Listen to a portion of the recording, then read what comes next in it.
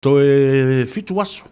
Ia ona tātou whaamahawai fo i le masino a Perila. Asto na i le nei lua sefulu ma le tolu, a Perila lua sefulu ma le lua. Sa o wha le nei, le tua o sa paota, le tua o Samoa, le tua a Peramo, ma Iakopo, le tua o Israelu. Whaafitai, e lau tau singa, ma lau puipuinga, ma le saunga le mū. Sa wheta aloloa i le atunuu a lo wha malu au alofa i lunga o Samoa. Mai se fo i le nei atunuu a vea ma atunuu o ainga lona lua o Samoa. Ioan. Whaaftei tele le atua i lo manga le lei. I lei nisi upu e siri atu e wha vi i ai. Nā o le wha fo i o le vi inga i le atua. Ia ono o lana pule tō i le soifua. Ia a wā le wha fonga le atunuu. Lo tō soifua ngalue. Le soifua tautua. Le soifua au auna. I so o se matawhaioi. Ia mana tāle ni fo ua foa i le atua. Ia i tātou uma. Ia o le ua whaateleina. I le upu whapertani a fo le rua multiply. E le o le waku i le kanga ma kiu lau pusa lava. Ia ma lo le soifua manuia. Ma lo le pale. Ma lo fo le folau. Le nei tai au. Ma natu na afe sa ua i le baa. Ia ni avea fo i malape o le au ona nei. Ia a wale ta fatolu o le tātou vāne rofo. Samoa ma le vāta ngata. Le ngata i pa ia ma malu wha le malo. Ia e pe o le iai fo i le tāpua ingai. Le fionga le konsula o ao le tātou malo Samoa i au kila ni nei. La o fionga whaulu toi. Ia wha pia fo i le fionga le sunga le papali o le komisina o le tātou malo.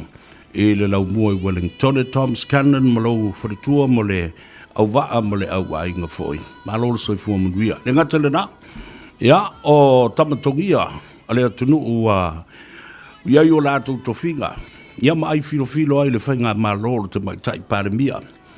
Ia Jacinta Ardern. Ia le fionga foi le Kovana. Ia ma lau fionga le Minstown ta upu tau tumotu al Pasifika. So a William Seal whaatalo whātou le tātou Porokalame. Ia, ai le ngata i lea. O pa ia mamamalu sautua whawhafa. E le ngā whatau li maina i lo tātou vānu nofo. Whaale anga nuu, whaale atunu, pa ia mamamalu. Ia, o le ale o iei se whaamitalanga. Ai tau ina sa ua le vā. Ia, a wātama ma ainga foi matama. Ia, te nane foi le usonga, ia tu mua mapule.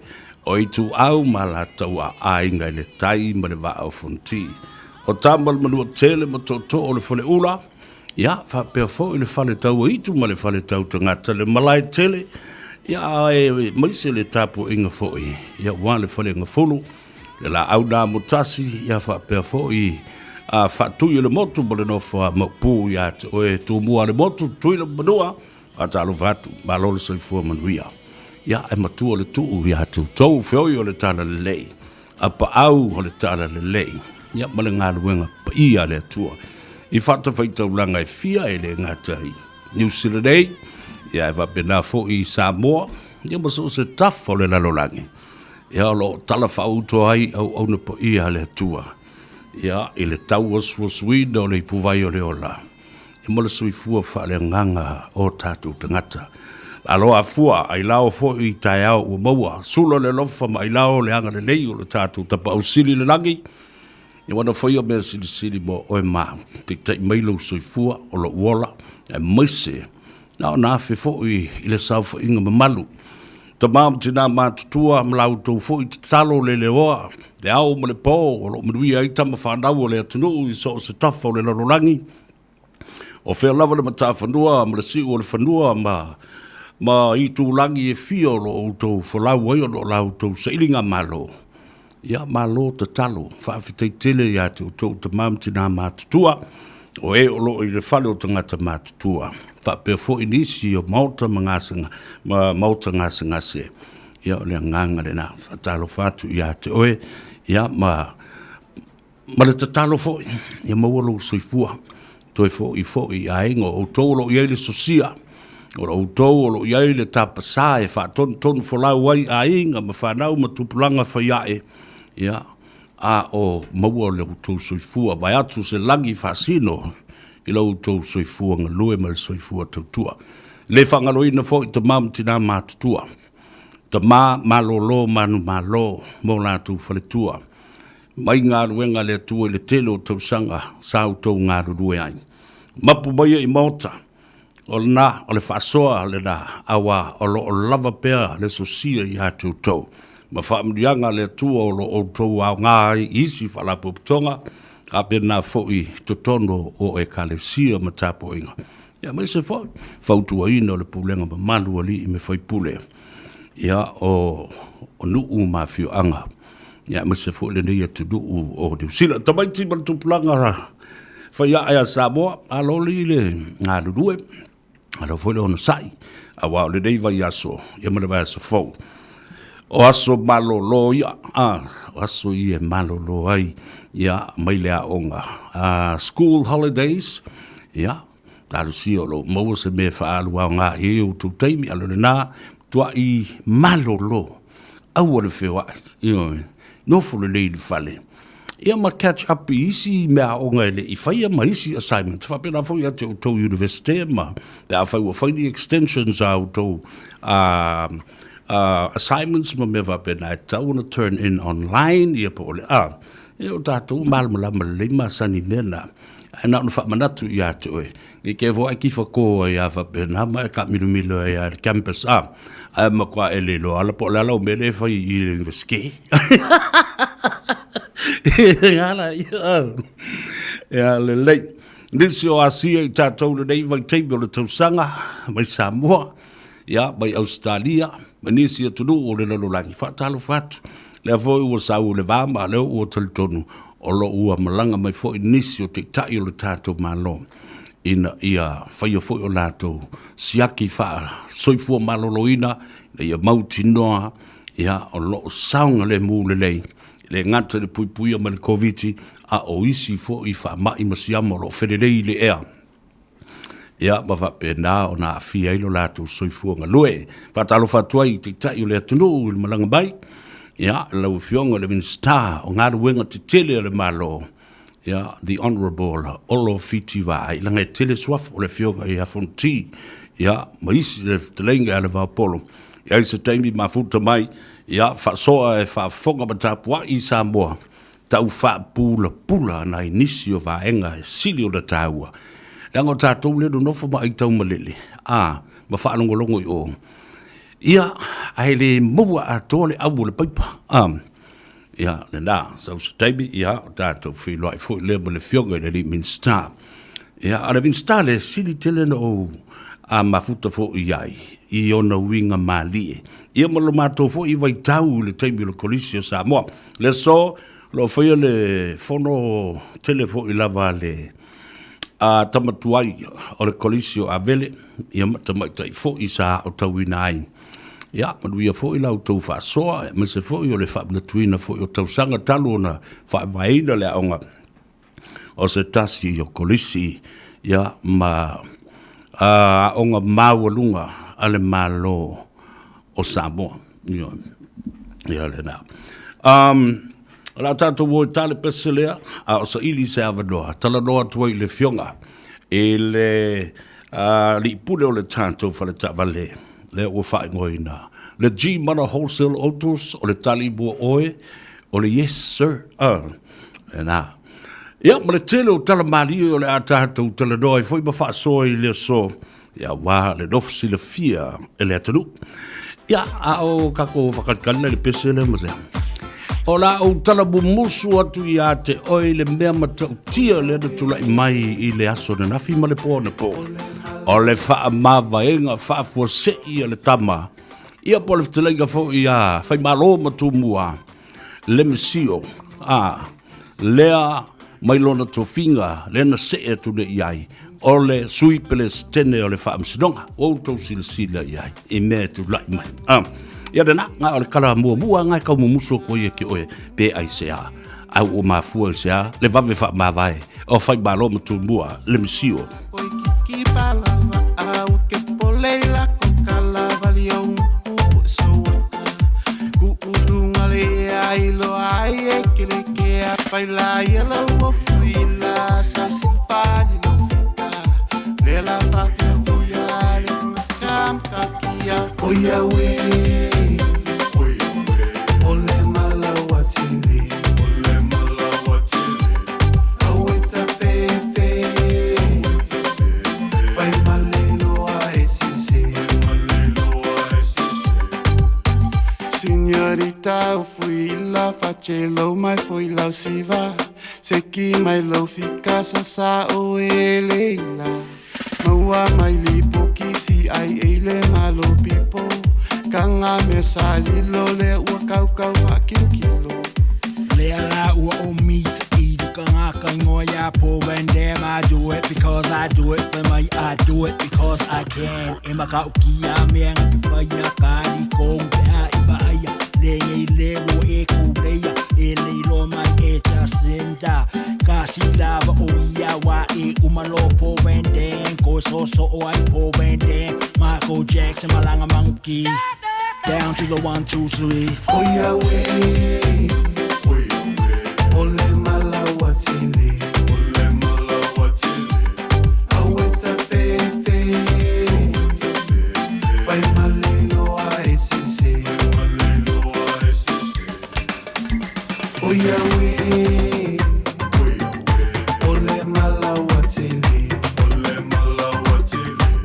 aweta fefe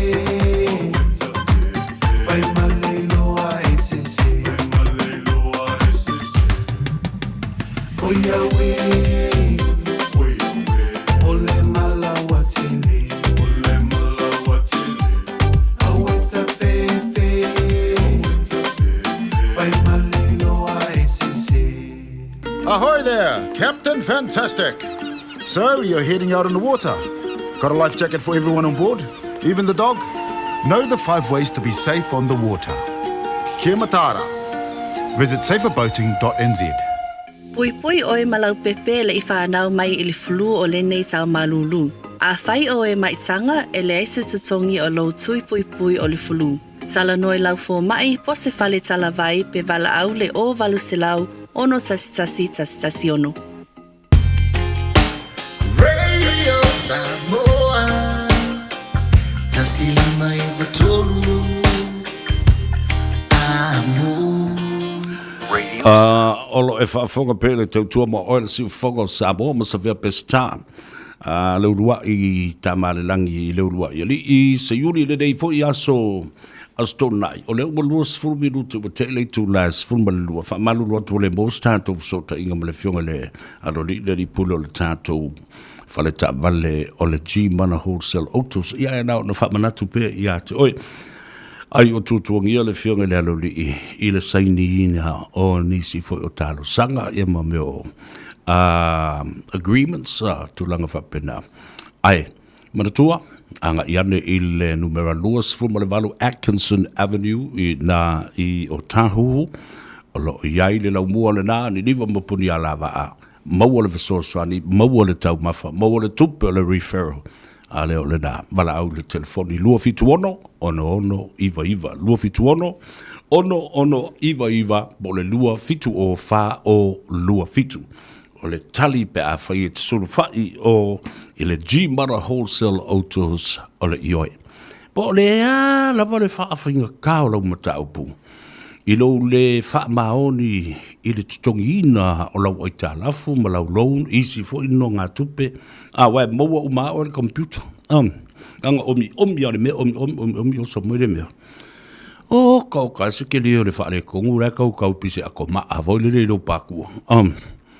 Ia ai mawhaia, fo malie la vai G mana, ma le fionga le alolii, maua le awala e whailau ta vale. Mea lana na e whatuai. Ia au tau manu fo I au tau ingoa, I mea ni o meo ai ta alafu, tele wa o le whautuanga le nai watu. Aisea, o low credit rating, o le lumanai le nao le tangata he ola I New Zealand wai le killing kako kupe, ai ale leilo tong ia tala foi loan mai le mea lele loan mai mea le ia malo lola ia mo singa kaimi E fa puku kupe makongi ngai ai kalafu le na. Le lana na e ta ua i tele. Lau tau napa ina ia mamalo ingoa i teimi uma. I ai kalafu manonga tupe. Ina ia mwhai i pia o na wha au pia le na manuia, ma le na manuia i aso uma so. Wai lea sisi e whai mai. Ai, ka ika le se kalafu, ka ika le se ngonga kupe le se loan mo lea.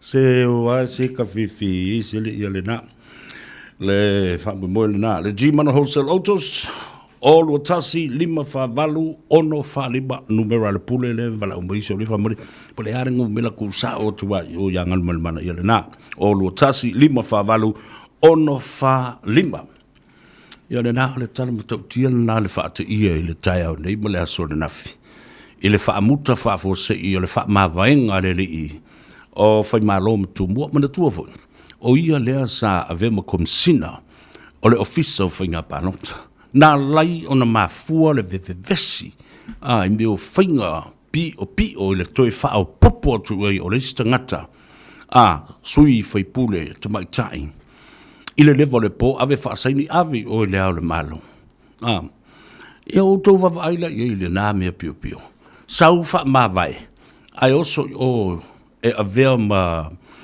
tamu fai ile tofi leo le sui president. O sotu o i nā whaasanga mai i le president fo o whaamsinonga. Le fo i vevesi iai nei ma nginga solo i le ea whaamsinonga ma tūlanga whapena. Whaatauto o toi maisi. Nā le mea na tupu. O le aso lua sifuma le lua o le masina le nei. Vaso le na seima vai atu nei. Nā mai e le i unga le whaamsinonga mawalunga. Wailoa, ele ai se malusi anga i le pelestene. O le matanga luanga o whanua masuafa ma le whaamsinonga whanua masuafa. Nā te whai ai ni tō whinga whapea. Le anga o le ai se tūla whono au tū. O tafi e sea masoloi e se o le awhi visa lau warsu mo le tasi. Laku le si mea se koe wha popo i lunga ma le se mea se. Ngā o mea palai lai asuri. O tō se sila iai, God will reveal everything. E whaari e lea tua mea moni, ma mea i e tutupu. Toi mi milo mai o le ao e whai unga, o isi whaamsinonga pe lo tea, ia mta upu fau, ia whaato a whaila atu nei, lea so sfuma lima o mati, lua awhi lua sfuma le tasi, ua wha maruina ele tula fono, ai toi sau ila lo maresi whai unga le tula fono, lava lea whaamsinonga leon whai nei. E le mawhai o na utou tango fia mata upu na whaila mai lea so sfuma le wha. O le masina lea, nua whelua sfuma tasi o mai lea so. Lono winga, me ia tultula fono na matua whaata mala matai palaloa ma hatu i pafo. E lata mai lea au le mea na ape tia mai ai. Ai la koe au mai kula foko. Ia tau ea koe pipi ia kula fongo. Ule se mea. Wa tūlo le le la uko sa o koso ka ofi lima fo le tū le e la ua whaia ia lana whaiunga. Wana alo ia. Le alo ia. Ioi, wana tari eina. Le alo ia o le tauwhinga. O le na me ine ia.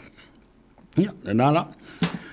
Nai masina leana whaia ia le tauwhinga le nama le whaatautonga marisi fo i whamasino e swafa e tauwewa. Ai le ai mas tutongi, le ai mas e mea na maua mai le malo. Wala wa te e le minsta la tau yo whaamsinonga. Te e ma le awhionga le minsta o tupe. E le o iai se paketi e whaanganga mo to whinga nei. Se i vanga nā. Wa uma suenga ale komiti whaapitoa whaapale mene. Lena tu atu ne iai ia pili e tolu. Ma tu la fono e wha ia na pasia nei ma po oina saini ai. Malisi e se kopi na ave lea le malo. Lea la o tau sila iai. One by one, each of these things and issues and matters will be revealed. You know, ole wha pula, maa mai i luma. Ina ia sila fia ia lea tunu. Lona winga lai la utilo iai. Leiti oa o mea nei na vesi ai, ma pisa ai, ma ave me o submissions, ma ina ia whaatele ngese. Ma tau fiofi mai, le pāsia ina whaatope tope, Ma whaato pe laua I le tāpe nanga e wa le atu o toa le whaamsinong. O lea pili o ia tula whanufo. Lea la wa tula I mai le.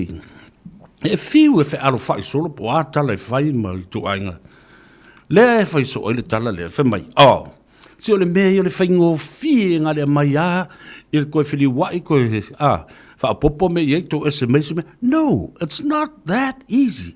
So se tu la fono le parmene, o tu la fono au tu mai tu mau, e lote le parmene. Ele pe o le mea ofisa le ngalo sofa, ma ko menga se ma le twink ngale. Nganga osi e se ko pifa pipi e ko lisi mea. Edit and paste. No. Le ai. E anala, a famba le fango fie I le mea. O tau tala nai fai, e wha anofo fi le mu ai, le mana lama, o le atunu ui au tau mea vārea, mea se ina whai nei. Awala dei wha se ina ma wha vale ina, le mamalu o le atunu, I le upulana, me se le whai ngō fi o le tula whana. No, it's not that easy. It has to go back to Parliament.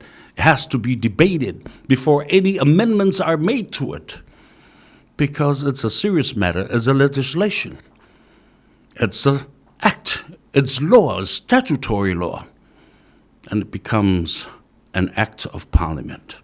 Ia le nā, ta ua tele moro tau sile fia, vaenga ia lo tulai mai, la tātou o tāle pese lea. Ia as isa ili se avanua tātou te talanoa antuai, I le fionga muli anga tele shusing, o le li pule fo le nā, o le tātou company, whātou ta vale le hanse kās. Whatalo whatulunga le api o fōringa, Facebook page, malo se fuamaria. Ia mai se fō I nā tōla o whao ngā ina mai, ia leisi platform le Twitter, Instagram, ma le Linketh. Ia mai se fō I le tātou live stream on YouTube channel. Malo se fuamaria, whaaftaile bafuta mai. Ia tōtou paanga woma e masani a inga I tu e fio le larulangi. Whatalo whatu Savea ia to e ile nei tai au.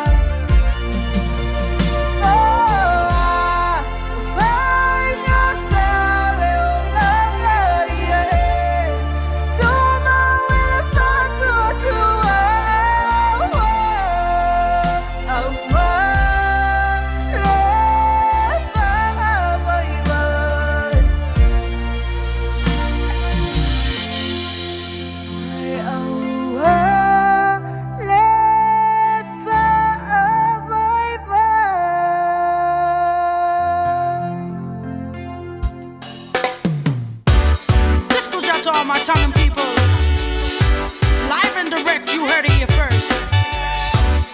Introducing Mr. Richard Parker. Let's go.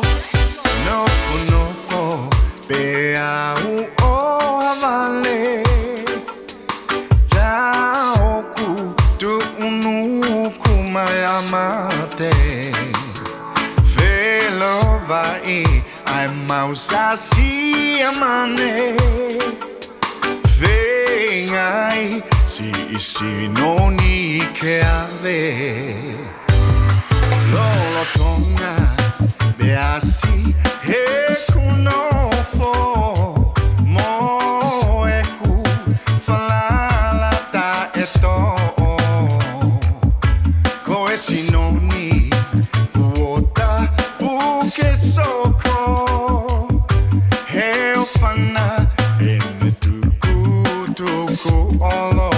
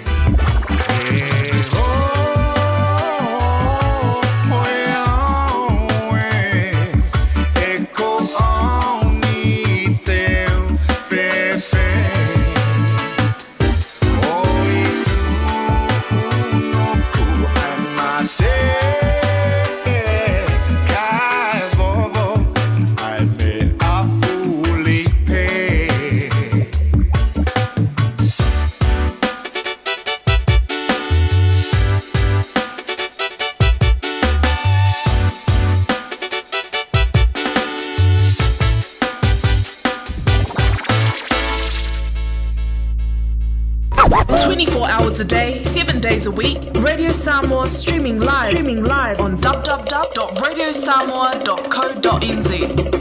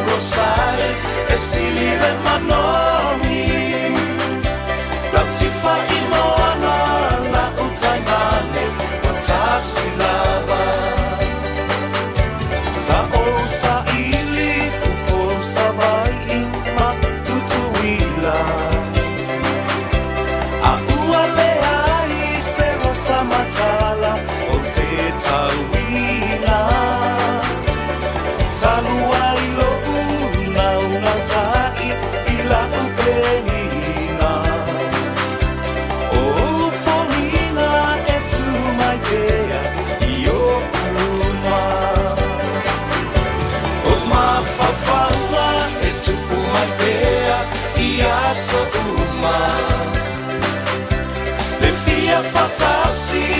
fia vai ia o suma lo useie la urosai e siri le manomi la tifa I moana la utaimani o sasi lava o ta o upu a we tanusu nei moa molulu le mafutanga nei ave ave fasele mutu e mana tua I solo mona na paui le alofa le fia fatasi ma oele pele ia so uma o ma fafanga e tupu mai pea ia so uma le fia fatasi le fia vai ia o suma lo useie la urosai e sili le manomi la tifa I moana la utaimani watasi lava Samoa oe la urosai fai mai sautala o oia I se siawani o ita watasi ta umaya o so manatsu betelo famoni mama tua le tata toma se yo leoti o ma fafanga e tupu mai bea O e whaafunga pēle te tua ma oile se ufonga o Samoa, Radio Samoa, su lima I watolu a moia kilani. Ya, Savea pesta e le nei fu ya so male tato por kalame tuli au pu pe le to tele o Samoa o lalam papa o tu mamau manu sira dei ma Samoa foi. O leo ua to se fulu male fabi du te tale tu laitas. Ka leo ua maua le avano e tala noa tu ai foi le fionga le ni pule o le tato fa le tava le Henderson Cars le fionga abuli anga tele shusing. Ladies and gentlemen, welcome to the show of Muli Angatele with Savea on a Saturday, right here at Tanoa Ava. We say Talo for love and welcome to the show, my brother. Talo for love, yeah, it's great to be once again on Savea. Myself, I haven't been the last couple of weeks. I believe you're also not there, I believe. But yes, it's great to be with you once again. And it's always a pleasure catching up with you on Saturdays and having a chat with you where people can get some ideas and some useful information how to save money and how to be careful of the car dealerships in New Zealand, Savea. Absolutely, because that's what we do better than any other duo that come on air is to explain to people and give them, the core functions of Muri Angatele and Henderson Cars to save money and to look at these wonderful finance packages. Isn't that right? That's right. And before we get into that, just like to tell you that today we are doing a presentation of the Figure Fitness. And today is the 10th year. For 10 years I've been doing and looking after them, Savea. So the prize money, the trophies, the T-shirts, everything will be given out here today. It'll be live streaming on the Henderson Cars Facebook page from 2 o'clock, where the winner will receive $1,500. Savea. That's what we're encouraging people to exercise and lose weight. And there's also second, third, fourth, fifth prizes. So there's so much cash will be given out. This is just for the encouragement for people to be healthy, Savea, and that's what I've been focusing on. So this is the 10th year that I've been supporting you. That's right, yes. That is fantastic. Not only you been assisting our people in acquiring and getting a car, but also these community programs that, financing them to become better and health-wise, fantastic programs that are doing. So what's the brother's name again that we use? Lino, that's the... Yes. We also pay for the whole, I pay for the entire lot, Savea, just for the people. It's free, absolutely free for everybody can come, will be joined in. There'll be professional trainers who are training you to lose weight, be healthy, and on top of that, you're also rewarded too. Yeah. How good is that? So I like doing this kind of thing because it involves our people's health, and health is one of the most important things in terms of our community, in terms of our people, which we love to have to enjoy our meals and we don't care. But yes, we have to a little bit aware, and that's what I've been pushing into people to be a little bit aware of your health and be careful of things aware. So that's what I'm also promoting.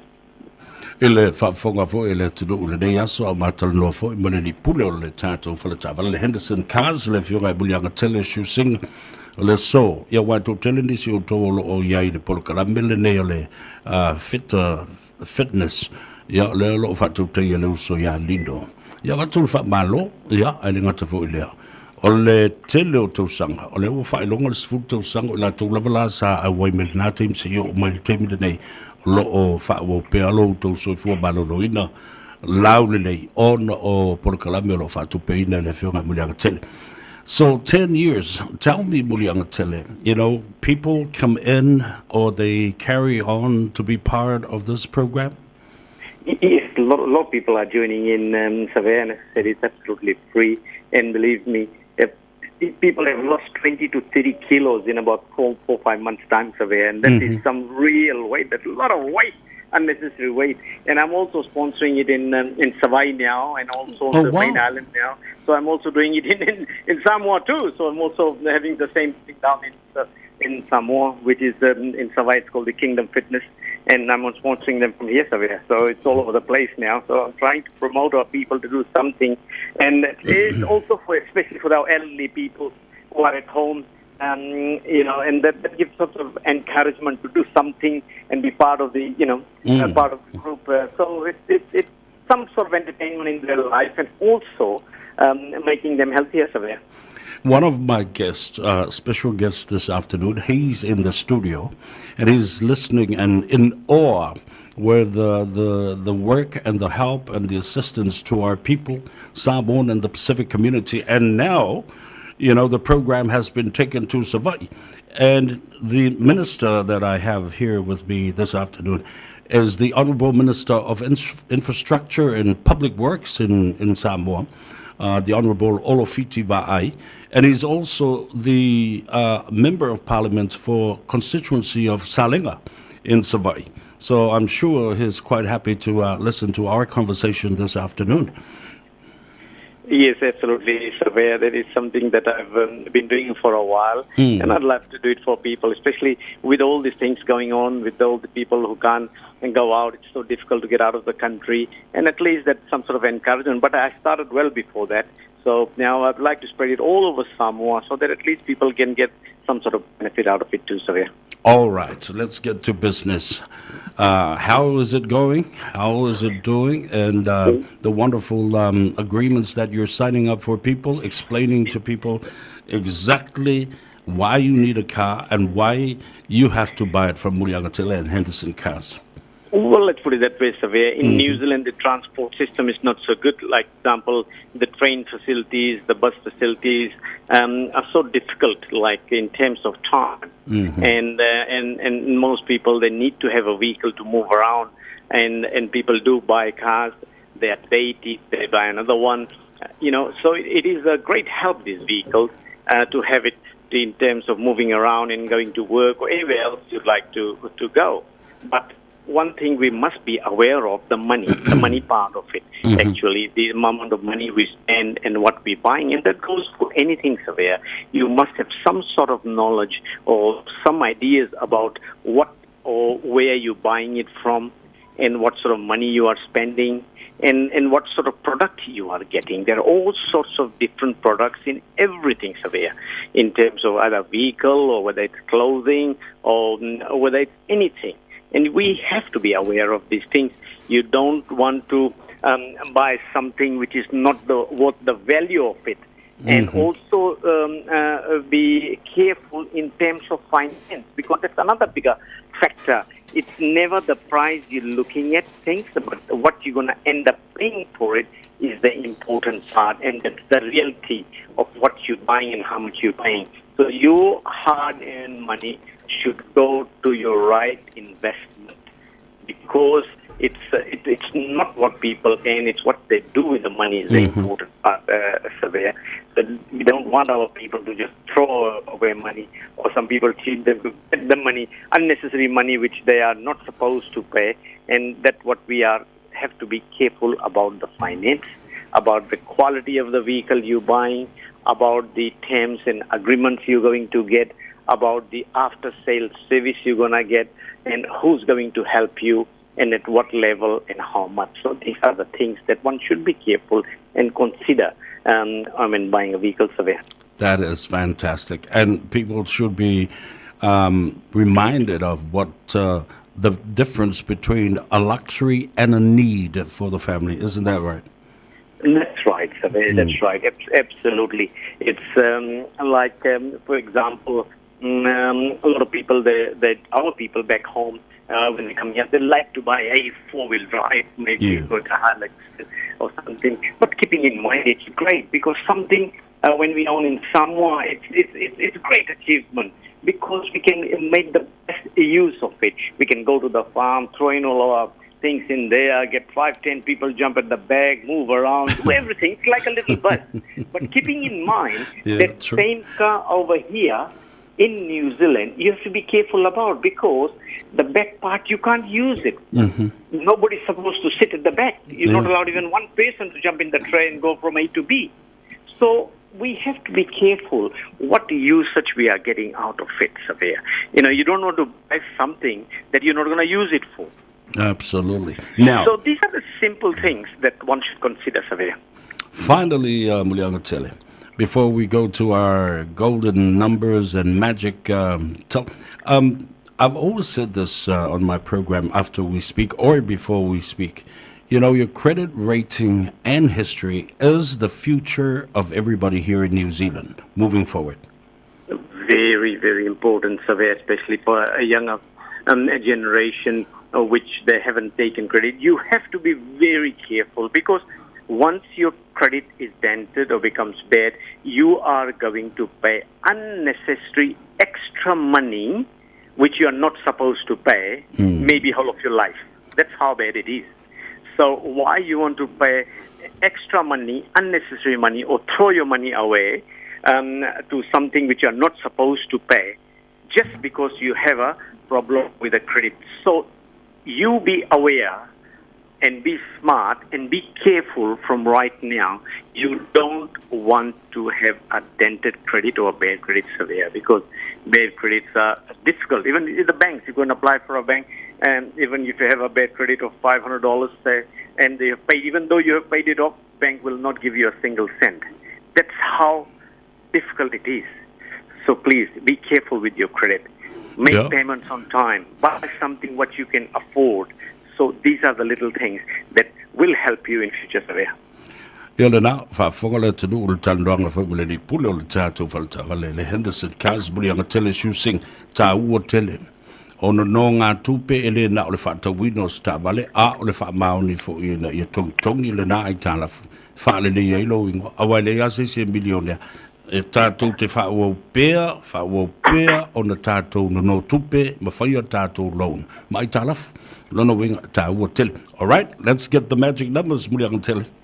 Yes, it's 0800 711 711 0800 711 711. We are 194 Cavendish Drive in Manukau City. Lots of cars, very, very good finance package. And the important part is that you're dealing directly with the owner of the company.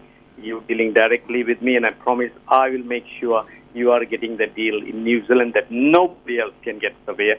And I make sure I look after the people who come here and buy a vehicle. And, of course, do not forget to watch also at 2 o'clock live, Savea, on the Henderson Cars Facebook page live, and also on my page, too, using personal page, will be the presentation of the figure fitness achievement for the people who have been training hard and will be rewarded personally by me over here. So, yes, that's what we're going to do today. Fantastic. I'm sure it's going to be very exciting for everybody involved. But always a pleasure talking to you, Muliangatele, and I wish you well, and I hope you enjoy what is left of the beautiful sunshine this afternoon and talking to more of your clients over there. Yeah, always a pleasure. Yeah. Whaftain, so for ya. Lena, Muliangatele shusing, Lady Pulo Tato, Faleta Valena, Henderson Cars. Walau telefoni le se togi o valu selau lolo fitu tastasi a le ole na manelo la ai o la fel papa ki o ko inga tasi va fa Cavendish Drive i manukau tato o tana ya tato fa silanga ia fo i mai o na bawo le ole avandoa fa filo i le tato malo fa lolungia le de yaso le fionga le binstao nga wenga tele le malo maisi nga wenga matina le fionga ya Honorable Olo Fiti Vai.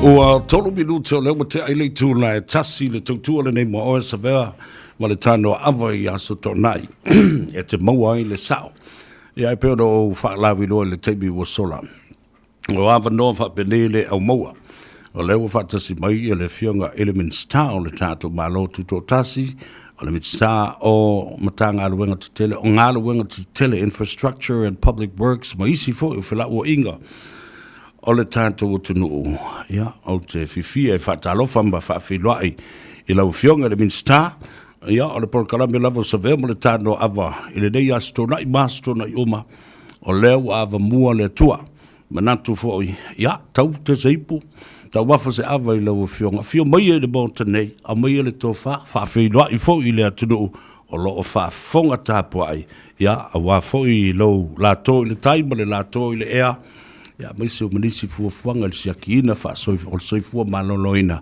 na ia mautinoa ya o le nā lava e mau le malosi teimi i moe whenga iai lui tau e maise o atina e ma le te mau a inga o le tunu talofa lava fio mai e le mautanei ia i le nganga whaaloalo a Savea le nei tūlao le aso mau e fo le mawhatanga ia whaamaluru atu o pa ia mamalu langa e tofeo tu taulangi ia o le ata o tola vase whamatalanga ia mana ia ua maosi nei a vanoa ia mata mai lava ma whaalongolongo mai fo i poro kalame ia e makaukia fo i ia le tūlanga o kako Tanoa Ava ia o se avanoa whaaulo fo i e whaatalo whaatua i le pa ia maulunga o se tātu o tunu o le nei tai au fau e le alawhai mai fo i whanunga le lei ia tātou vi ia le li tātonu o lo o maua pea le malosi ia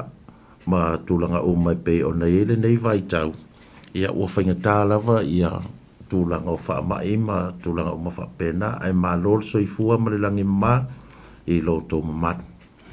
Malo whawhatai lo whionga le minister o le memo mua o le whawhatai I le atua o maua fo I le lao mo le avandoa tāte whelua I ai. Me whasanga I whapene o le teimi muli au le I vevela I a campaign ma meo whaalawi loa e me se fo I le whainga panota I le aso iwo APR la o le nātau sanga wa tūna I atu. O le whamatuina e le ngata o le tele o tausanga talu na whaavae le kolisi o Samoa a o le tele foi o tausanga talu na whaavae ia le kolisi o Avele ia ona tu utala loa tuale e anu tangata e tāpena lana whainga pānota ma vantu foi mo onga le lei ia o lea ua tau le ai o la penga ia ma le tāpelenga oka se matau tio le savalinga se nao na toe whaatepa lava I tua la ua whionga le minsta le vau fili sa mai ai ia ma tō manatu I le alofo le tua I le taita inga le fōlaunga ma le savalinga ia matau tia ma ufofongia le alofa o le tua Savea ma le whaafonga le atunu e le savalinga pe ono tōmori mauina ia e le o se savalinga whaingofie e le tau a matamata mai ia ma le whaasoro mai se ia tini mai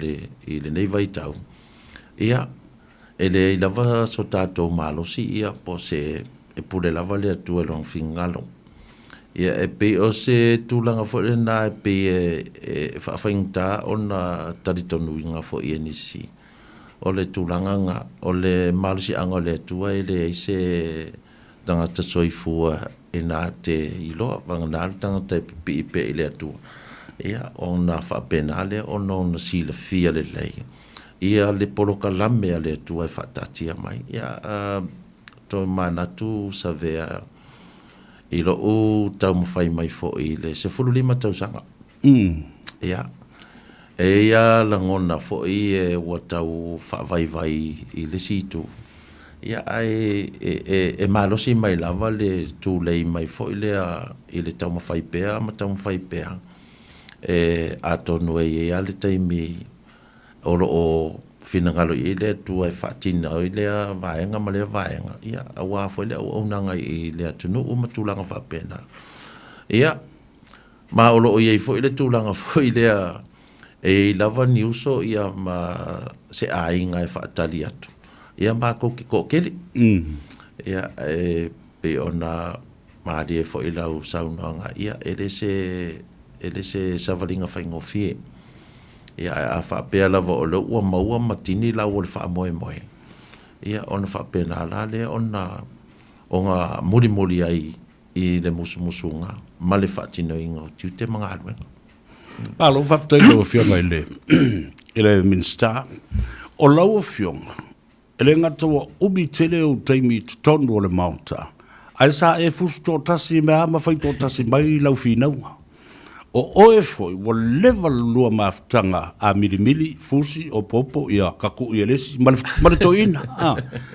ala sau sila Masau va ai mala lua mafutanga o le ua va isini ia le tulanga wa e se ai o le tu sa masani no tu ai ia le toina ma le whainga malo a o lela wa se i fo iai a o se atu la wa fionga ma le se si vaenga o le tatu ainga whatutu le tu sa movotas Aftai mo le whaafsili a o whanongolongo mai polokala mene i Tanoa Ava fo ia le tauselu atu le tūlanga lea Savea o te maitawina lava le tūlanga o le tu se sao upu tolo le whaafonga le atunu e whaapena o le mea voilina o te fia ai wai whaapena anga le porkiki ia le vo ua e fsiding ia le maftanga fo I ma stoina e le fionga fo I le alon maria toa le fionga atu le epa ia e moni o whainga o anga ma o se anga nuu le ngā whapurkiki ia e se a mako me whai kongo o le maota ia e se fo ia mako wanga e whai tua ma o se o le whakemuka la simongi ngā e le ngata ia Samoa e whapena fo ia I tū ma Parliament New Zealand la to ia ma Australia mai se tunu wa ma to o fo ia ma to observe I tūlanga whainga o porkiki whake mukalasi. Ia ai o mai a le taimi nei. Ia ele le ama pangi mala ko inga. Ai fo ia taimi tu alalo ia inisi fo ile ia ta wa ia Savea mal fa fonga le tunu na maunga o ele to ina malonga taitainga. Ia o se tangata fo ile e whainga tātele o na mate ia langa la fusu fo ile masenga fusu kuai. Ia au si le fia le ia la to ina o ke fia ia I fo ile pe aka le pe ale se mafusu anga e whai kongo se tanga pe wale manga ia ngā fongo. Ia ai kele se a onga mai ia te au I le fionga fo ia tu le Apple na taimi le meo le tu sa upu ia makoa le loko kaukala fo le kongo le o palmenge ia la I fea sua inga ia ma tūlanga fo I fela fo inga le amata mai ia ai o anga lava fa porkiki na dila o le mea fo ila le o longa tūla I mai fo le challenge mai lava ia le taimi o mai mātou whainga malo ia o anga ngā whaaporkiki. Su lava le mea sao ilo na saa fo ile ia peitai ia o ka whaamarulua I sia ua ia ua paulava ua uma fo ia ua kau me whai pere. O leo tau visiri atu leo fionga le Binstar. Leo ua malanga matoe fo I atu I le atudu. Rasa usila ma se va ai I le tūlanga o le soifua maloloina, ia me se foi o lona malosi e tutulai mai pēa I te mi uma e tali mai, ma te mai I le malo. E iai ia wala e mwhaiona, mai tō alalo a o le la ulava whaalongo ia mai tau o stanga tūstala, ma se tangata whaasala lausi nia o level ngā ruanga le nei. E te mai tau wina lava, o lo o iai a le tui tua o mea uma lava o lo au mai ma le tā malosi na lo au mai. Ia mana tua o soifua maloloina ia e pule le tua ma le langi whaasina. Au le a sau mai tau. O iei se mea o amata ona se ese mai I le to ina pe. Lavalo na malosi e toi tutula I pēa mo le nei lima tau sango lumana. O te talitonu o lo o ia te ia lava le whai unga. O lauwa ai mai le taimi le luafe ma le onona o taunu ua tuai I lona malosi sa iei. E o mai la I le taimi nei. Ia.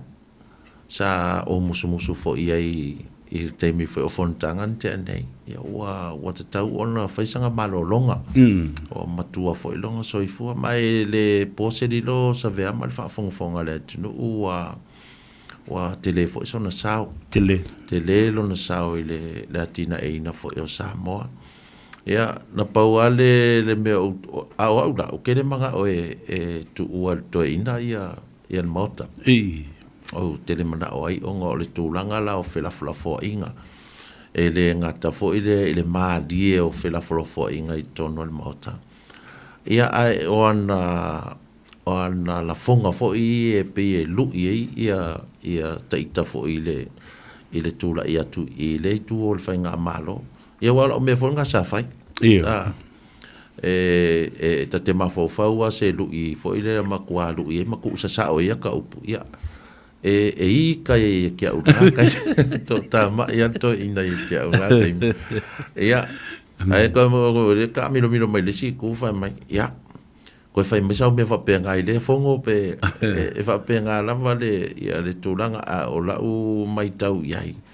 Wa tele swinga. E le o tu sale le vavave vo ile o nga au ke minga ia I mal taimi nei ia ai ondo wa fa so matua fo so malo va tai a fai fa to aki mai lau le tio mai sila matanga mai mo mai ia tunu o fio le lang ia le na o le poselilo I lau sila mai mo ora malo fa lo ia le na so ve le Tanoa Ava le nei asto na ite mo le sa o le futio o sola ma atu vasa ua ngā asasa mai ia le whainga malanga le whatotua I le atua Samoa o tas. E ai lava la ma le company o fesota inga na muli ta I malangolong sua I lau tau wha moe. Lea sa wha ngoi no le network o se tulanga network communication.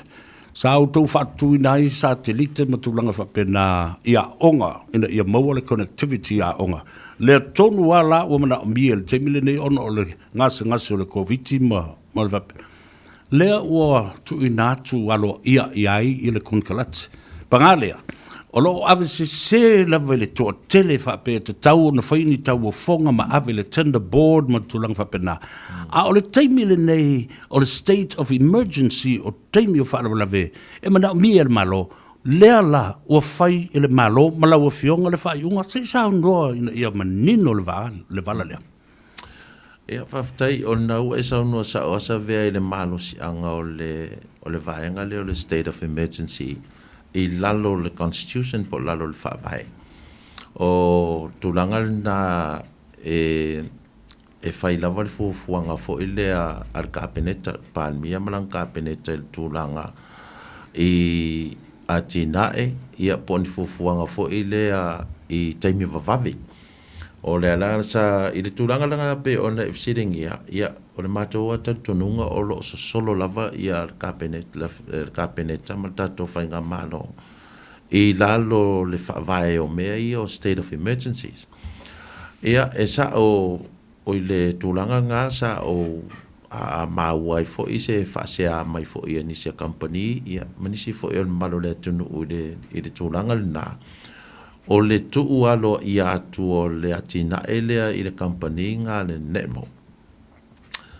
E lo se si ai tu Savea mal fa fonga fo e le tunu sa fa I le to fa I pan mia mar ka peneta li tu na e vaenga o na mana mia e fa tino ila o nga fa na te mi le lockdown a mana mia va veala e o mai la te mi nei o la vai fa nga la vale ia o nga fo ile online. O lea la sa mana o mia vavea ila e whainga malo se company e tūla I mai. I le teimi nei la tū te whaatinoa ia onga ia online onga o nisi onu. O loo whaale tonu lava ia le au nanga. A le titi sao ma le Vodafone teimi nei. O lea la sa ia le fuafua ngai tu sa o atua sa tamu whai e tenda. O mai le tenda, o se company e iengi satellite. Ele o mainga ngā ele tanga ruenga fo ia afsota inga. Ia sa mato whaiala le tonu fo ilea ona afa apea e award le ia le kontina ele I se company ele o iai iengi sakeliki. O longa winga e whaakali aku ile si koru wha singa o ngor kulanga fo ia oro o whianga ili kei minge I waa. E ua moku ku fo I wa o le ko kusa kai mi fo I le whaakuna ngai ngā o waa o loa. Ai or company la lea. Or company lea na iai satellite. Ma o lo iai ia satellite taimi nei ngā le pauale mea o le whapi I lo I lunga ma whao ngā. Ia o le sila vaenga fo I sa tiro ia masisira fo I le tamaita I pārmia mar ka peneta. O le ofa na au mai e le company. O le latou ofa na au mai. E whao ngā fua lava e a o ngā uma lava o Samoa. Le au nanga lea I le interneti ma tūranga whapena. E free aina whao ngā e tamiti a onga ma whai a onga ia le internet. Ia o le mea pito siri ala nana tiro I ai ma le availability o sakelike ia a vaku. Ia wa kamanga ngā le fuku wailunga whare a onga o sa o lunga sakelike ke le foi nei lunga. Ia e pe o le tūlanga le ia ina I company fo ia tātou o le Vodafone ma titi sao. Ia a wha peo sa vai. Ia e ane mea voile kusa pe whai routers. Ia e kongeki mai ai lisi pou si ia o mai ia pia. Ia e pe o se talatu na ina ia manino fo ia tātou tunu o I mea sa whaavae ai le whai unga ar kapeneta I le company le. Malo, ta ua tele. Mo le whaafonga mai au tau ia tau oi maa I le malo mo tau whai mai wa le whaia le mea mi o tonu. E te tau e ona ave I tau o fonga mo le tenders board. Leo sau no sau le minister sa I le komiti lea. o le tonu fai vave le malo i lalo le tula fono le whaavae o whaarvelave whaafosei ma le teimi mana o mia vave ai le malo so soari mō tātou tangata e mese a onga le state of emergency ia ona ta oto e la ele ma moi whaare leile nā ma ta upu i o tau whina ngaro e ua koe langalangai a vea se mei lo ai ia nisi winga le anga whapena o le tātou tunu a lea ua whai maria ma se maria tu i le tautua mātina e li leia le malo tātala noa i le se e mai o lau e fionga e a vea ma minister ma tanga wenga o infrastructure, public works, whela ua i le taimi lea o sa ili ei nei o whea o iei computer fast o tuai ia sa wha o ngā nei a o lea le me ua wha alu wha tope ei wha pe nei to titi lua se lau awhe tā la ua alu ai le swinga a toa le whole system ma le computer system i tono le mtanga luenga o lea sa usila fia i lea ngā i o inga sa whai ia o le taimi nei o lo o whaialawa ia susu e ngā le vaenga lea ona o le tūlanga fo i lea o lea e PFT te na i solo ia whinangalo fo i o le mtanga luenga o le mtanga luenga le tupe ia ma le mtanga luenga fo i a le okika ia o le tūlanga leanga tūla i mai i le whainga malo se i mawai atu ia o se teimi fo i lea o Juni o le tausanga o mawai atu sa tūla i mai mta upu lea ia e ina ua o taunu utatonu ia e le ukere i loa se mea ngā tūla i mai e pe yo nga masani fo i e Savea ma le whaafongafonga fo e le atunu ui matanga luenga ma whalaputonga le malo e pe e la laka loa inga uma le tausanga wha le tupe ona tau mawhailola i e whaonga uma tupe i e tutoe o lato budgets ia pe o le tasi ngā me o le ua mato mai tauina o le a tau mawhai e taofi e pe e momoso fo i le toi whaafo i tupe i tutono o le treasury ia ai o le pinga fisili le whaafisilinga na o te leiloa na a watu le tusi a le polemso tusi le i a se te mal tausanga se mawai e whailoa i ai le tūranga o le susu enga fo i le a le o ki kalawala tau ia e le itali la ia le mtanga aluenga i le teimina ai whatoa uloa ina ua tusi atu i e te au ia Februari i tausanga nei o faisi po o tolu famasina i le tali atu mtanga aluenga i le lato fo i susu enga i mea la i o asetan malo o ina langa mafua i ona o siringia ia te au ia Savea e o tilo i o ni tūlanga ele o amiotonu ia le tūlanga lea ona o whaiasi te leo o tupe ia e pe a whatupe a seta ia wanga fo uko silfia e tu sa mare tolu te siono miliona ia o ma sa whatau e computer sia ma tūlanga whapena ia o lakua uia au fu ako Juni tausangan te nei na whatau wai ia whatau ngā lea au latua ui e le taimi o lakua ia o computer skuai ala ku whaunga e re i tāua te lela i te au nā vaenga e ua whaisi o whaanoa ona o le whaapea mai e whaase furufitu ia computer sa whatau nā taimi ia o lela e kausa ili te taimi nei susuenga po o whea tonu o iai ia computer sia ai i le tūlanga ia Savea i lau tilo se lape o loo iai o le mea fo le process le processing o me whapena ma le whaanga so longo o ta iala fo le au te whataunga o mea ia e le o ta oto se tautonga le lei ia ua pe iala ua masani ei ia le au whainga aluenga ia e le ngata fo i le mātou matanga aluenga ia whapena uma fo i matanga aluenga al malo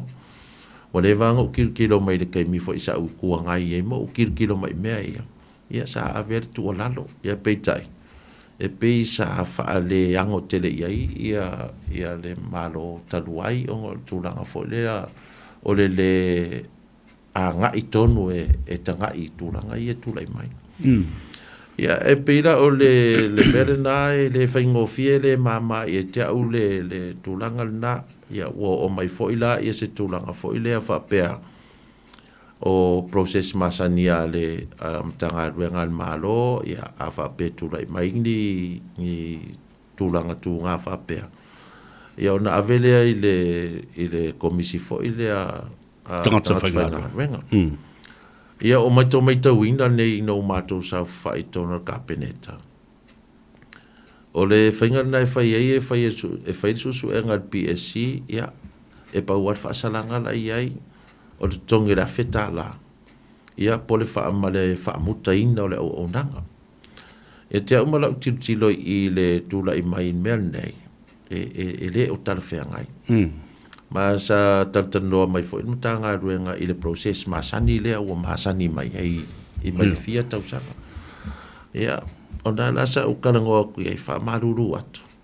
E le o se le su. Ia. O mta upulea e o mta upu e tau ona nga i tonu.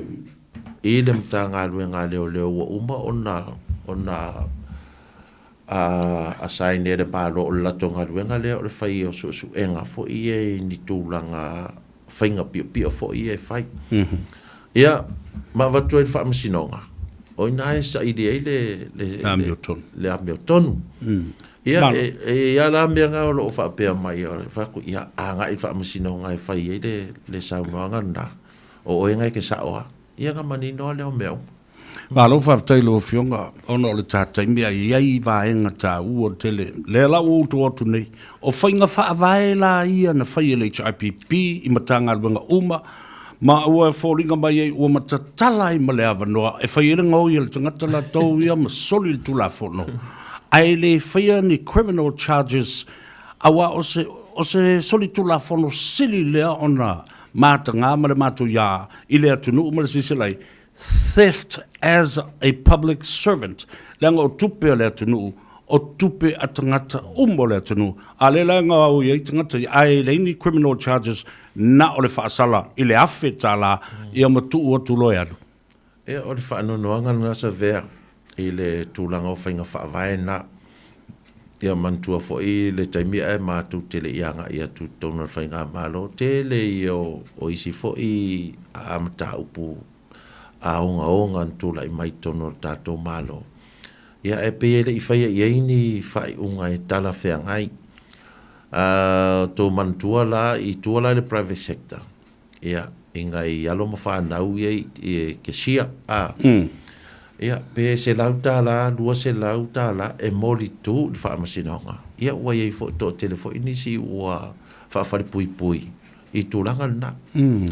O le mātou tilo i tono le malo. E leila e kaungu kusar whainga o le tangata whainga ruenga le malo.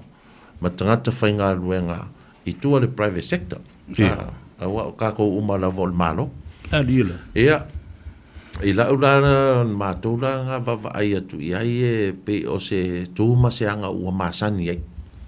Lea lai tau tau fio tu taimine Savea o tau atu ia te aua ia ma lo uloa ma so uvai vainga mai tau sanga o mawai. O Samoa ma kwa kele au kupi. Kele kupe maua Samoa i tutono al malo. Aya utilo ui ina ua o walua e mo u ia i tutono le o le komiti fo ia al tupe al malo al parlemene le e avatu.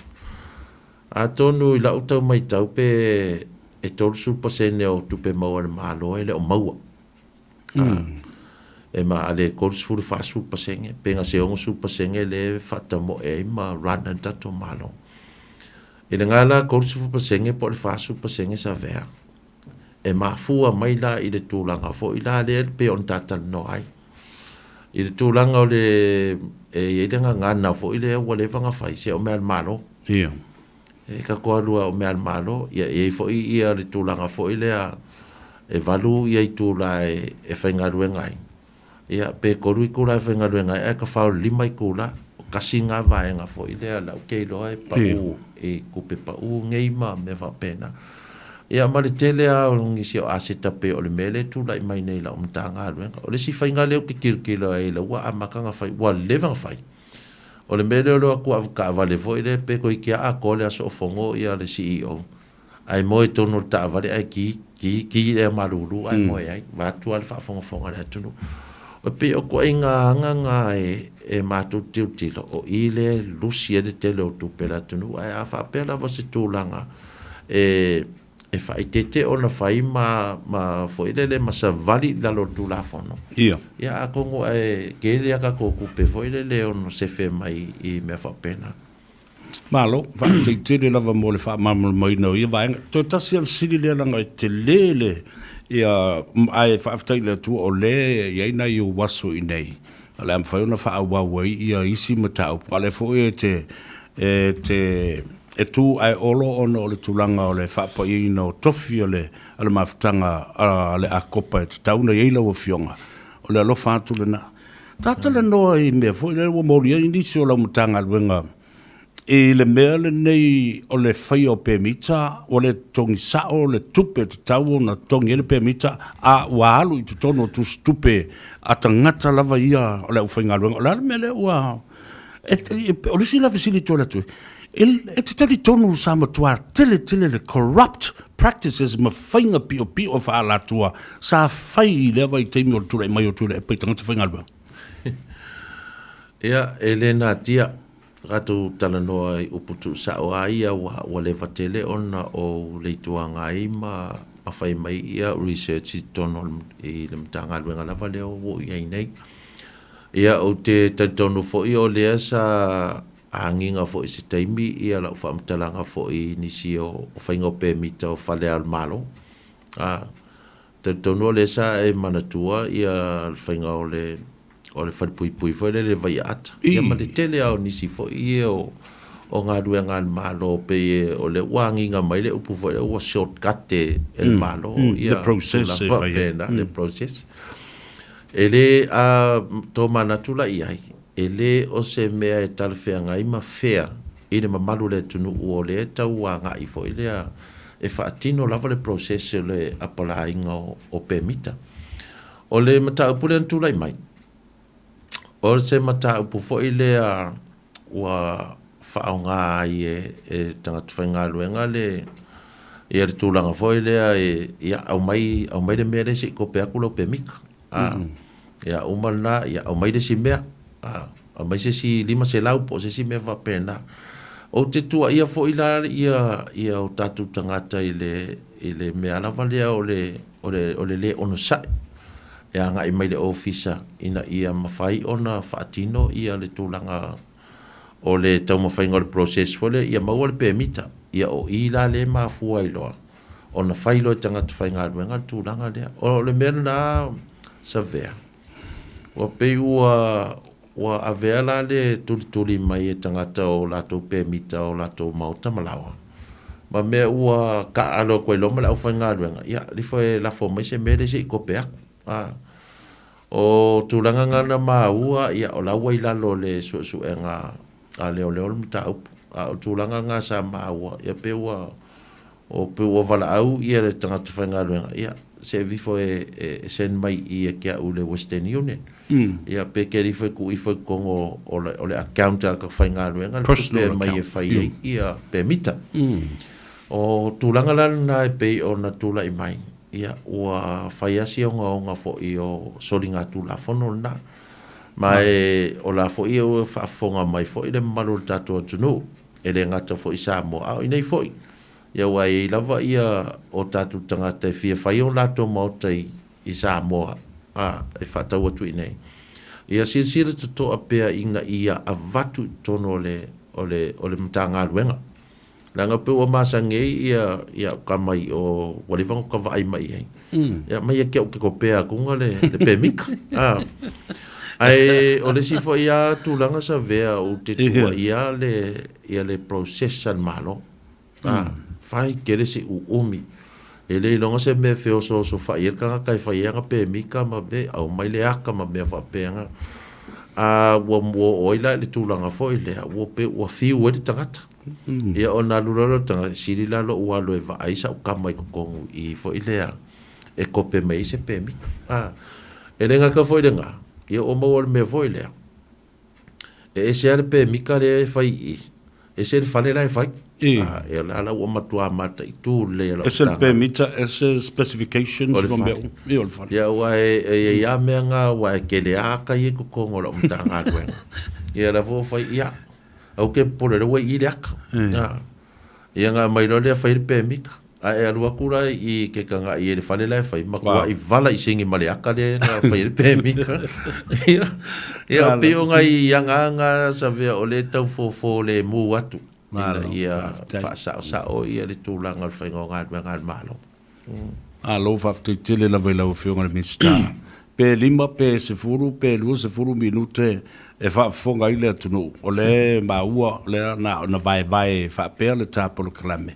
Nanga e tū ai olo e no fufoi ai o ia o no le tūlanga o le whaamoe a kopa i le so. Le ala lea, ia. Mai ala u whaamrianga i le atunu umalana tāpua inga.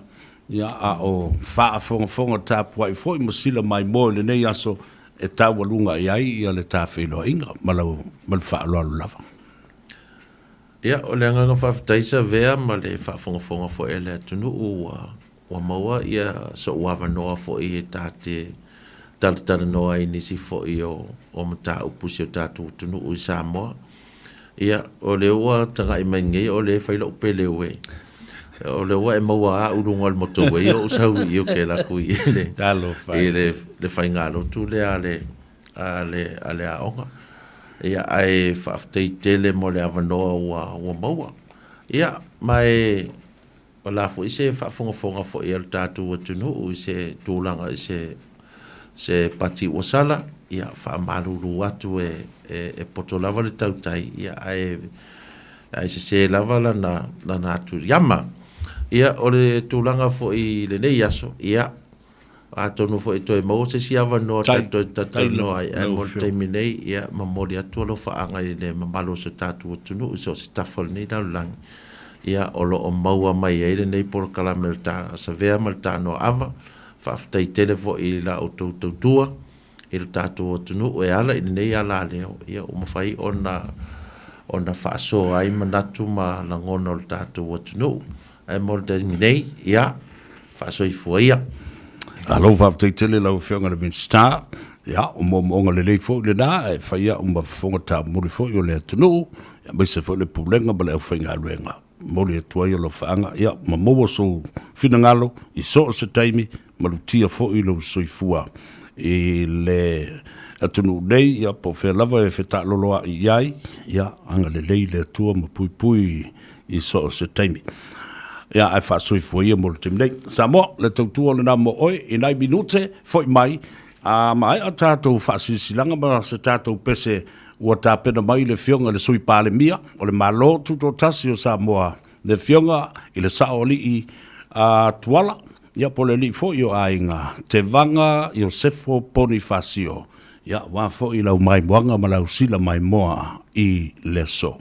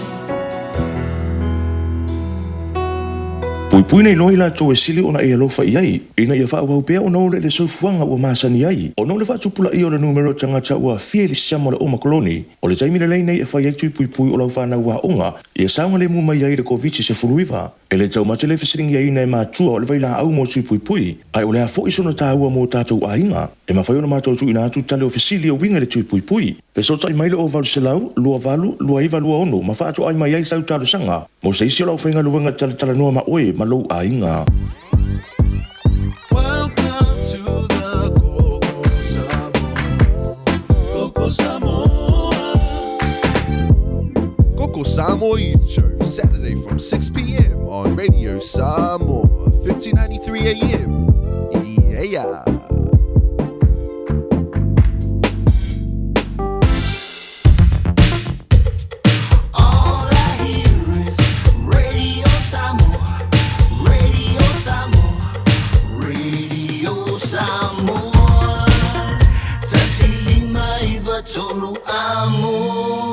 Radio Samoa, kasilima i Vakuru amo.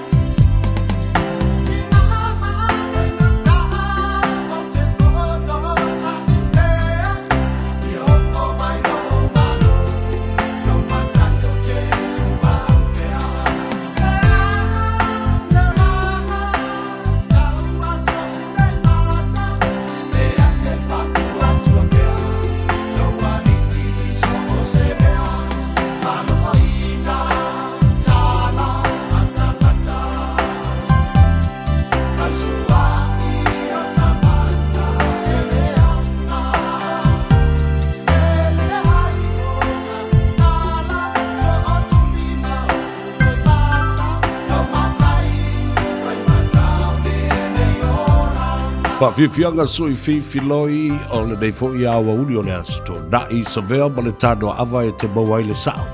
Mai antu ai le tanuanga fo i ma le whianga le rimin stao ngā ruenga te tele ma tina e le atunu. Honorable Olo Fiti va ai po le whianga fo i a funti po le ftelenga fo i a sale au le vaupolo. Ia a o malanga siasi mai tong fitinga fo i a ma le siaki ino le soifua malolo ina. O le tatalo ia whapea fo i mo onga le lei mo lau fionga e mo lo soifua maloloina to e te liu leu to se teimi o mo mua ia mawhaatino le au nanga ma le tautua ia Samoa awa e mo fo le tātou wa noa le fitelenga ia olo ia po le fionga le minsta i le vaya sofo. But ladies and gentlemen, I'd like to welcome on board one of my best friends and brothers in arms and in business. Please welcome the big boss of Card for You, my dear friend Ricky the Man. Talofa Lover, welcome to the show, Ricky. Talofa Lover, my dear friend Savea. How are you today on this beautiful afternoon? It is wonderful outside. I don't like sitting inside the cold box, you know, but rather be out there with you, you know, on a lovely sunny afternoon on Saturday. How are you doing, my brother? Very good, very good. And I tell you what, we have got our yard filled with new stock. And I tell you what, the good thing about our dealership, which not many people could say about themselves, we get stock every day, we fill in, we bring in new stock every single day, except Saturday, except Sunday, of course, But technically, literally, we're buying every day and we're getting new stocks every day, which means that we have always kept ourselves fresh. And I tell you what, this is what it is said, you don't go to a restaurant which is not very busy, because they keep old food, and whatnot. I think it applies same with the car dealership as well, and especially people like ourselves who's a high turnover business, we get new stock, fresh stock every day, So you might come one day, you don't like something, maybe, or you might like something, So what happens is next day you come, maybe something you like is gone, something new comes over. Maybe you don't like something, you come another day, you like something, So that is a great thing about our dealership, Every day, today as well, we had some Utes came in, some SUV came in today as well, And the most important part is basically we got plenty of SUV, plenty of SUV. We have got Hyundai, we have got Holden SUV, we have got Nissan, we have got all type of SUV, Dodge Nitro, Dodge Journey. These are the SUVs which is not very commonly available, and which is available in our dealership with beautiful Mac wheels and every single thing on the vehicle as well, my friend. We have also got Utes under 40k. Under 40k, you can get the Utes from our dealership as well. Because I tell you what, we had a customer who was approved from somewhere else, looking for a Ford Ranger. Actually, that customer, and the car dealer said he can't have it, And guess what? He is purchasing a 2015 Ford Ranger for 40k, from our dealership, And also we have got other Colorados and things like that, which is under 40k, So we are very, very, very competitive. So if you have been approved a little bit less and you're looking for a youth, our place is the place. Also, we have got Toyota Hilux coming in today, nice and beautiful blue Hilux coming in today. Also, we have got a black Ford Ranger coming in today. So if you're looking for any of these sort of a vehicle, come and see us at Car For You.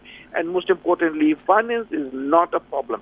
If you're working full-time, if you can afford it, we can do it for you. So come and give us a call on 0800-227-4968.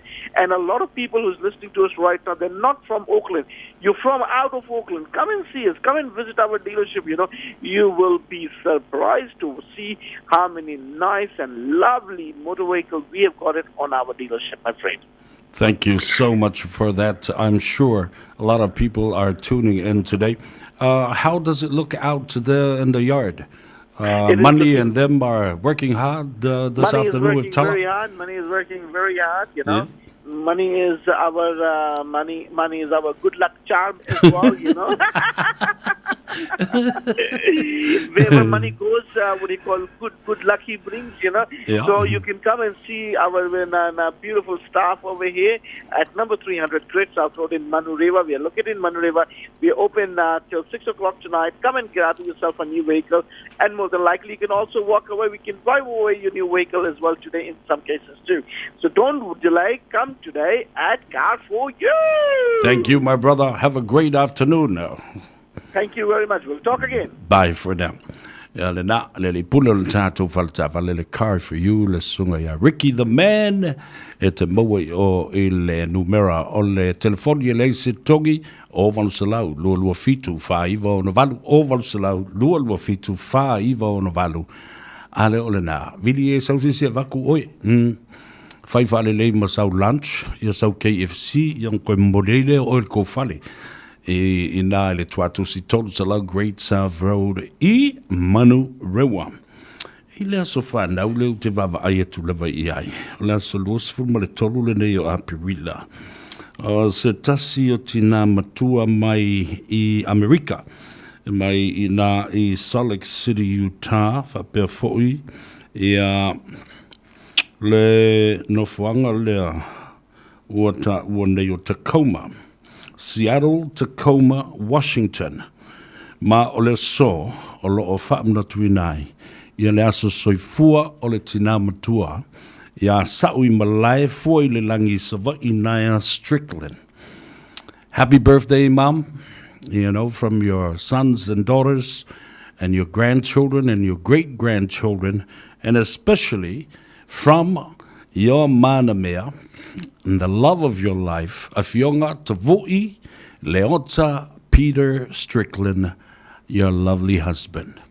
And na when we tere lavalo was fua le langi ya pula fionga foi ya sabi malaya sa Naya Strickland fa popo le tua nisi te usanga se tele molo fua au ona te tua mangalue ele ngante le kalesia ya ole tu malofo o lo tau lalai ole ai tau malele lo fatino mai Amerika nga i Samoa tutuila manua mo tatu ainga mai se o tatu ainga le motu tele i sa la fai moli atu alo whaanga ma whaamianga i le atoanga o lo waso ma le whaamna tuina o lo waso soifua ia alo whaanga whale nā ma le tamaitai o Eliza ia whapea whoi le tamaitai o Fatima o Carol ia mai se lava mai lau whanau. Ia mo le ta mao le ainga le fionga ia le ota tavui Peter Strickland.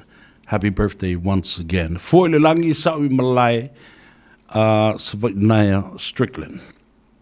Ia mo tō umolo whamda tuino tō wasa soi fua le neifo iaso. Ia e whapena whai o na whao o atu ia lo whaanga ma momo onga le lei ia ma whaamaru atu iu tō waso soifua. Whatalo whapitoa i le polo kalambe le fionga fonti tau ili ili ia mo ina po Adelaide eo lo whaasawai ia le polo kalambe le na le tangata le nei o le tourist Samoa. Alo tau atai. Alo fu i le tautua atu nu. Ia le na o tala wha atope tope nao le taio nei ma le aso nafi. Le wha mawaenga wha fuosei. A le sa avea ma komisina o le whainga palota, o le ofisa o whainga palota. Se e se mai nā wha mawae le komisina o whainga palota malona ofisa, se e atu o wha tautō e le wha msinonga, ma le pelestene o whanua mswafa. Aver bata upul whaamsinonga ina ua.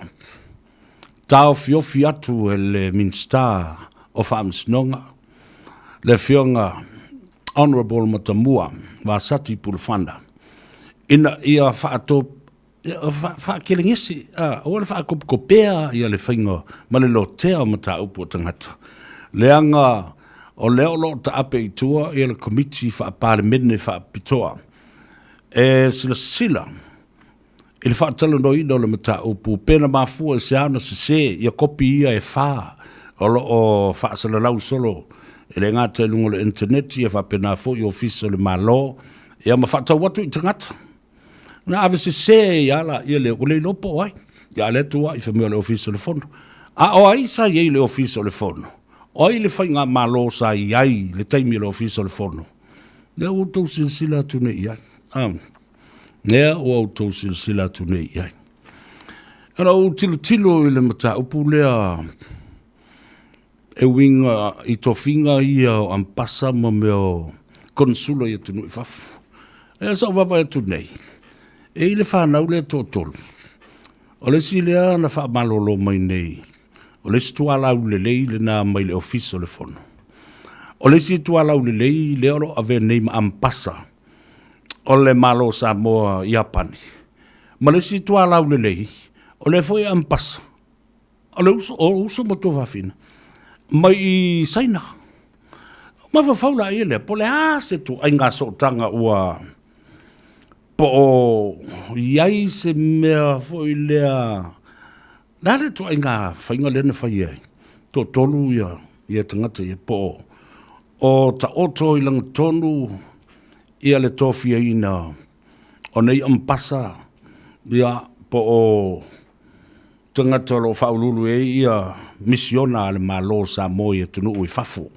Tuloa le ea se tala e vatua i le fionga i le tātou konsula i nei ia po le fionga fo le komisina i le lo. Lenga leo te lo lo whaatino o lātou ngā ruenga lei le fionga ia whaulutoi malona au vaa whapena fo le fionga le sunga le pali tele le asi.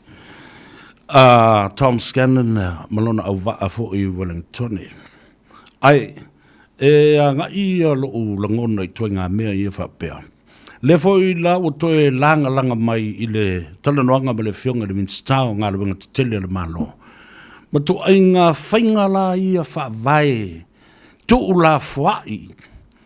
A tu la epa ma pulenga ma whaululunga ma tā ngā luenga.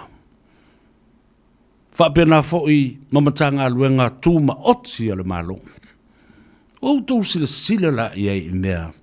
Na pese tuai nei. Ma avatu lava. Ai talie ma wha se e tua ngalu ilisi tu. Ai wha iwi e le mata ilisi pito. Wha pongi sā. And, you know, o te mtua leilo, wha avasenga ma wha matala ia tu ai ngā whainga. A o lea lava. E pe pese I pe a isi au vale. Tu lau wa fonga le tino. E whai fo ia lātou polo kalame. E wha lea ngai pea lava le malo.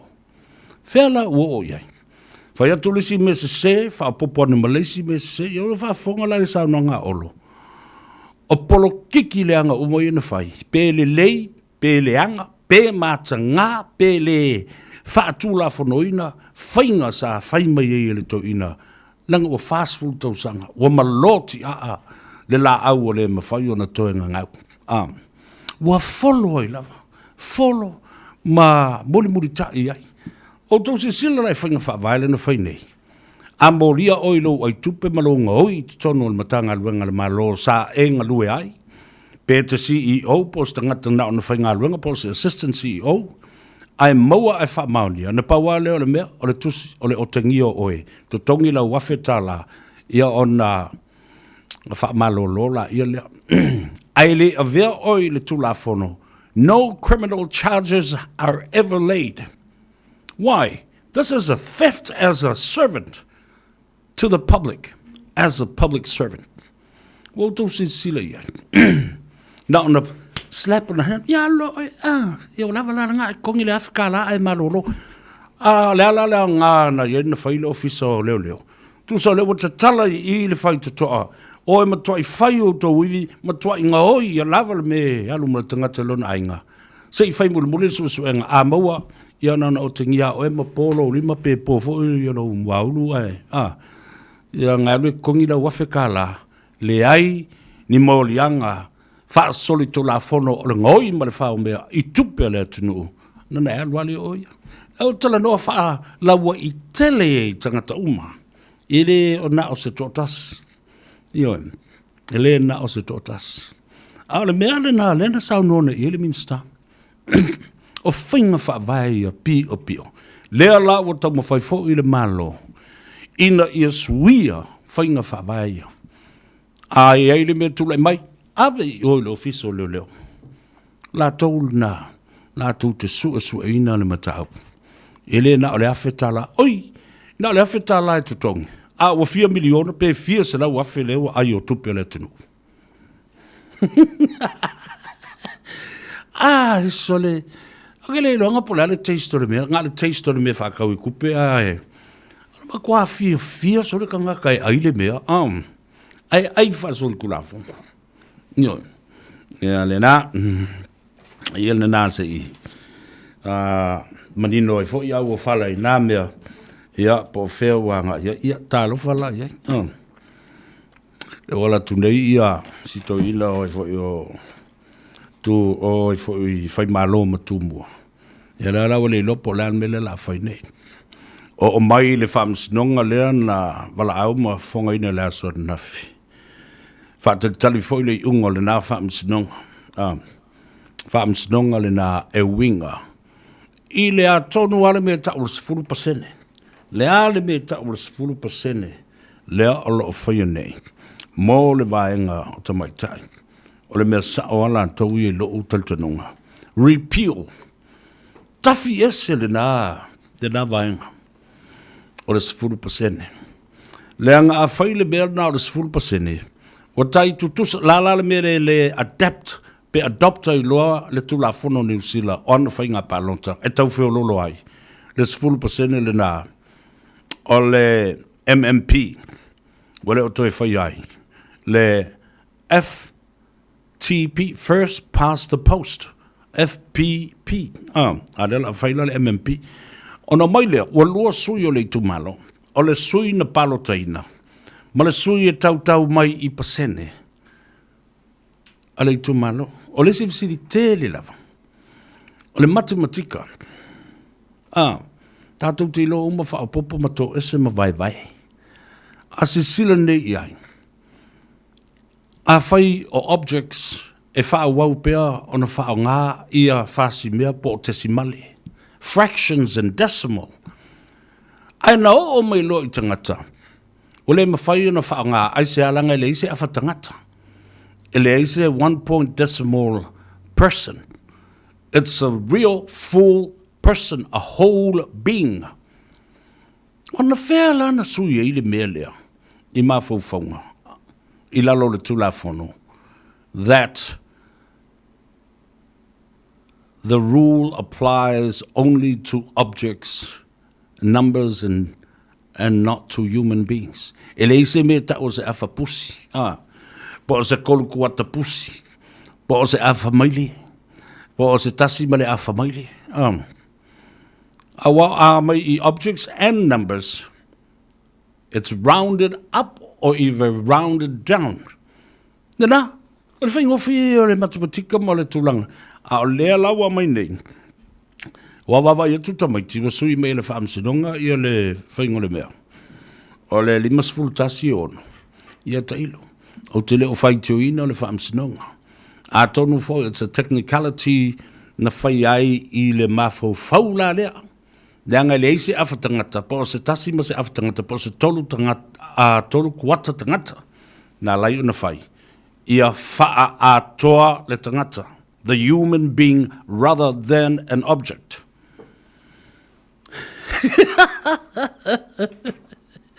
O le atangi atu nei o le posi.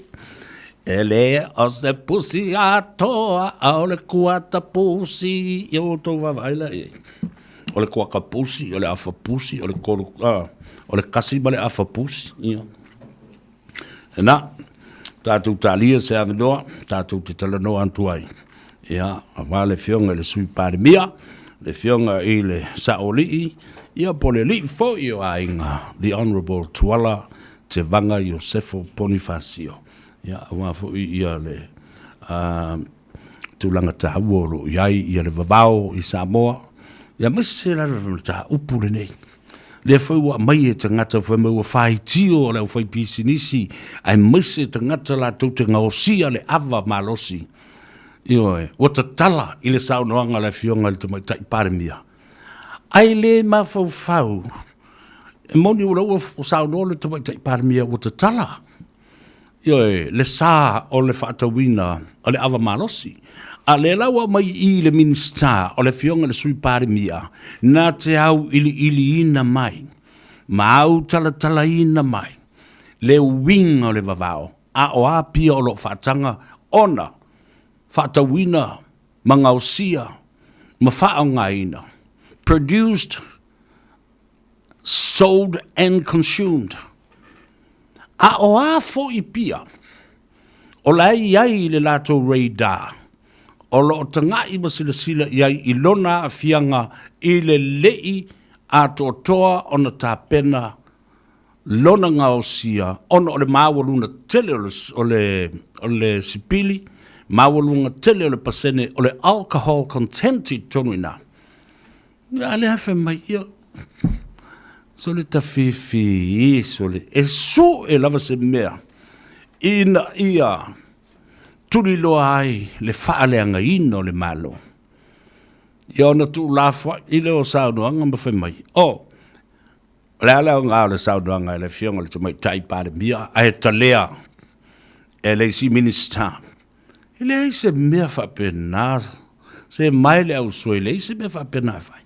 O mana saunoa le fionga le tumai tai pāre mia o le te tai o le atano, o le o tu mai I le fionga le sui pāre mia, ma le minister o le a fo I matanga luenga. E mawhai o na whaasoa mai I le tūlanga le lei o le mawhau whauola e poto, le common sense e APR mawhai ngō ku whakawinga sango le mu mo le tau mawhaina ai wha mole mole, e ei pia i e tau fiofi atu, o wane inga o sia, ona o loo, ta oto ai ia le whai unga, ale board of liquor po le liquor board.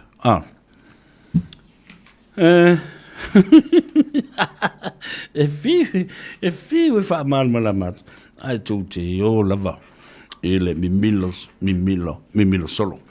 Vai aso le nei, mole si le fia le tātou o tunu. Lua vai aso o vevesi Australia. Whapea nā fo i male Pacific Island Forum o tai o mā lo mataupulenga ale vaenga o motu o le Pasifika. Aisea, na te ena mai loa le whauina o le whale o le afo o le wafu le na tu e whai nei i whale ata i vai usu, ma vai nganga, ma whale ata. Na te ena loa le whainga malo fau le whaatino ino le mea le nā e saina. Le wa tu loa ave, tasi le miliona ia Kiripati, tasi le miliona ia Solomona, tasi le miliona ia Vanuatu.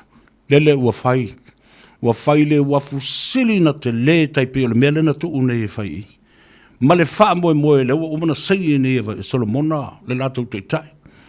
Ma le malo saina. Le ua whatu le wafu. Le wafu, nobody needs it. E le mana o mia se te mai whainga malo. O lea, ai wawai le secret agreement na sa wai, o le naval base le nā o waatau o saina, ma le lato Air Force Fleet, leo la tua i. Leo lau tua i nei le malo o Australia. Scott Morrison le palemia, e nofo e le tautala. Le fo tua i nei ia Jacinta Ardern. E no nofo i nei le Pacific. Ai o mai seina fau mi tonu o tātou i tūmalo. O fau i tonu o tātou ele mana ngata i whale. Niale nā, o tō sila ma sila fia. A mana malama lei ai. Ma tau mu whai ai. O waa o loa, o waa tau, o mea umana. Lea o le a taula umai i. I Vanuatu, Solomona, ma Kiribati. Ai e mana tua lelei. Wa lewa na tau mawhai i a saina e whaile mea lea. Lea fo e nofo Amerika. Ono le iei le lātou nevo pe isi tono tuila i pango.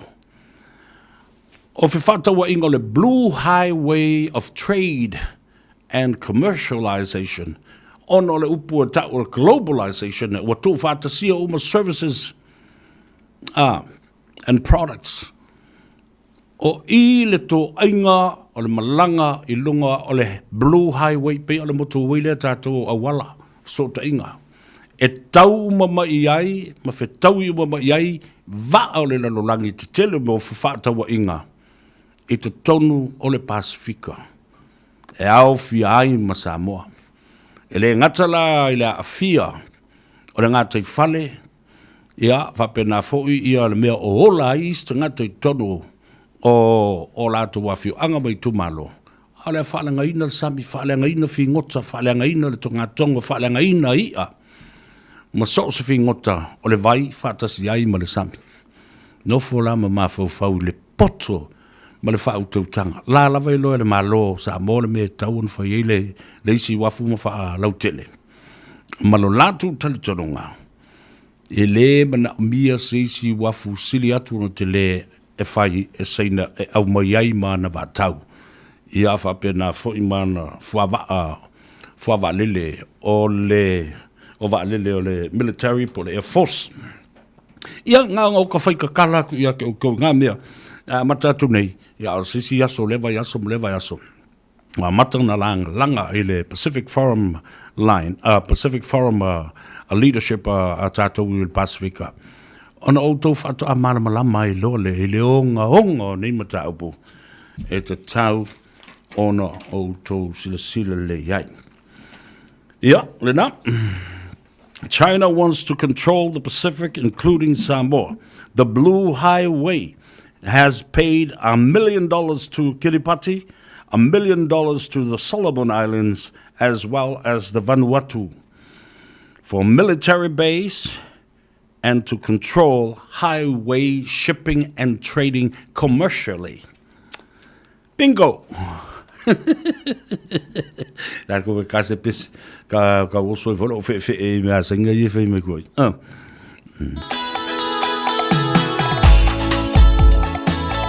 Ja, ma lo li lo sai. Alo foi le fatto tol ne yasu a foi lungo le ala tele, ya portono lo ofisa, ya anga de vengo lo to fa mai ai a.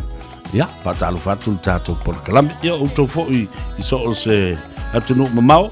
Ja, fa pe fo i a lungo le tato api fo linga, fa pe na fo i ma le tato Facebook page, ya bale YouTube channel. Ja, ma lo le so fo mo ria.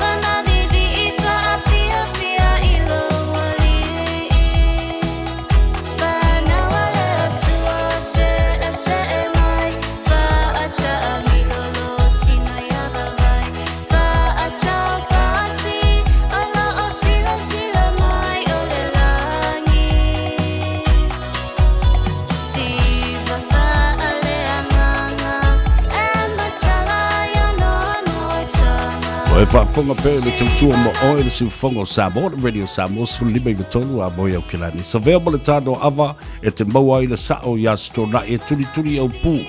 E le mamalu o Samoa lo alala ma papa au i tu i fia o le kelope. Ya, ma o le neifo i la astona i o mai o le talanoanga fo i ma le fionga i le minstao ngā le wanga titele a le malo ma tina e Samoa ma whila ua inga. Le fionga i a olo, o lea o se e mai. Ia le fionga i le sui pa le mia o le tato malo tuto tasi, ma o ia foi o le minsta o tupe maua, O le te fono o le pulenga o lo o vaia ia le tulanga o le ava malosi I to tonu o le tātou tunu. Le fionga e le saoli ia po le fionga fo I le li o ainga. The Honourable Deputy Prime Minister, mo le minister fo I lea, le fionga ia tuala, te vanga, Iosefo Bonifacio. Fatalo fatu ma le ngang whaalalo, ma lo le sui fumuduia, whapena fo I ona fatalo fatu ma le ngang fia waile au maua ia taimi whapenei I lau fionga. Fio mai le mauta, o leo mai ona ava mua le tua tapa fo I se ipu I le fionga le minister, tau mafa se ava I lau fionga. I le sui pare mia ma le minister, o le malo tuto tasio sa, mo lau fionga I le saoli I tuala, ta alofa lava. Ja, tala flava Savea, te sta. Mesele, pa ia. Omo. O si o tātou atunu o lo whaafonga mai. Ia, pa fitai mo le avanoa e mori e tuai foi se sao o wa foi le tātou Tanoa le nei aso. E lau whaasoa maurunga Savea. Ia wa foi le whaafonga lo tātou atunu le nei tu lau le aso.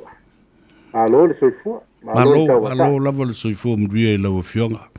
Ia, e whaafitai fo I le tua o lo o vavai atu suru o le tino, mai boa mai ia Samoa e fia I le lalolangi. O lo maua fo I lau soifua, ma lo o tu mau pea le la le lei o lau fionga. Ma o le nganga whaafitai le nai le tua. O lo mwhai pea na tātou whelo ai, ia mai se fo I o teknolosi whaadei o na pō. O leo o tātou toe sanga I ai whaapenei. Tātala noi I malau o fionga I le tulanga o lo o iai ia lau sinsila atu le talo le tau I le so ia mga ruenga tau wha mai a fo I o le astona ia o tomua le sapati a tai au. Malo Savea o le nganga whaatai pia po e whaalongo watu le o ngana maua se avanua ma se tasi fo o Minsta. Fionga ia olo, ma lo le whaataitangoa ma le whaasoa le nei aso. Ia aiwa tau marurui nā au nei, ia olo o solonga le lei, ia tūlanga umalava le tau, ele o iei se tūlanga po ile le tele ni munga la, ai olo. Ma lo whaatai, la tau sa o langa o te loa e tutuangia fo ila wa fionga, manisi fo o tiu te olo o fionga iai. I le tāpenanga o le sāpati a maainga foi. A wapena o le paule nei o le aso. Tau maua isi na malo longa foi le mafuta I le ainga. Ia taluai o na o whiangai pe I tātou ma vavao le koviti ma ona foi a no tanga. Wa umana sau no le fionga le pare mie le vai aso na se ima vai atu nei. E wha alawi loa ai ia le tulanga o le tau tala talaina o sao le koviti. Mo whapena fo I ona sao noa ai, o le ai le ava noa, o le atatala ai, I o le ava maros peitai. O lau fionga, o lau matanga luenga, ma o le minsta fo I lea, ma o oe fo I o le teitei fono, o le komiti wha fo I, o lo o sila I tūlanga ma mata upu o lo o a fia ai le ava maros. Sao noa wha manino ma wha malama le vaenga lea, lau fionga tuala.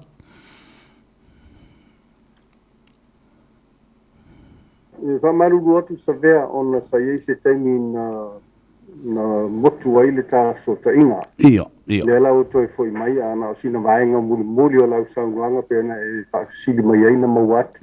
Ia.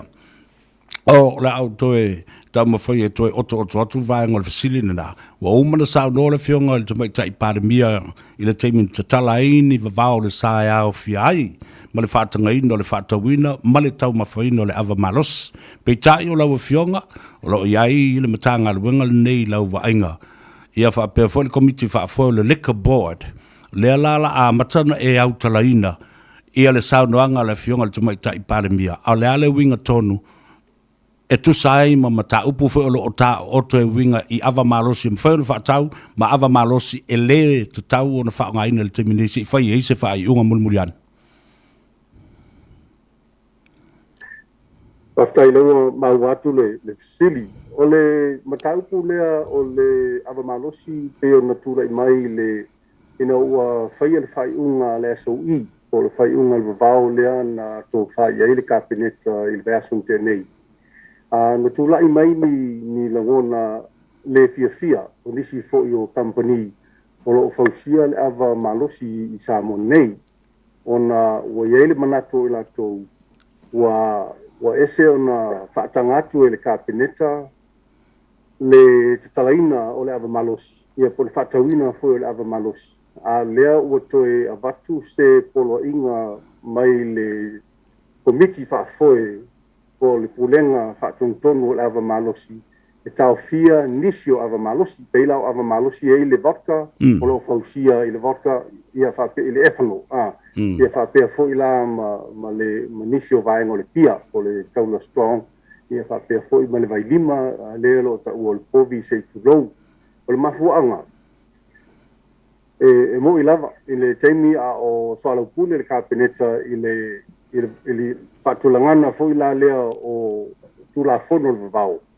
Sa iai le tausanga na tauwala ki e tia unai o le taitai fono o le pulenga whaatonu o ava malosi. Ina iai se ava noa ona o lo whaau au pea le whaatinonga o le susuenga le komiti o whaatontonu le ava malosi. I nisi fo i o vaila au onan tula i mai pia na whonga mua i fo i le atinu. O whaapea o na maua i tonu o nisi o whangu malosi. O le popolenga lea ona o le fia pui lava i saunga le mua le atinu. Lea na aveile mātou tu alalo e le tamaitai pālimia ma le mamalu le kapeneta e a whaatino pea le whaatangaina o le pia. Ai se i tu maisi nā vanoa i le ava malosi le o le vodka. Ia, tu mai le vanoa i lo mātou komiti se i whaauau e se mātou susuenga. Ina ia mātou taunuu lava i taununga di taunuu e susuenga leo ava malosi. Ia e mese tūlanga ua maua vaila au ona. E te tonu o whangu malosi nei o lo tau mawhaina e lo tātou atunu. Ia o mafuanga lea. Mule sira fia Savea. E toa valu company o lo ngau sia le ava malosi. O lo ngau fia i fo i ma le company ava malosi o le taula. Ia whapea fo i ma le vailima.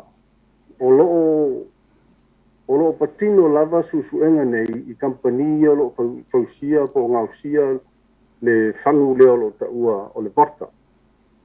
Leo lo whapea o lo mai le efano po le vaila au leo o le efano mai e tunu i whafo. Nā mai lea mixe la tau nei ia mangau sia ia whapopo e le vai ma suka me whapena. Ia na tu role i tono whangu e whatau atu le mamaru le tunu. O loo iai tu la fono.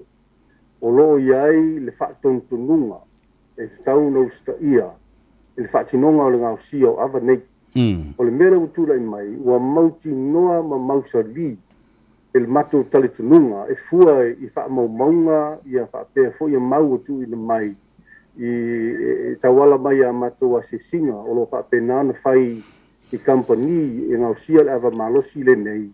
E leo husi ta ia. E le tele o company nei. Ia awala tu la fono. E ngau sia ai le ava malosi. O longa winga. O nisi nei o whaamatalanga ia po a se singa fo i o mea na vaia. O le lema maa. O le whale ngau si ava. Me mua nā. O le longa lua. O lema whai o na tuu ina mai. Ni whaamatalanga au ili. E la tau nei. E tau mai ai i le komiti whaatonu. O loo usta ia e la tau. Ia ala umar tu la fono. Ia. E pe ia maisi me atoa. E lo iai fo ia. E whaamau maunga o tu ina mai e leo. Ia wa manino e nā le afianga o le tātou atunu. I whaalavlave o tu lai mai. Ona o le tau mawhapea o le ava malosi.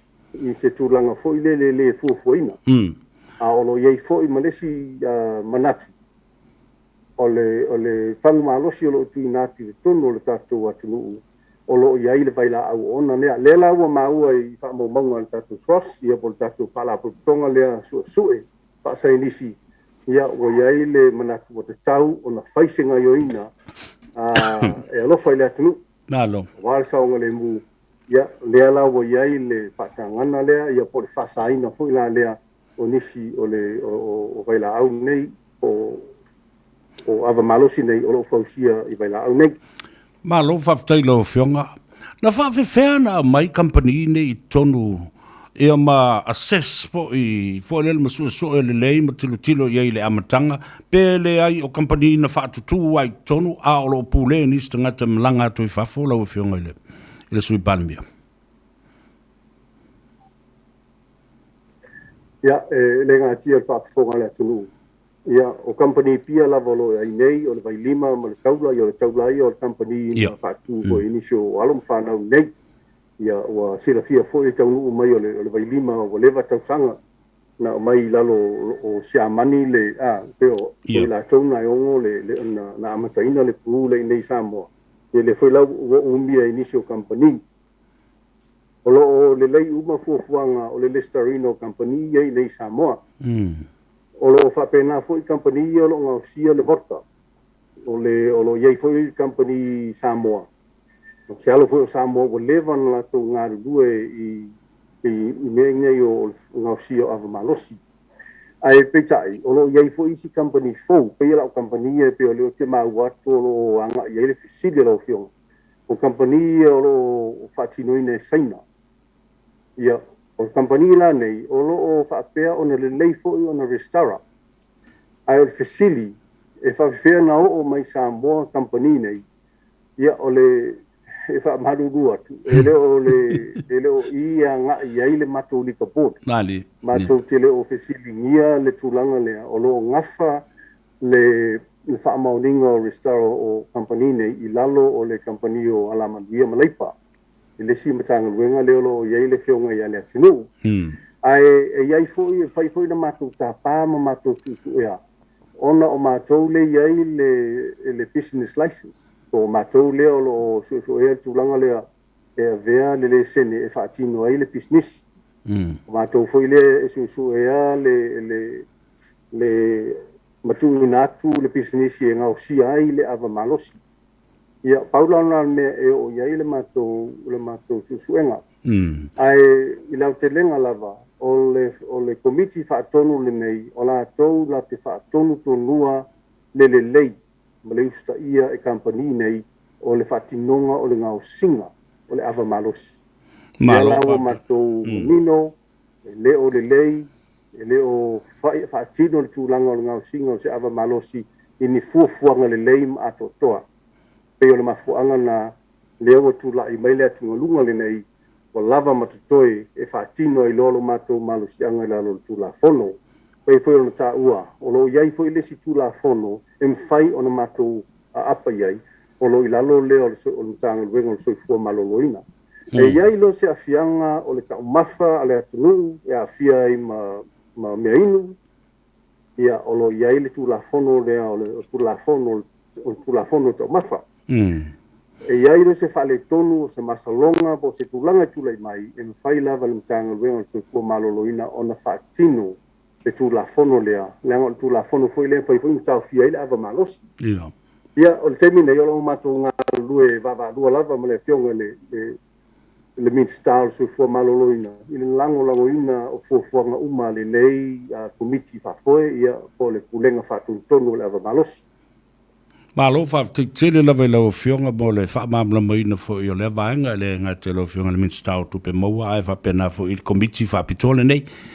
Whaamata I eise I tūlanga e tau masalomi ai, there is an intent, a malice intent I te ngata nei o longa o na ia company I Ngausi Ava ina ia whaa te le atu ia le a fo I le alcohol content I tonu o le swing o mea nei, ina ia vave o na nai ia tangata ma awa o le mele I Samoa. E fiulo ingu pia, ingu loa ma le mea fo, le vave longa effect I le tangata. Se tau masal sa longa whapena I lau fionga le minsta. Well, we don't rule it out, Savea. O le wina tonu ana o le tūla fono, ia mauti noa, ia aua ne I songa whaatino I lātou I ni tūlanga fuilele e le tusai. O mea o waila au ma o I te tonu o whangu nei, e te tau i le whalengosi ava malosi o na whaailoa mai le komiti nei. A mātou le iloa, ia o iei le polenga ngā, a le mwhaifoi na whaailoa mai la tau le komiti nei, ia longo winga lai soli tu la fono. O le naunau ta inga ia o le whai business, a mesi la le whai ava malosi. Ina ia vavena, ia te le se whaatau ino o le whangu ava malosi. O lato mea lai whai, wa nofo whaasumadia. Whaasumadia le suinga, hui la i le vai ma le efanolo le te tala noa tuai. Ona na utu rei whangu right, ta ia paingo fie nei, matango fie. O lalo foi la o le pulenga whakoi tonu nei, ma te vavai le tūlanga nā ma mato whautuai nei lato. O sui le saisola whangu. Pe vai nei o sao le mix na iai. O ila lea iai le malusi anga lea. Awa o le puipuinga o le atu. O le mea tonu lava nā o le ina iai le malusi anga wha pulenga leo lo iai matou. Ai o se tūlanga o le matai tuina pēr tūlanga lea. Nanga o lo maua pēr i susuenga le tatou sros. Le tatou whaalapu tonga le wha saintisi. E iai aisi e le o matai tuina le level o le standard e tauna iai le malosi le ava. O isi company e sui atu le whangu o mawarunga. O isi o mawalalo. E lau tūlanga lea. O le lei o na whaatino le process lea o le brewing. O le fermentation. O ila, ia, fermentation, ioi.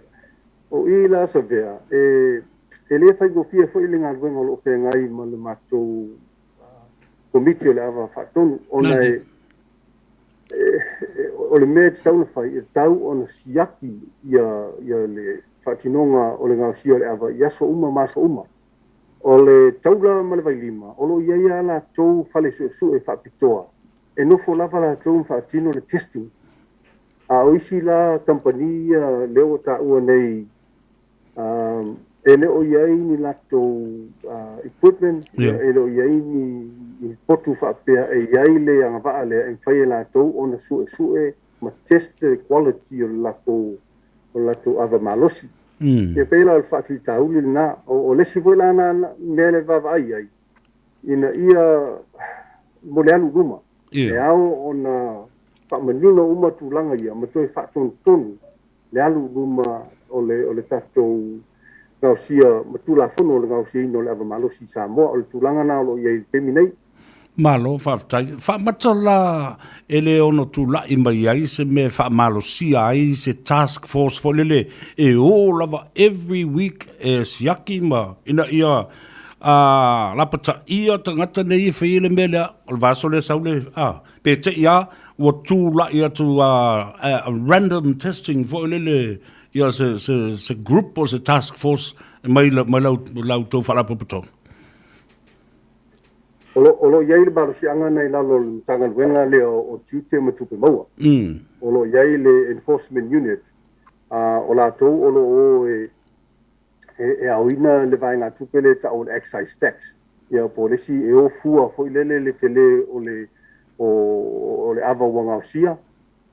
Ia na mai le fuafua ai le tau o le excise tax po le lafoga lea fa'apopo le maua mai le tatou valo mai le gaosia o le ava.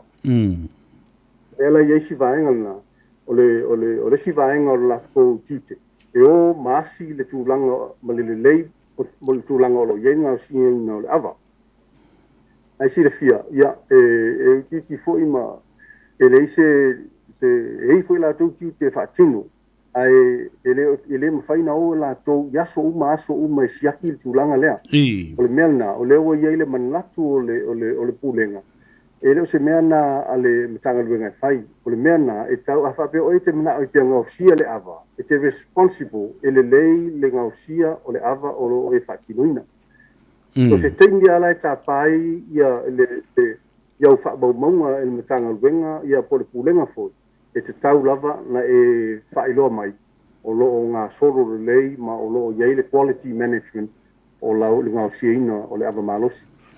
So ai temi nei ia e ona fai e tango tā foi le random testing o ngai e fai asing tango tā o susu nga fa scientisi ai o le taula ma le vai lima o lo fa tino pe la to ya so uma la to testing ia masusuenga ma le quality control o le senga la na o le pia lea wala i ona whatanga le pia a o le vaenga lea e leo iengi la ko testing laboratories ia e leo whaamoemoina o lato ngau sia se ava malosi le lei e saunga le mua i le atunu o leo iei le wha le tonu Ai ai se papolenga i lau whionga le minsta ma lau tanga luenga ma se le fono le fono le whafoe i le to mai o le ua so soloanga i tua i nuu i tua i tangata o nofo e la tau mawhai a la tau pulu mawhai e la tau ava malosi ia e leilo atu e le mtanga luenga ma le pulenga i a pia ma lautele o le ma isi ua whai a peia o Samoa ia so a whai al pulu o kankai ua pingi alanga pulu o ngā kokasi na ia vātula u whiong.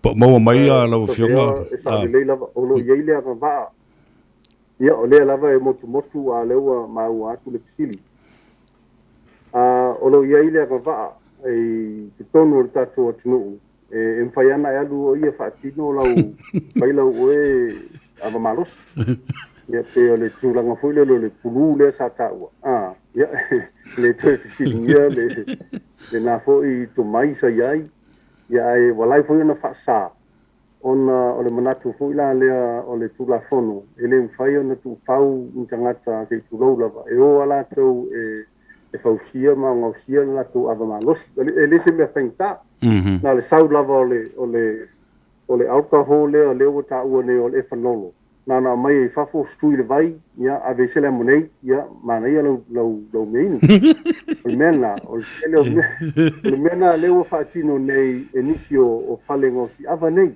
o fa faingo fie na mai lava o le fanolo mai fafo mix le vai tu tono fan full lima tala ia e afford e ngā whātia o tātou tangata le ioe. Ai, o le tūlanga na e leo whātanga ina, ai o lo iai le anga wā i tono le tātou atunu. E mpai a ngā ngofo tāta ia ma whausia langa ia, ngausia langa ia ava malosi. Malo. Ai, o la mea la ea rue whaile nā mea a leo tango fiele, tango fiele ava le mixa tu le saina. Lele, whawhitei tele la vai lau fionga, o le si vaenga toi lua fasili de. I se tulanga e whautua i nai o tau al matanga luenga o leo, whatasi ei ma wha maunga, ale o fisa o le soifua maloloina po le whale mai. I le a fianga o tātou tangata e whai o e inu ava, a o e lātou e whawhai lunga, i le leanga o le amia, pe o se whatiteinga domestic violence, ia o misa ma whao o ngā lima, ina ua matua auta atole ma fau le inu ina o mene o ethanol ma le lei o na whai o ava, o le ava tau mafa i Samoa. O le sili tau o Savea. E le tau mateina le a fianga o tātou tangata i le tau mawhaina le o le ava malos. Le telefoi o tua inga ia ma whaamaumau foi o whalawalawe whafosei o le ngata i tā vale ia o le domestic violence pēna i tā ua o sauanga i tonu ainga ma fioanga ia ma mea lea i le vā o niwo ia pei foi le sile fia ia i foi le whalawalawe tura mai le vā o le auso e wanofo ala ua ma toi pa uma le ola o le stama ai o le mafuanga ia ua ova le o nā.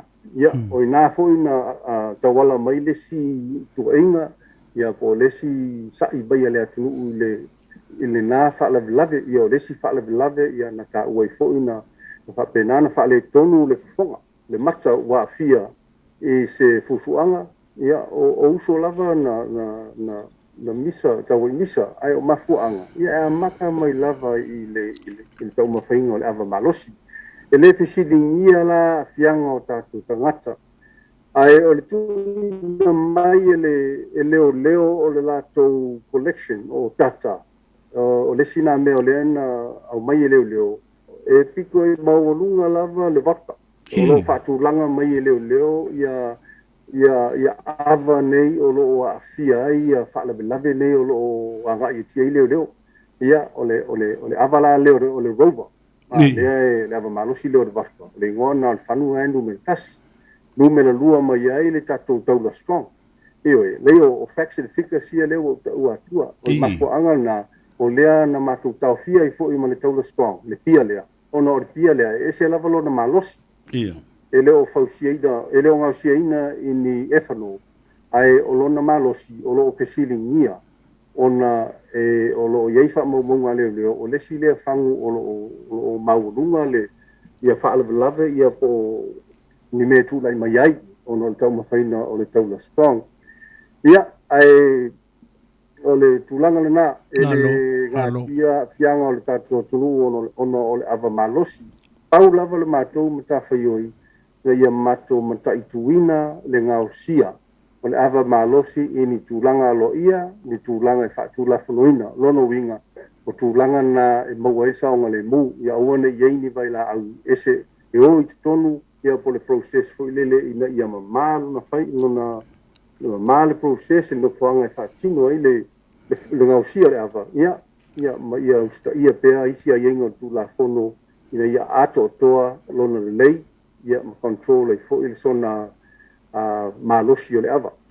Alo whaftailo whionga. O le whisiri muri. O le ala se au wala wa uma o no tau wa whisota i ai ma le au whai pisinisi a le au ngosi ava. E whaamali e nai o lato la ngona ma se whina ngalo fo i wasai e tusai ma le vavao le. O le whaatawino o isi ava i olo whai e au tau suusue.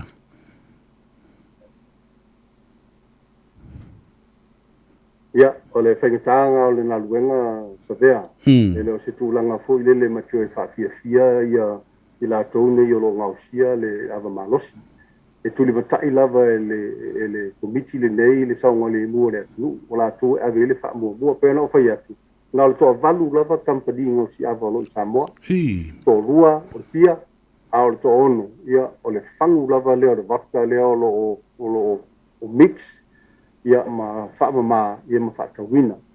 Nā le tō ono ala si vaenga leo wa tauwhia. O lo iei uma ia alo tū la whono. E le ma whai lava na mātou songa whaonga ina lo mātou maulu si anga whale tū la whono. Leanga o lo so swani mai fo i le tū la whono i nei company nei. E le ana whaapea o se mea fo i le ma te whaonga asisea le maulu si anga. O lewa anta puni uma company nei. Ai mātou te wawa ai. E o lo iai le process ia po whaanga solonga fo i o walo tū la whono e buli ta ia. O le mea tā ua lava, o le ia le leile sota inga.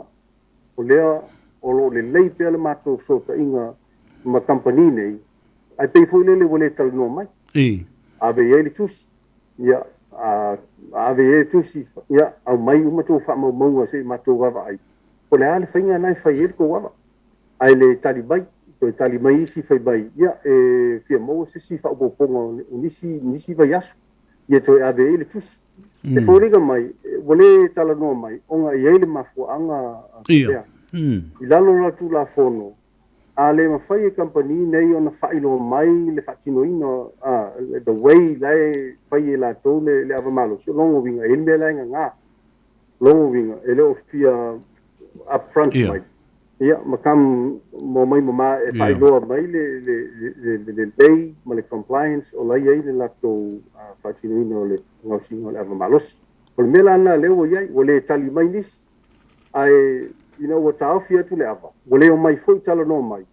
Ai wo fai ia whasala lagu e lungo le tio, ma le TV, ia ma whaare lo lato le fia. Ai, o le whai go fia ia o le tūlanga na ana vili bai. E whai go fia lava o na whaamama iai.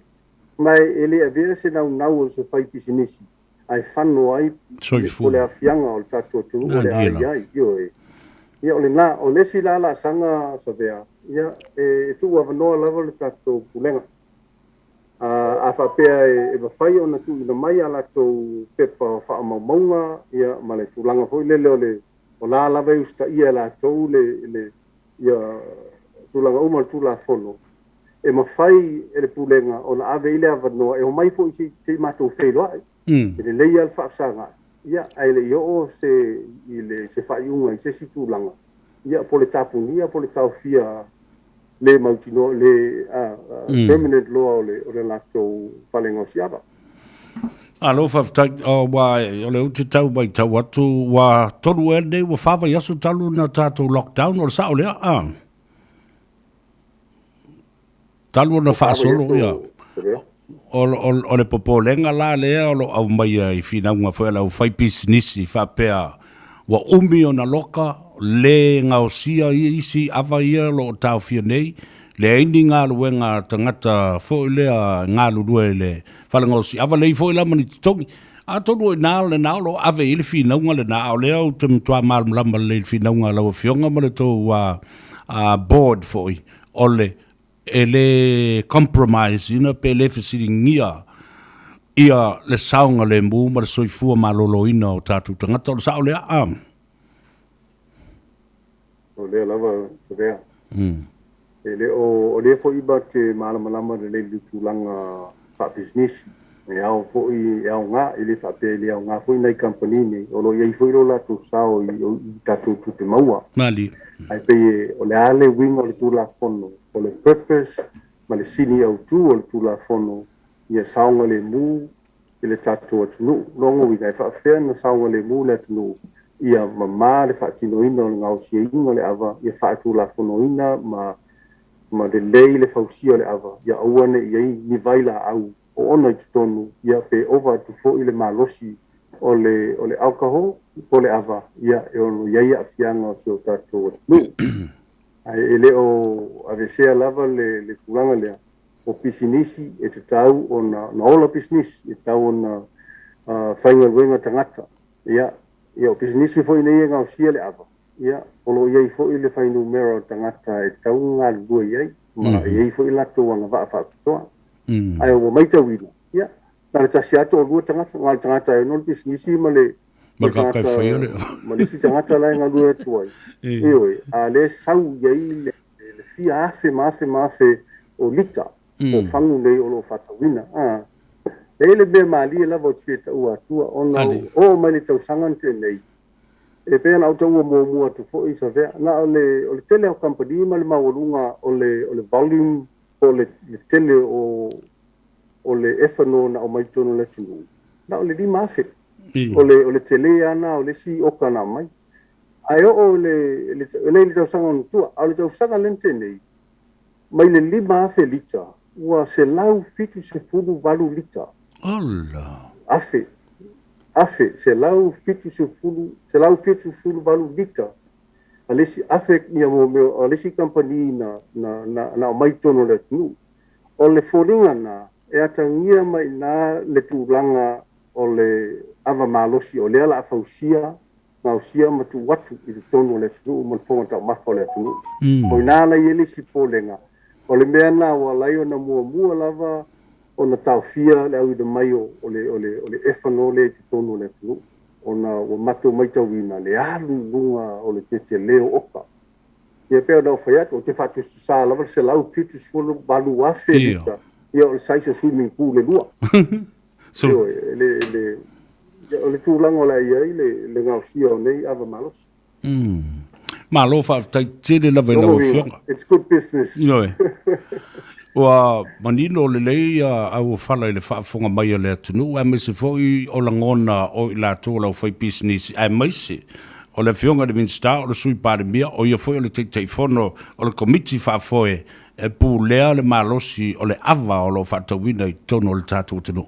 tau alunga maia e lau whionga vai aso fau ma le whai unga le vai aso ia o le alo tu fo le lalulangi ia ai maise la New Zealand Australia ma tu motu o le Pacifica le whamna tuina o le Anzac o fita mai la tauna o foi na atu o la tu soifua e pui ai le saunga le mo ai maise o le saunga tonga o malo le lalulangi ma le taupulenga ia o lastu lango lo iai sa tautua foi lau fionga I le fita New Zealand nei ia ai maise o lo a fia pea le RSA po le Return Soldiers Association I tono Samoa o ani tāpinanga o lo fuafua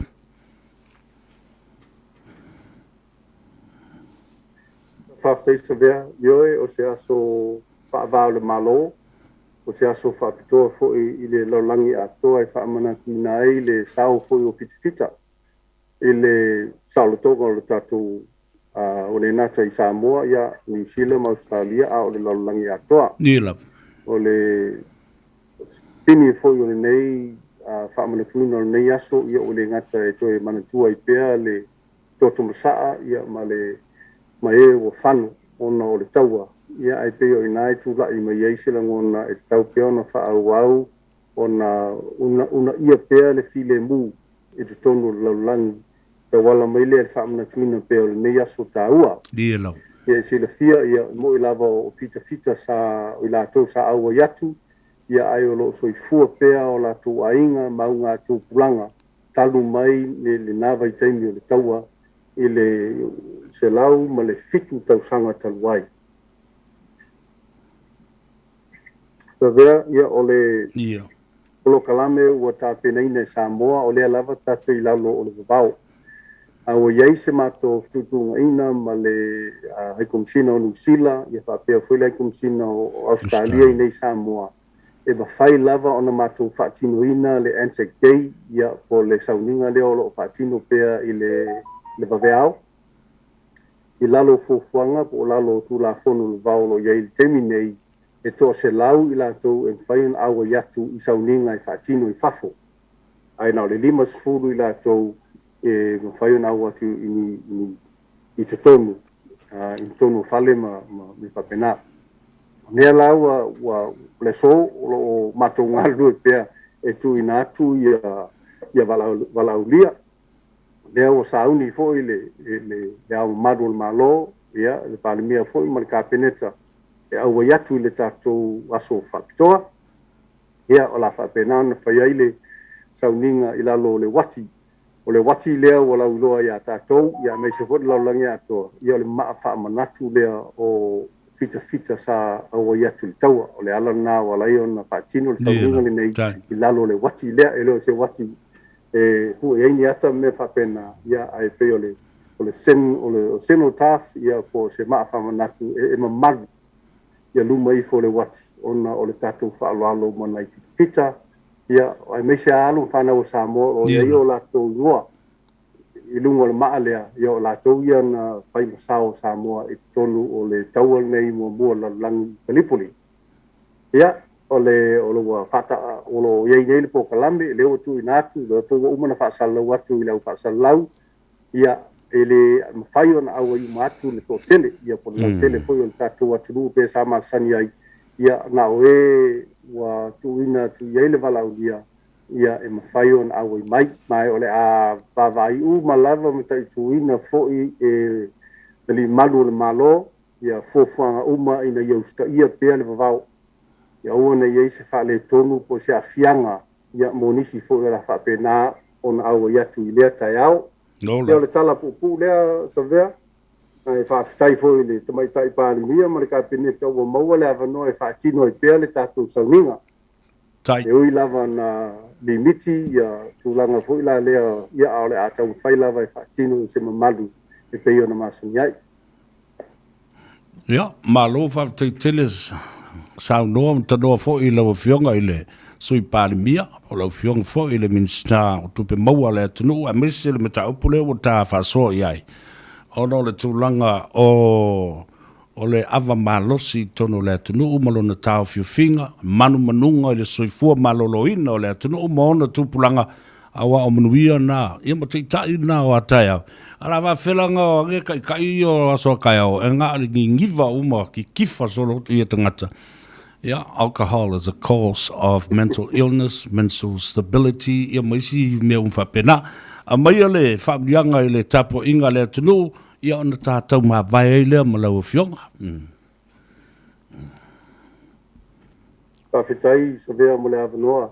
O se avanoa matango fie, ua whai fwoi ona pati se sao i le awal whaafonga mai o le tātou atu. Ai mai se foi o lo to tele foi nisi o la to tapo ia mai i le alo whaiva foi le nei malo. Ai mai se foi lo tātou atu atoa i a inga ma whioanga te tasi. Ia o e ia le tātou lunga ia o lo o manuia i mātou mau foi le soifua maloloina e ala mai atou talosaga tulaga o le ava ma le tatou fa'asoi le so ia e le ise manuia ia te a'u Savea Tai.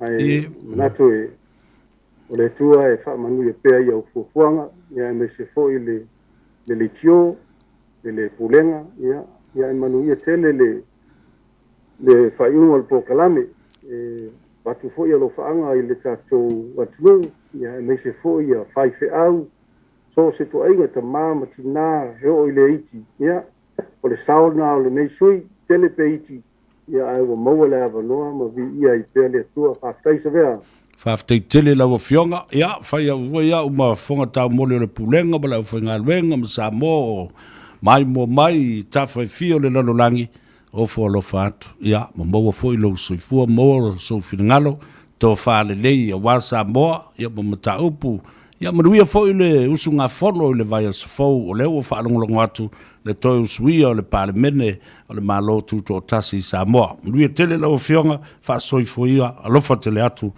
ma ia fa'atu mbale nganga fa'aloalo fa yesu fu ia le na Samoa ia soifua ia ua mai atu le talanoaga fo'i ma le fioga i le sa'oli'i le fioga i le sui palemia ia fa'apea fo'i le minsta o tatou tupe maua o se fifiaga sili ia le lau maua avanoa pe ona ufai atu le teimu sola e whaafonga ai, mai moa ai, ma sila le atunuu e tu e fio le lalolangi e ala i le whaunga ina o teknolosi ma le poto whanei o na po ia o lea ua mai moa ai ma sila mi o fo le atunuu whaafonga i mata upu ta ua ia o lo tea i tono o Samoa awale mea sao, awale mea le ua wawai kunge wa o le mātou nuu ngā tei o le sa tau le nuu o li i avandai o.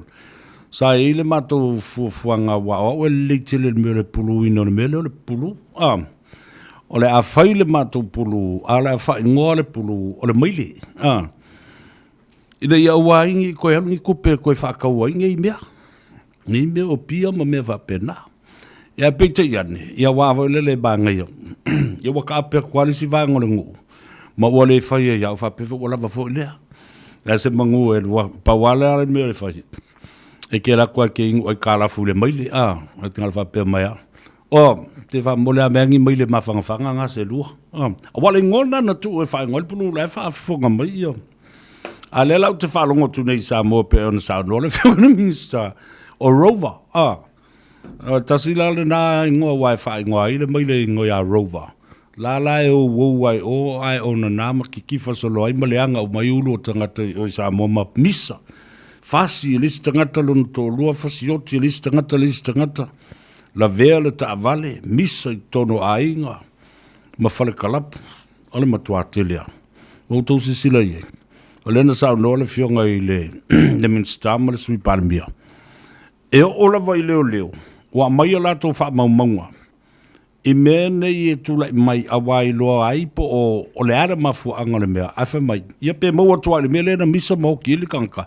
o la ka kikia ia fangu rover ina o la no winga la le mea le ngā longan o le whare mai ia de la ua le mea le tangata manua la tu le whare mai I me tula mai ia le na vangatai vai lua worst of all is drug trafficking will be surely easy, especially from the Asian countries when the Chinese have steady foot in the Pacific region. Ai sa'olelei lau sunga le whawhenga inga wangatai mai lua. Sa'olelei ia, tasi lea vai, a sisila nei le Blue Highway. Le Blue Highway lea, ia ole sami. O I ele ngata o fetufa ai o lo o fe fa tawa inga fa va malo ai fa pena fo not only drug trafficking but also human trafficking. Yeah, o te au le sa nanga le fiangele sunga fa fenga. Monica Caronia Ikaroma talo fa lava balol se fo munria. Mina Kronfeld talo from Los Angeles in California. Sunga vangatai mai nai wasmia fatalo fatu sunga le fafenga ma le fale tua ia faapefole no faalo ma le ekalesia so atogi sione lo tomau malo faafetai faapea foʻi vitao a toʻalima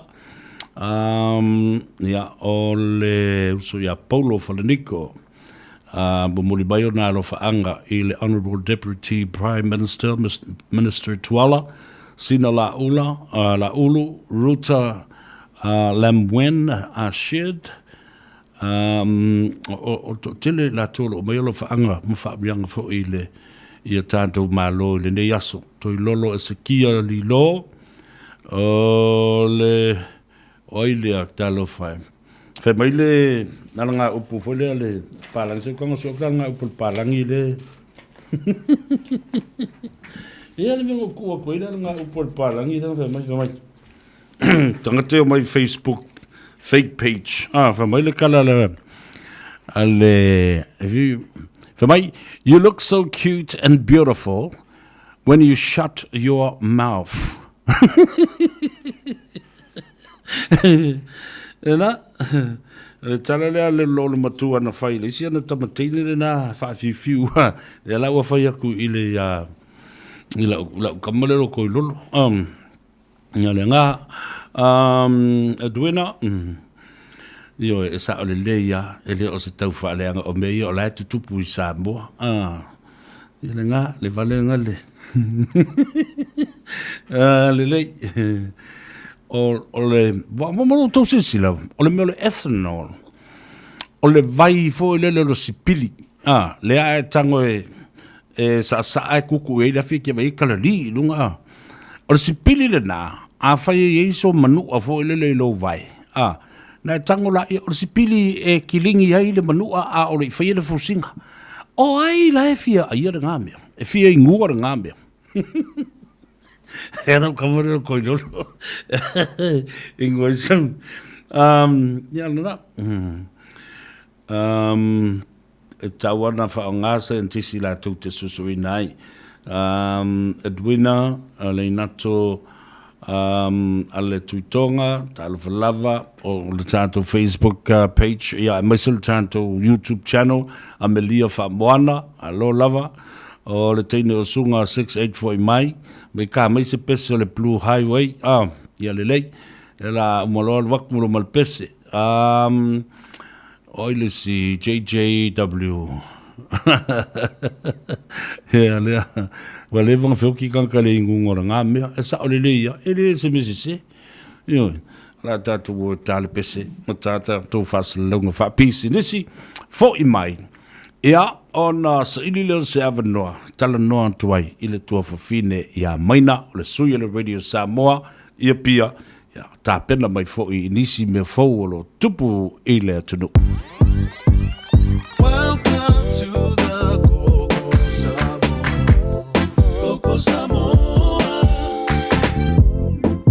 Samoa Youth Show, Saturday from 6 p.m. on Radio Samoa, 1593 AM.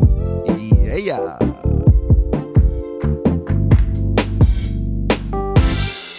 Pui oe malau a inga mai le flu le ne tau malulu. A whai o oe o se tangata Pasifika, ma ua silia ma le 5 tau sanga o lo soifua, o lona winga e le aise tutongi o lo tui pui o le flu. Tala noa I lau fō mai, po se whale tala vai, be wala au le o walu se lau, ono tasi ono.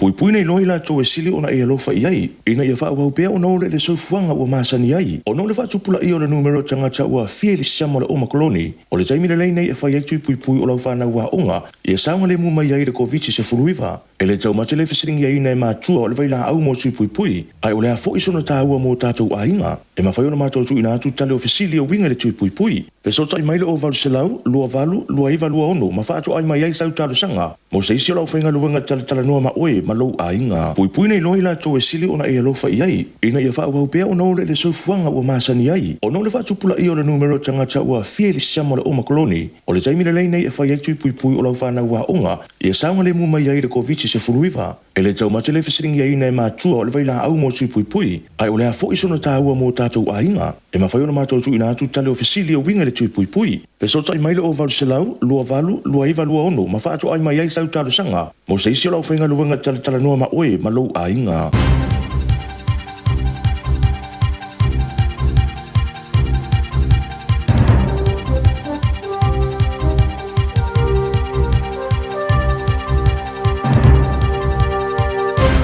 In this update, Invercargill's reeling after a crash killed 4 teenage boys yesterday. Emergency services responded to a 2-vehicle crash on Queen's Drive shortly before 4 yesterday afternoon.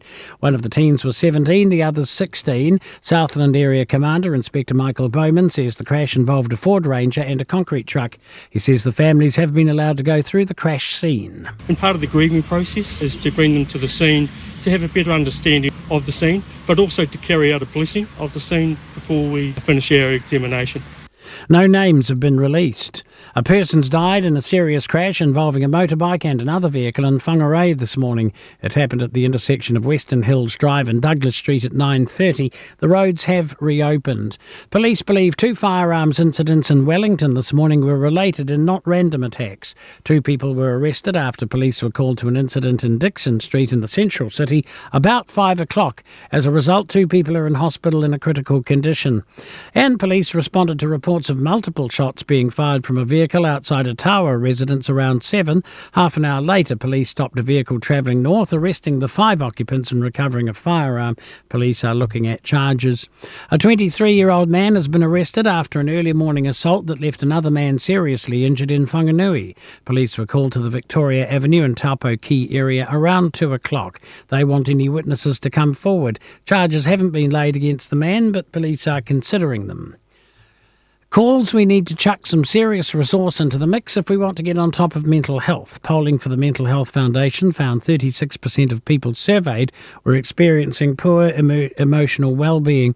That's up from 27% last year. NZME has launched Great Minds, a project to examine the state of our mental health and potential solutions. Association of Salaried Medical Specialists Executive Director Sarah Dalton says they're particularly concerned about child and adolescent mental health staffing. That's news. In sport, is it a changing of the guard at the top of the country's canoe sprint ranks? Amy Fisher's tipped up Olympic champion Dame Lisa Carrington in the K1 500 final at the National Champs this morning on Lake Karapiro. Fisher came from behind to win by a 0.08 of a second. Yeah, I mean, I had a phenomenal race, and I'm really happy with how it executed, and there's been a lot of hard work that's gone into that. So, yeah, good day at the office. Aussie golf great Greg Norman is on the verge of making an extraordinary return to the Open Championship more than a decade after he last competed in a major. The 67-year-old 2-time Open champion says that he's planning to tee it up in golf's oldest major at St Andrews in July. That's sport. I'm Bruce Russell. Ua na ole Radio Samoa se furulima iwa toru a mo e tautuaina o e ilaungangana fitu aso le vai aso.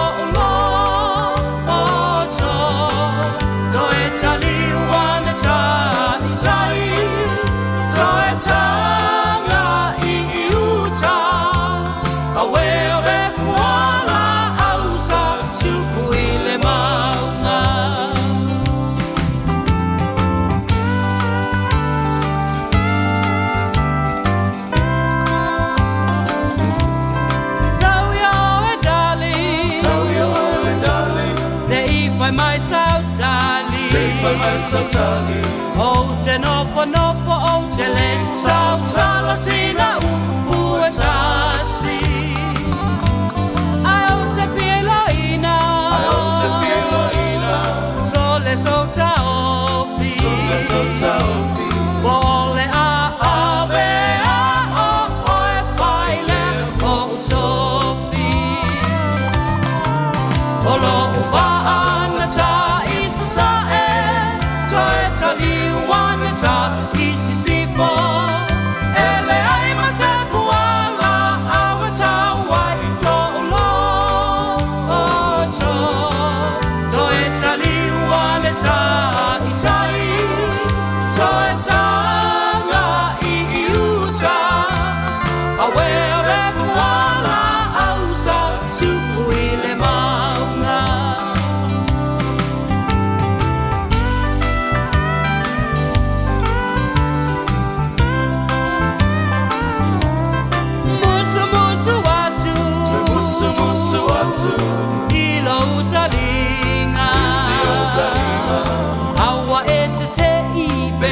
ta uina i ta ilo ainga.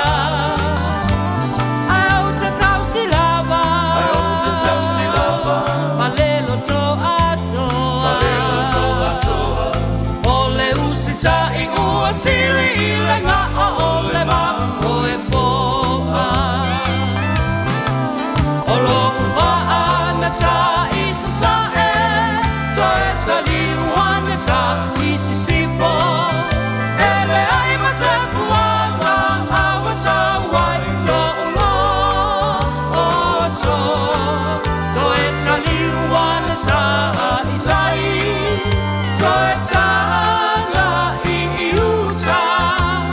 A wele fuala au sa tupu i le maunga.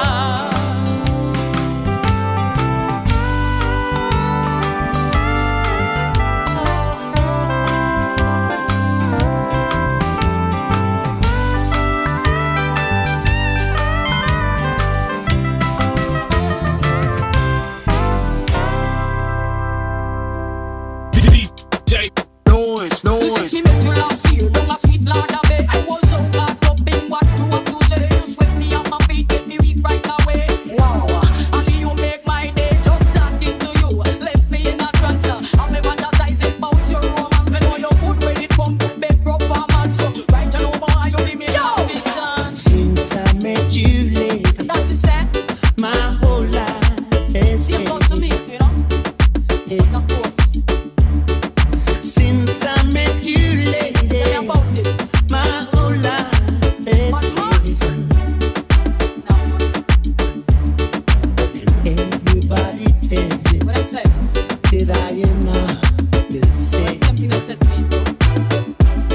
Well, I'm proud of them. I don't need nobody to tell my troubles. I am married here. I don't need nobody to tell my troubles to. Since I met you, baby, all I need is you. It's all about us, Sally. I don't know we need a place. When I say, you are one. You since me met you last year, don't last sweet Lord of it. I was so caught up in what you have to say. You swept me on my feet, get me weak right away. Wow, only you make my day. Just talking to you, left me in a trance. I me fantasize about your romance. Me know you're good when it comes to big performance. So right on over, you give me long distance. Since I met you, lady, Tell me about it. I'm a happy man. Obvious can be satisfaction, yeah. No? Since I met you, lady, I'm a happy man. That's what I'm here for, you know? I'm gonna try to please you in every way. I'm the same was for me. You deserve what you get in and a whole lot more. I'm going to take you on a tour over El Salvador. Unsexy me up on we bedroom floor. And when we're done, me going give you love in hard work. I do your sweet charisma, your passion and charm. You endless attention that turn me on. So in return, I'm going to give you where you want. Only for happiness in this love and all. Cause since I met you, my life is just I've been so happy. Noise.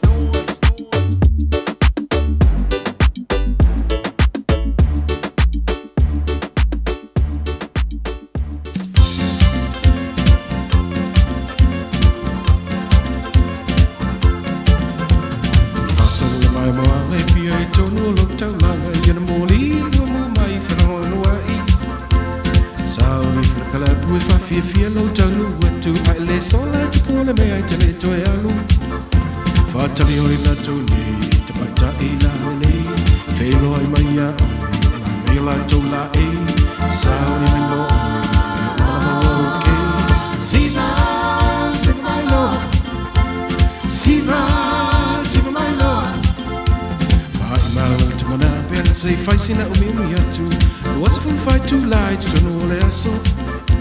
Tu sala pa fa se fu ele mai mola bo se minuti po se kone ole alba le tanu.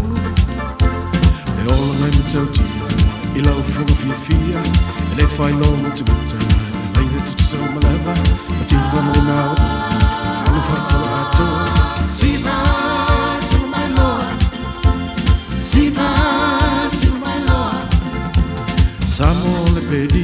whāni e la tau winga, te alawhani umatangata o whio anga.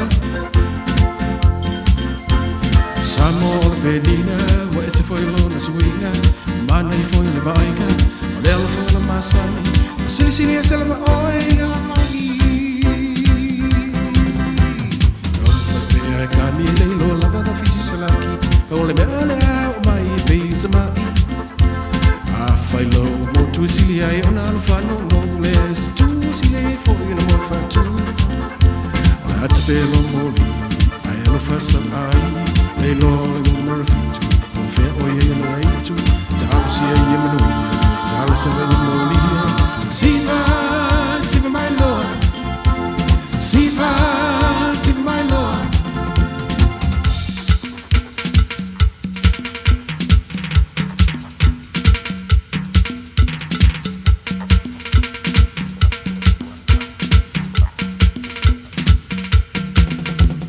Samoa pedina e whani e la tauina, e alawhani umatangata o whio anga.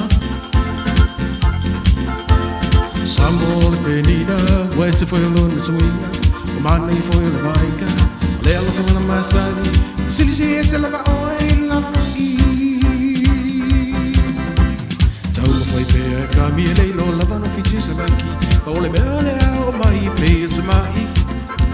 A whailo mo tu siri ai ona alawhano no le ais tu siri e whoi na mo whatu. A te pero moli, ai alawhasau ai, leilo I marafitu, po whea o le eitu, tau si ai tau si ai molia.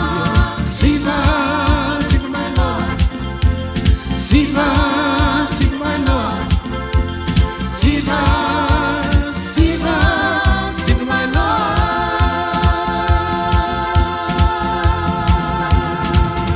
If you are new to New Zealand and you feel you are being mistreated at work, Employment New Zealand can help you.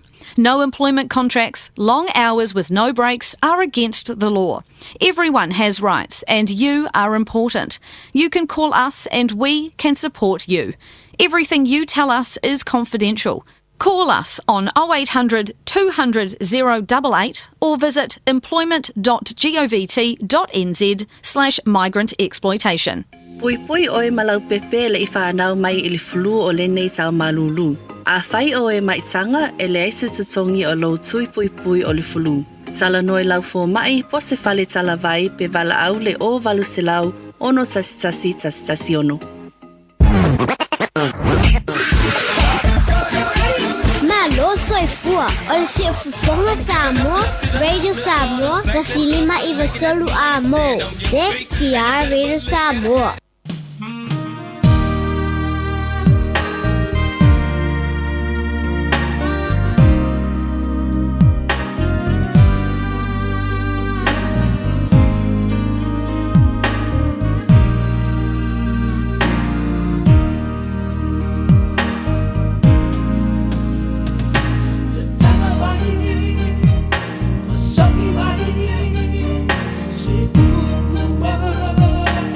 Die.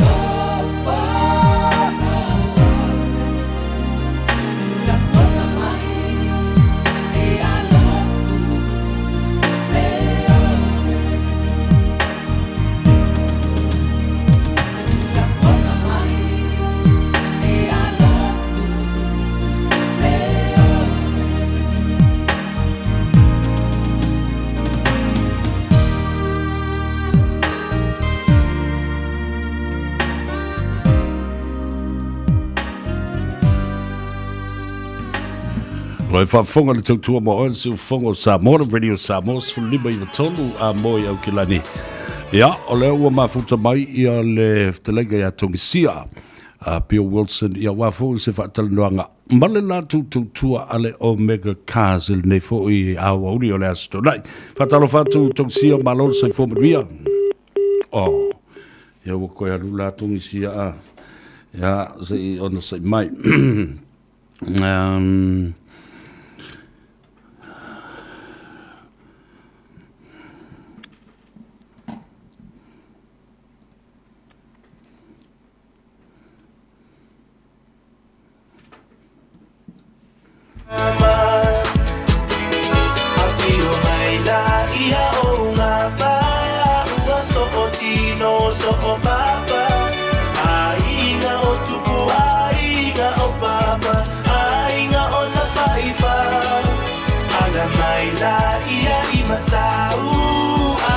Sila mafaatatau ia ui mai ia mafaingata apio nga e mamala ai ngatawana se e maia ai faatapatapa ole aufia ia le nā le vi o whalatai ia ma le lātou tama. E na o luas fulman 5 minute o te ali tu lai. Tolu whaatasi mai le talenga ia tongsia. Ma le Omega Cars ia wafo i le whaafonga tāpua i le tunu. I le tulanga olo o iai i le nā fo i tautua i le so. Whaatalo whatu i le talenga tongsia i po le talenga fo i fuata. Alo le so i fōmaruia whaftaile o le mai le tātou ngā luenga i le so. Ya, le ngangalawa le whaaloalo e whaatalo whatu fo i lau tunga whipolo o whionga Savea no tulai mai le koile ni tu lao le atu. Ya wa hol tau tu ino sio ta tongo tinu pa malo le pai le paipa pa malo fo tau ata ia Savea ya fa malo fo ole pawanga le kala le kau ke foi le aso le dei fa yo le mane yo le tele le talo le tau ya e fa malo atu inga ruenga lo fenga yai e wa fa fo si pisi fo le ka ko por kala bel dei aso le tele nga ruenga ya a mai se o tato malo nga solo mai ya mai ole tala tau longo la vai melo tupu lo tato tunu ya o moi le to fa e fa fe lo i le tato nu o lo fa fonga ma silo mai bo fo ile le aso ya la nganga la val fa tai la mela stunga Savea mo lo ma to ma no fo i fa au le ni tu la le aso di dia le tua la na pule lo forma na pule fa soa ya e fa tala fa to sho tu ke le na mo Samoa yo no tulanga fa lu pe amata mai la vai ma ko tele se pa ia mo mai ya tena ne foi le fa ngalo ina foi la fa ngalo na stoke le tua o te pasta fa tau langa lo fa tinonga tel fina ngalo lo ta tau ta pa haule lang ya awa lava lo na malo fa peso ta to wala ko mo soi tua pa ke siano a ta to o maul ni la lang ile tu mau ta lo fa lava fa malo se to mania Savea alo fa ti tele mo te bi fa do mai fa fo le ta to tu langa lo yai ia le au langa mo le tu ale Omega Cars. Ya o va vai tu le matango fiole o le aso. Ya o ai ale fialo se vali fafo le loto ale Omega Cars le telo ta vale matango fiole la tanga i masisila tu ya ali ya tongsia. Ya sa le lava ole feedback lava o to tele la tu no wa fielo Omega Cars. La to feedback la to ia ma la to mau e chale matango fiole ta vale tu no loto ale Omega Cars yo e o shake se fo io tina ne fo io le fo io o moro spo ki to no tato roto a mata mai lava i tato van to tato pick up to tato SUV o ta vale la iti ta vale kiste ta vale hybrid ta vale supo has mo langa tala mo yo le apo yo le o kina ngalanga fa lia le mamalu le tinu a APR no me ka kacha tina ne fo de ni aswari Savea malo whaafitai ia wa o le tala tau longo lava fo i le atanu a maise o le leitele o au tōwhasota inga fo i ma company finance o lo o mawhai e o la ngā whatia o tātou tangata wai le tasis company o lo tau ngā rurue e fua lava i le profile ia ma le tupe maua ia ma le ngā whatia le tangata o whai o na whai le tau o le tāwale o le sa o le ia e sa le lava sau nonga Savea wai tele finance mātou te ngā lue whatasi e ti pensala le kwede history tangata pole tala angalo na swa fatongi ai tala a fa pe fa te ina fa pe le ia il finance tu sa o ia ina Italia mai il tal sanga ma lalo mai te interest rate mau a fa pe tasi pe lon ti fa i dal le ngota ngata fa ta wali ia po le finance ma tu ia ina ia tua mo sa mo tali eu fa tanga to volume to fa le ton wal ton ia tala ai ai te lele fo ile tu pe maua ia fo ile finance tu ia esa vola interest rate on to mo volunga interest rate tu langa rat on ma fa ma tunga lu ma finance ina tu ngai solo ia application fo ile ia wa ia fo ile ina ia abatu ta sanga le se uni fata le ai talia mai le ta sanga le ti fata sta vale asabea ma lia lava ia ai le ngata fo ila ile na ia ole vava ai I be tupe tului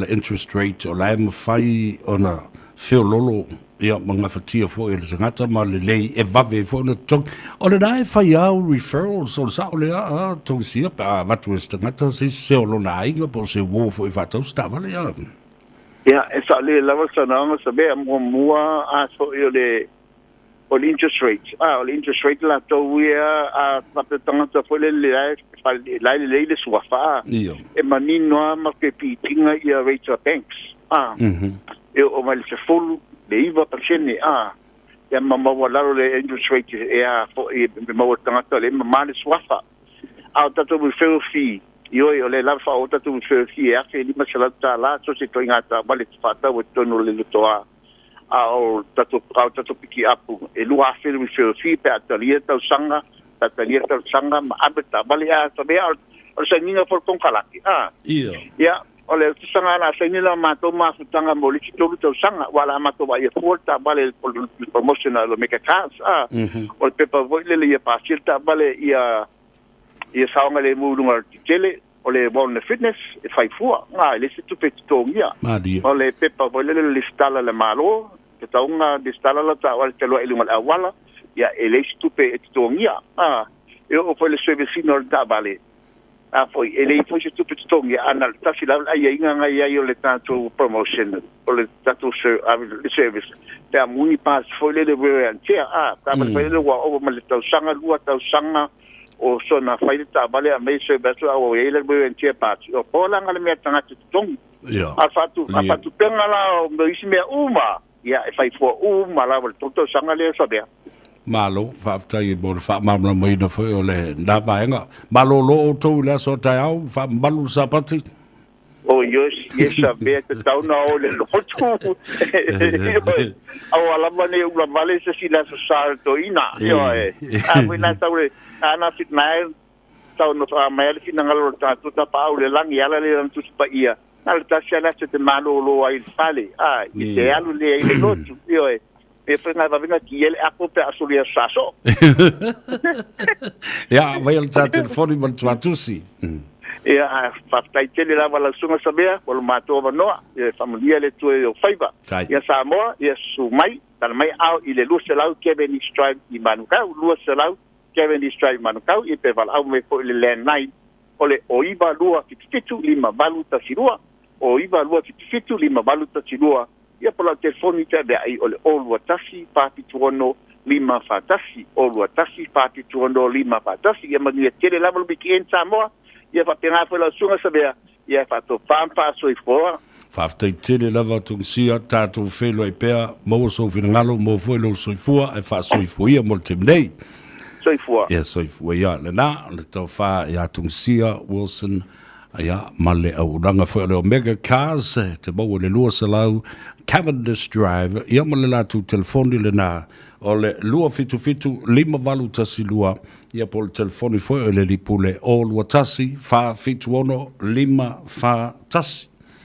ia le na wa atoti no le tama wa uma matua tatou fasalunga fa bisinisi ia mo tatou fatalanoanga foi le fa bisinisi e mo ka ko kupe e fa wai ia le au nanga ma le tutua I lo tatou tuno o le o mafuta mai ia le tuafine ia maina vai o le tasi foi o suisini o le tatou au faasalalau ma le au tustala o lo o tautua mga lue mai Samoa wa le taulongolongo le upu taulongolongo ina ia lausi na fia fo ele tunu ia me lo tupu le vai aso ia o le fa lau te leina fo o nisi o mata upu sa fa tal noi na manisi o le au fa inga luenga i aso le vai aso mo tona iatu ia am fa o na fa lau tele ia mata to fa soa i fo i ile onga ma le tau o na mata upu ia fa talo fatu mo le ngang fa lalo maina momori atu le nganga whaafitai on sai mo le lava papale. Ia awa fo i ele whaingofi o le astonai. Ai au ka ua vale i koko inge i o le anga lulue a o le ka penga whaapusa ma am. Ia ai malona sai fo madria i lau whionga le whalitua. Ia po o fo i le tamaitai tu stala sinia. Ia a o whaafunga mai le atunu. Tala fa Savea, tala fa tila o fionga tame pistale nei foi vaenga o le astonai. Ia fa nga solo foi au po kalami o le astonai la tau ia ile fai unga foi o le nei vai aso. Malole soi fo maua Samoa e pa ia maua lunga se tata o tunu olo mai mo mai foi. Ia i tue fia le lolangi ile por kalami o le Tanoa Ava. Ia tasima le fionga ia Savea pista. Ia fia la foi le nganga e fa feiloa ima o folo fatu le nei foi vaenga o le astonai. Ia o tau whai ui wai whai ngā whātau ngā tangata. Ia o isi lafa to anga ia toa le mātou whai atunu i nei ia whai whātau o le afiafi.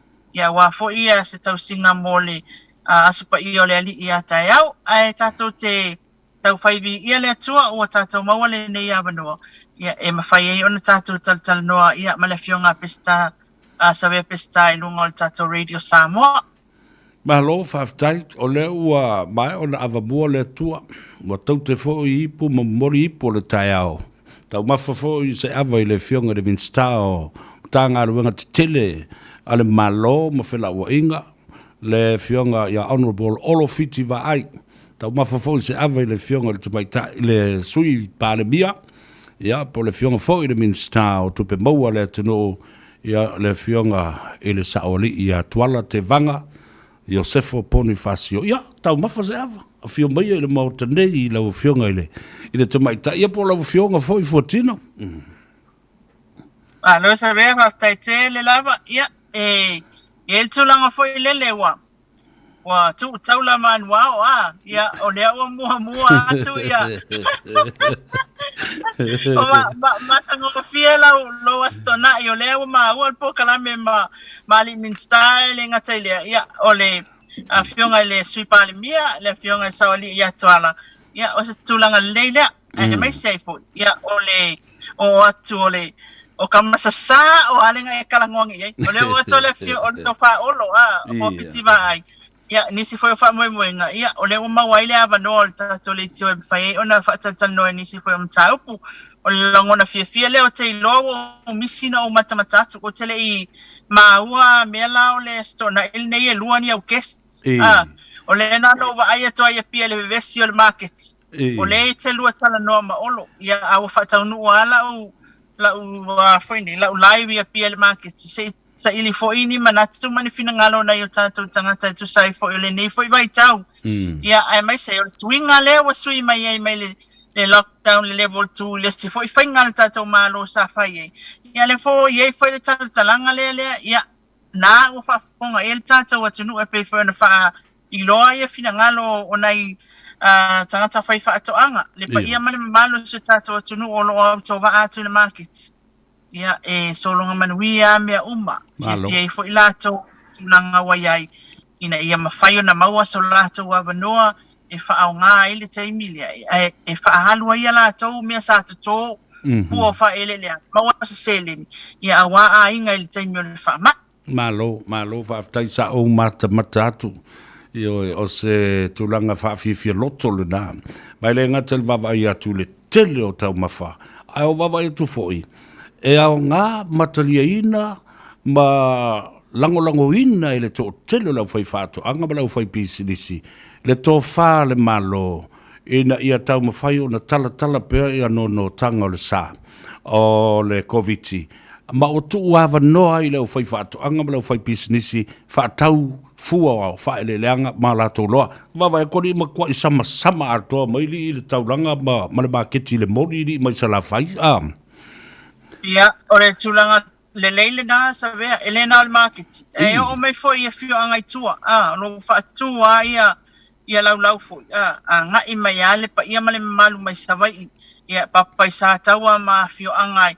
I salafai ia ma moli mai foi moli wa foi le fatawina o se tūlanga wa tala fea unga lele ma le taimi le ne fa mai a wai pe o le mea le o le sa ili tatu tangata o le moli lea ia ma le tipolo ia fata se ma le fiu ma le anu o le tūlanga foi le tau ma fainga ia inu ale vai a o me le fa mai ia ala fa mai lo sia ko ia sela o le tino e tali atu le fa mai ia wa sila mai le vai le nei wa le fola afa le vai la wa fa al por kalame mai ngwa le vai e ma wa le malos fasilinga malos au tele fia moe ai mai le pe foi lo au vai wa ma tua mo le fanga ino le mafofau ma le sota inga ma le ngutu ma le fatu ina ia fa so I upu ma mata upu le por kalame le la o te fatu e foi le to telo la pala o vale ma la o tawai ma fa kausa o vai o le ma ngai o upu sa lo nguku pa mo ngai ngula o vai o le ola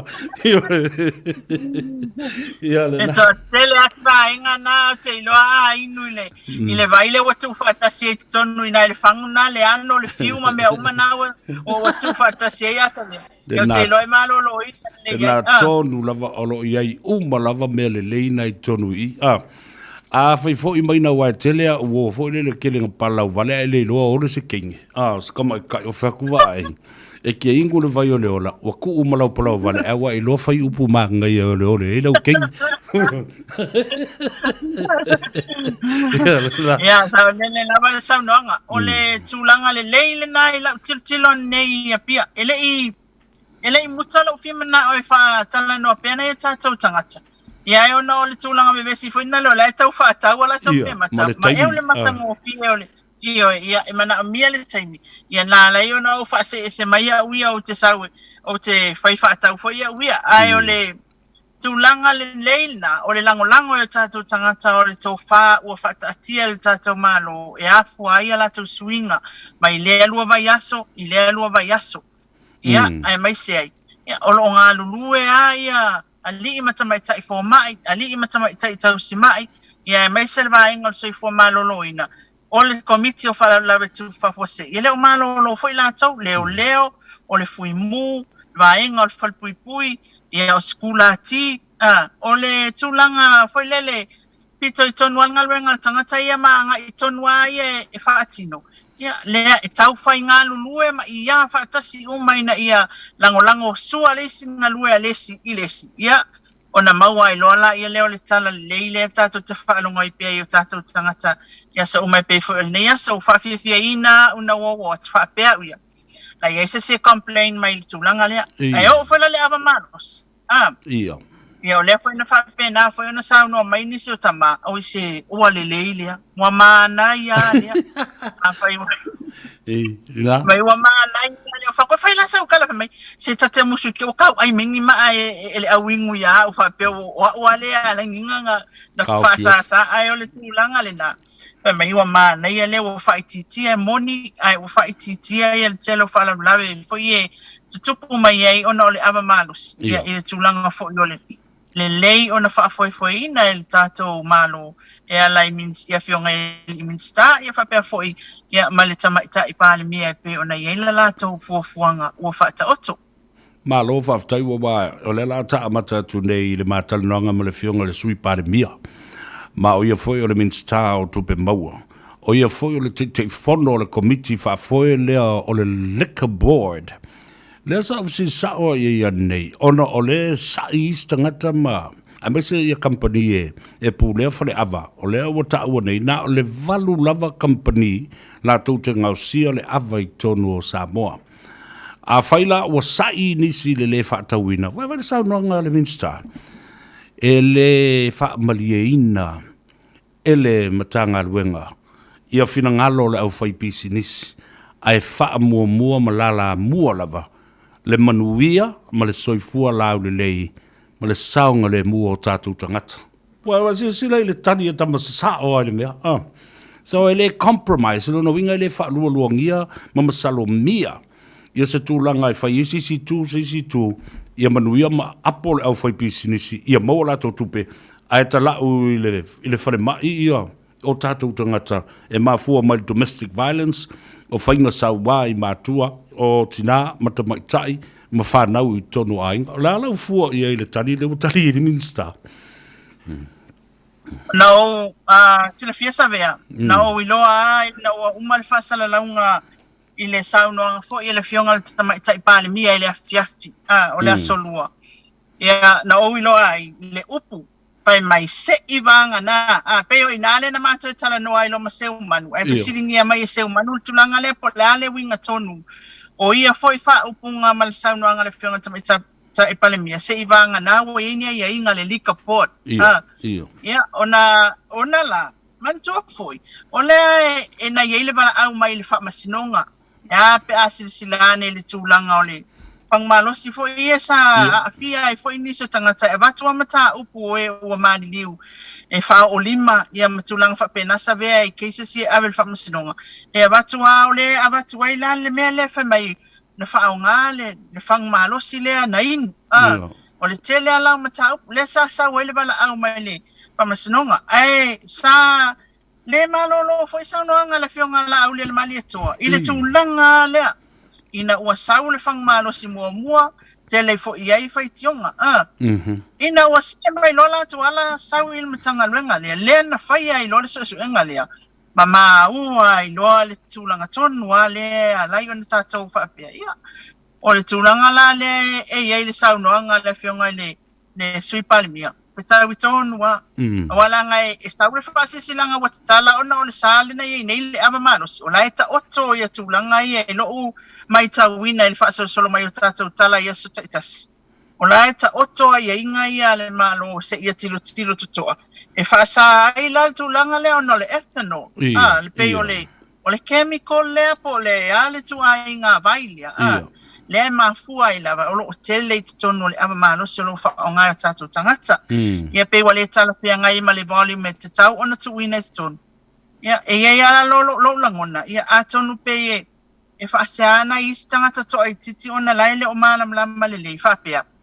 Ia o ngofampa sangai me kai me ole a kakaun kakala ele loa na iai a ole fai ala tātou sa fuafuanga ia ala tātou mtanga luenga lea e mai se ole fono whaatonu lea ole ava maalosi le tātou atunu ina ia mawhai ona fai se fofo ole tele o mau whaafitau li sa whatula I mai ona ole tūlanga lava lea I le ava maalosi lea Savea o le si vanga siri ona tāua walanga ole na sa I le isto tele na whaalonga e whapea Leanga wa mai ona saunoa le fionga I le tamaitai palemia. A o lea e ta tala le sa o le whaatawina o le ava malos.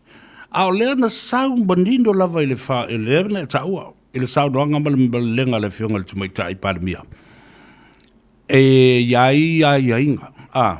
Lea lola na saunoa muri loa le sui palemia ma o le teitai fono foi lea o le komiti whaafoi o le ava malosi. Na au tala I loa mawili ili mai, o le ale ava e whaatanga, a le ale ava o lo whaasa matau fia, langa o lai ta oto ai ia su enga la to matanga luenga, ma le vaenga su e whaapitoa. E se le tāua. A le fo mimilo tangata. Ina ia fo ringa whaapea.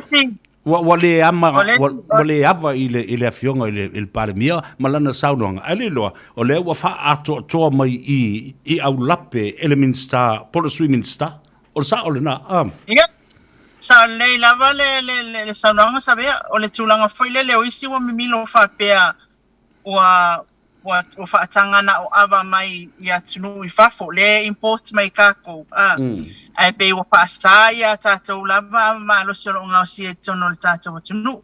Au ina fo e tawana til to ai la tono ale le whainga wala I ona whaia le tūlanga. Awa til le volume la le ta whaia tuai. O le vai la au le tu ina te tono le tātou ama malos. O whaisi mawalunga tele. Ia ma ava kama pālangi e fua le lako masingi fo I Savea na fua le tu ainga o le chemical le tu tonu ina ia awana ia afia o tatou tangata ia o le tulanga lana o le sifo tulanga na e tauna mava ai le ia ai ilo wata tanunga na o ilo ai le fiafilia ina ua sauna mai le fionga tama tai pale mia ai fa pe mai ai se ivanga na ai inga mai le likaport o lolo o le sa ai le sa le ia tatou fangmano sia ia manisio ava ia se mai alinga wengale ale sa wali po le fionga le sui pale mia ia ele o se mele anga foi la foi tawa ta ia tatou malo ina ia fa sao ina tatou fana wa fai foi mama ia e fai foi mama tu mau ia e mai se ai ia o le veves wana na ona ne ia e pe ia o le ropa le sa tele ina le talafenga ia fai fu suanga ia le au matua nga nisi o mata upu na tula i mai ai ma fala belavi ia ma avea ile soifu o nisi o e pele o tatou ainga ia talu ai wo fa mua le fifianga ile ava ai le o mala mai ia ngal sa wa singa ia sui vai le fenolma mai fa fe inu ngal sa wa singa fa langa lemon tea o e ki ngai o le sila mele o te fa toi nei ona o le tau o tele o le saunanga fo ia le fionga te mai tai parmia ia ai toe follow mai tua male te wina ele fionga le minsta o le lola po le le fa longo o tangata nei ave seina le tala toi a mai male to kam ka fo le fa ia mai sign language tua lono winga wale mar malama ngana ale au fai pepe tu lo fa fo le tunu ya toile mal malama I upu manga ngana tangata le tala no atu o le lola pe fa fe na fa mal malama loto manga o tangata ne ya sila fia foi Savea eso se mea wa ya alba nga foi lele tu sapo te issue a fia ile le soifua maloloina o le ola le soifua o le tangata ia ua faapolo kiki ia mea uma o isi fai tionga o fai mai e sena sauna mai le fionga tamai taipani mia le fai no foi a minsta matu ina mai le tūlanga lea e mantua lana manino e sauna le fionga tamai taipani mia o le a fao o atu a tātou SOE oras maolato wa ia inga I le polo inga tustusia le tu ina atu I le tūlanga masani o whaasalaunga mawhesota inga ala tātou malole pā o ina mai ia ato ai whaila mai ia inga ia mai matanga luenga wai pei o minstalo fito I tonu e vai malima e ma CEOs I le whainga ma le tūlanga whaileo le vava ai toa I mata upu nei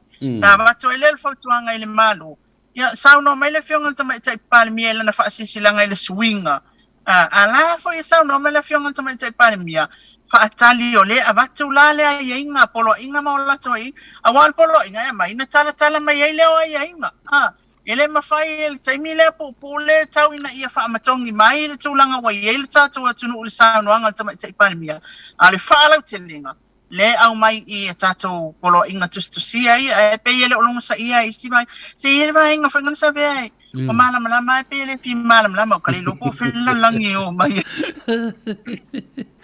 ya rena ta fifi il makau kia fo io o lau fo ia sa I ringa ngi kai o mo le po nga pom ola ese tala ile vave fa ma vai ri fa fo se io o ka kambale o tu lo le swafo ia fai malo matu mua le Savea wa kele le mea o vevesi ngikanga vevesi mai o ave ma komisina o le fainga o le ofisa fainga palota fa kope al sola mai e fai ma sweepless kenge o mai male unga o le fa msingonga le solos ful ma le lua fa longa kunga le se me kuai vai ko vavelo nga fa ma se sa no ia ma wi I le tala o le mea na tupu I la son nafi ia e peia le tūlanga foi lele o le maua o le whamtalanga portal tot I le aongi o lea o laua whaile o le whaupunga na o mai o laua whaile whaamavaenga o le ua whaamavae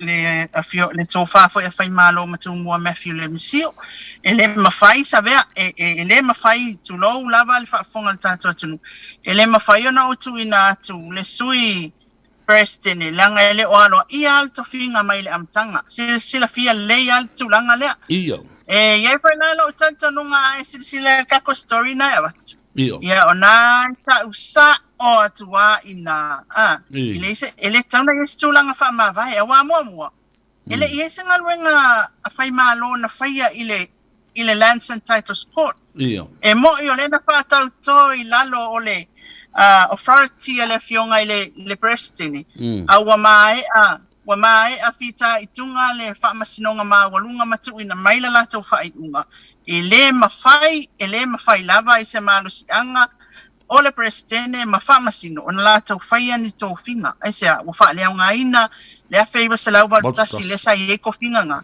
le se me tu la fono lua felo skulu so na utilo la na po e te ale tonu sa vea ele le aklo le se sto ilo na lua io e tane le falva vea o te le moi ai ole no utilo a toa ile fa tulanga e nisi na lato tu sia tala o le tala le na ave wo fa ma vai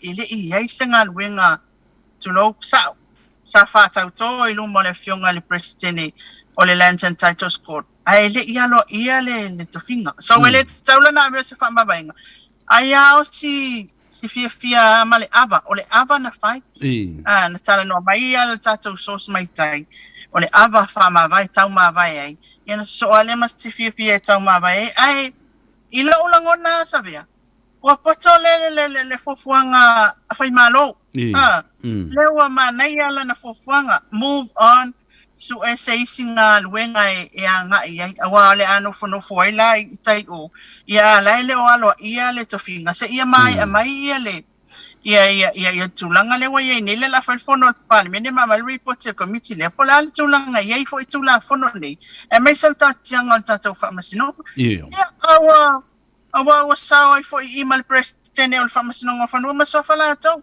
awa pe olona o ia na ia fa tautoina ia matu faina tulanga le ia le la wo fa pena na mai le fai unga le tula fono ia ele au ngale me na fai ia taluai ia o le tulanga pe ona tato ia sa ia fa tuanga tu sia tu tato malo e na maua por kalami le fionga tama tai palmia matustala sa fasilingia i fo e sa no le fionga tama tai palmia ele alo ia to finga ia mai le talia fo ia tato malo so o le ala e ton wa ka story nga ba o ke le fa ma vai ngala le se tu la fa ma vai ai ngo fanga mu le kiu polo ngir kai au ai le fo ia le por kalami langa o le story langa le fa to break mai ya masaulo tua lele to lo se fa fonga le to no fa pe ui awala vangi ko lo se malau le kio le so le ngi fa kali ke me ka ngo mai sa ve ma fa tala no ya le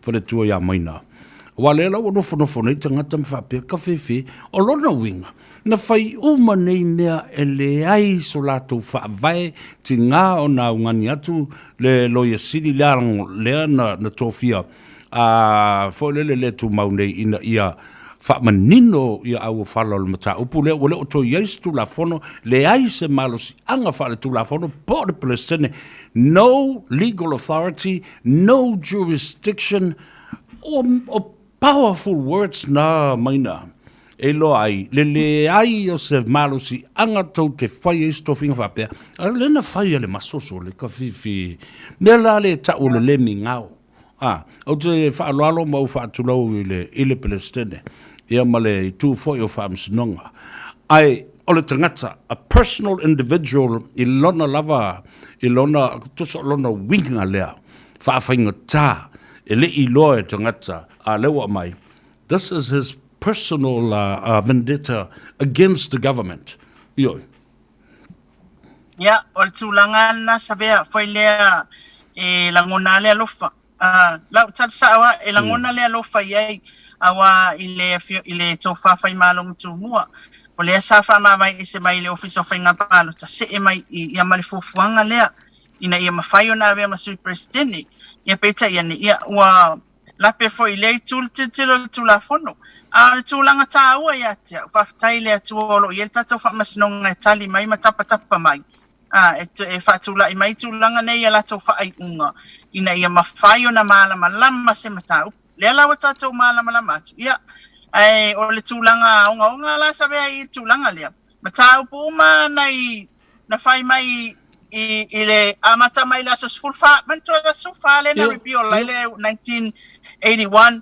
ai amata ile lua felos a faila le lua felos ful tu la fono le o le sa amata mai temle por la sul lima po le ale e fa le ngai na uma mata upo ya na fai mai le time ya tonna o mai le so ya na fika lo la ile o ka ese maftianga tata watunu a to fai mal fa no ngai ya o le la iti mata upo na fai ya ono le o le malama mai mau pen fa pese me foi le furniture facility ai lato ola ton wal tu langa na mafuai ona sila fiel tu la fono pele ai fo ole me ola na sila fia ya au fai ya ai fa pe il tu na foi le ya fai la kwa walaki ya mai ale mele le tata le no ai ile le ato ton ta pena le tu la fono le pasia fa tope ma le tali tonungo tu ila epa ma le HPP e sia mupini ile fainga palota ile soiva a perila o le tali tonungo tonu wale na ato but don't worry about it kaku ki swipi foi kaku mai io na teu malia tuale ale wata tu tonu le malo a le mena fai le tua le ai it's not that easy man ele faingo fie mai le fa pena mai le i tu la fo ina le tua Samoa e ki ko le mele na au mai le tali fa ali o lava o le fainga palota fa lava le amoa wa lucky me na le tatala no so oia se manu lava tatou le o se fe tatou le fo ele fionga tu mai tai pale mia ia mamela nei wa la u mo mai lunga le ngasu le ala fa la i fa pe nei i lumo i ala a tai tasi ma wau tala io ma tau fa sa o me ya sa le lava sa no nga sabe pesta o le tulanga ya on tato fa tai le tua tato fa tai ya fia me la uli o olo ma weng le to pale io i tulanga foi le sabe pe o tala foi na fa tu le last night it's good to say no le ai fakali la le ai fakali le ai o tele ya tulmele yes awale alwa fa tai fo ina le me tai le atole va ya tu o la anga le kai kwa ma kai ya kwa ya mai pe wa alu fo ina le ile tulang fo le wa muli atu ya alai lo lai ya ile me la fa le ton fa tai el tulang le fa tai io le ta u le na ai pei fo o la u talanoa tu andei le fionga ile min sta olo o to te tai olo tu fo tia o sola ma le le fainga tau le asasa ina mai o le vau filifili le na fai malanga mai ai se o le tai olo nei ai te langona lava ile tau o sauno nga olo o stangata loto maulalo tele ai fai asi matui fo ile le ona sauno ia mana ia sauno nga nei le fionga le minsta ele mafaina ngalo ato e tu moto mana tu moto tilo le ala na sa vali mai ai ta fefe ai ana fa apea fo ila e le fono le a o le i faia le fainga palota ai faia ina le tu ala auli olo Wayne so yalo fa apea fo le fionga fia me le lafo le na fa tu le aso muri fa pene e fa le pui mal to fa le ana tu la mai le ancha pipi ma tu le epa o le tala sa o le tala le na wo ti nga le loto wale ma fai ono sa ia ai na o le fia o la fa tali le te me fa sa tau lo tanga ta ia pe ana tu le mai ya sa le lava o le e tu langa fa no ya Savea tu langa foi le ile ti nga ma le tau mawhainga na tau mawhai mai la tau to wha patu wail vai nga wha upu whai ma nga i mai ai leo wa pale mai le tato whainga malo e peila o issues ia le tato tilo atu nei ai o ni mea onga e a fia ai o tato tangata a fia i le atu nu atua e el tulanga whaina le wa tato tilo atu lo i le laitu ia o le upu a whailele wala lafo mai ia whatua la ia mea wa tuana e lota manatu e te tau ona tilo to ia wa lai tilo il malo le taimil nei i issues ia po mata upu ia e le i tango fie na fai lava fo ia malisila fia inise o ilato o isi ana fai malisas Au isi. Ia, la ilo ale sasi ala fai ia. Ia, lea ana le ai nei la tau toa wha. Ia, sosoani ei mal tatou vai nga wha upu fai. Ia, uma fai ona tatou tiltilo atu. Ile mea se lea. Pena la tau whaia, pena la tau loa, pena la tau leiloa. Ai whaftai lea tua, lewa tatou loa atu nei o tatou opo msai lava. Ia, ma whapea atua ia. Ia, mangoto atua ia, tatou vaa ila lo. Ia, ile tūlanga fo ilele. Ua whaia ile manatu, ile manu malo, ia pale mai e peo na e saunua. Ia, ma sanga whaia i pea lea tūlanga. Ia, ile o tilo ile afianga tele. O le tātou atu nua ia afia ai. Malo, whaftai, awa, ole upulela o whea today, maina ole whaafonga le atunu masila mio le lano langi ato, pe whaaniri i pe wheitai, po ala tutan. O mea umana whai e tula epamale HIPP was intentional with malice, o upu matokti upuna. Sa matuai whai male mautinoa, male whauwhaunga onga matautia, e whaalea ngai, ia mga mea ia, ia matuai tanu pala, maholo pala, ele, i la tau nei, e fōlinga mai. I ofele upu vole e whai to ino te atape a whai ano. Treason. Treason. O le fōua o le malo. So le a fōua o le no atu nei. E whi nau fōi la tau mala, e la tau tali tonunga, o le mea te tau, ona ta oto i ai, ia se whai ngā malo, e sa oloto, ma manuia o na tangata mo le lumanai. Io se tata lata tau mai tau watu le nā mai dele. I winga upu ia o whai. Ia, mal tūlanga whailele ia tātou sanga tonu i lungo tūla whono. Awai, ele te whaina whau tātou tūla whono. Ia e pei wawai, ia tuk peu whatati e au tawha tūla whono. Ia e peu whai ale me loto il tangata. Pesi whai tūlanga. Ia a manatu anea wafia suil tūla whono. So ia ile wa ainga ile mea lai mana oi whai. Aile o yela stulang fone le ia langa tasia tangata uma se tula fono. Ia lela yela le case la to matana. E sila la ye Savea. Ile ese senga o fawinganga ia wa ye nei le tula fono ia le ile filinga o suifa o popo tama ita ile parliament. Ia. Tulanga foi le wa tate alo tu foi ta faitau ta fapea. O le ale fina ngalo i la tau na fausi al te milel tu la fono le na la tau. E a faisa i le mai le amatanga. Ia, o pusa ala no la fau. That's exactly alo e papa ia. What was the intention in the first place when the law was written? Or drafted in the time na. O mana onga le loto ma le wha maoni nā lai o na tūsia ma tāpena pena le tūla whono lea. Ioi, wai pe o le whinaunga na ale whionga tau la papa ia mali tūtangi fo i le whionga tau mata ia le tō whālolo mtau ama malvaing whai el fast. Le tūlanga fo i lele wa. Ese wa whelama i solo ia whauinganga la nei. Ese lea mai lunga i le tūla whono ia autu. Ina e mawhai o nā alu i le numera lava o parut. Ai saulalo i, kwa e se mau alfa matalanga le saulalo i. Lana winga e sau o le mawalunga al whaing numera o le tangata mawaina palota.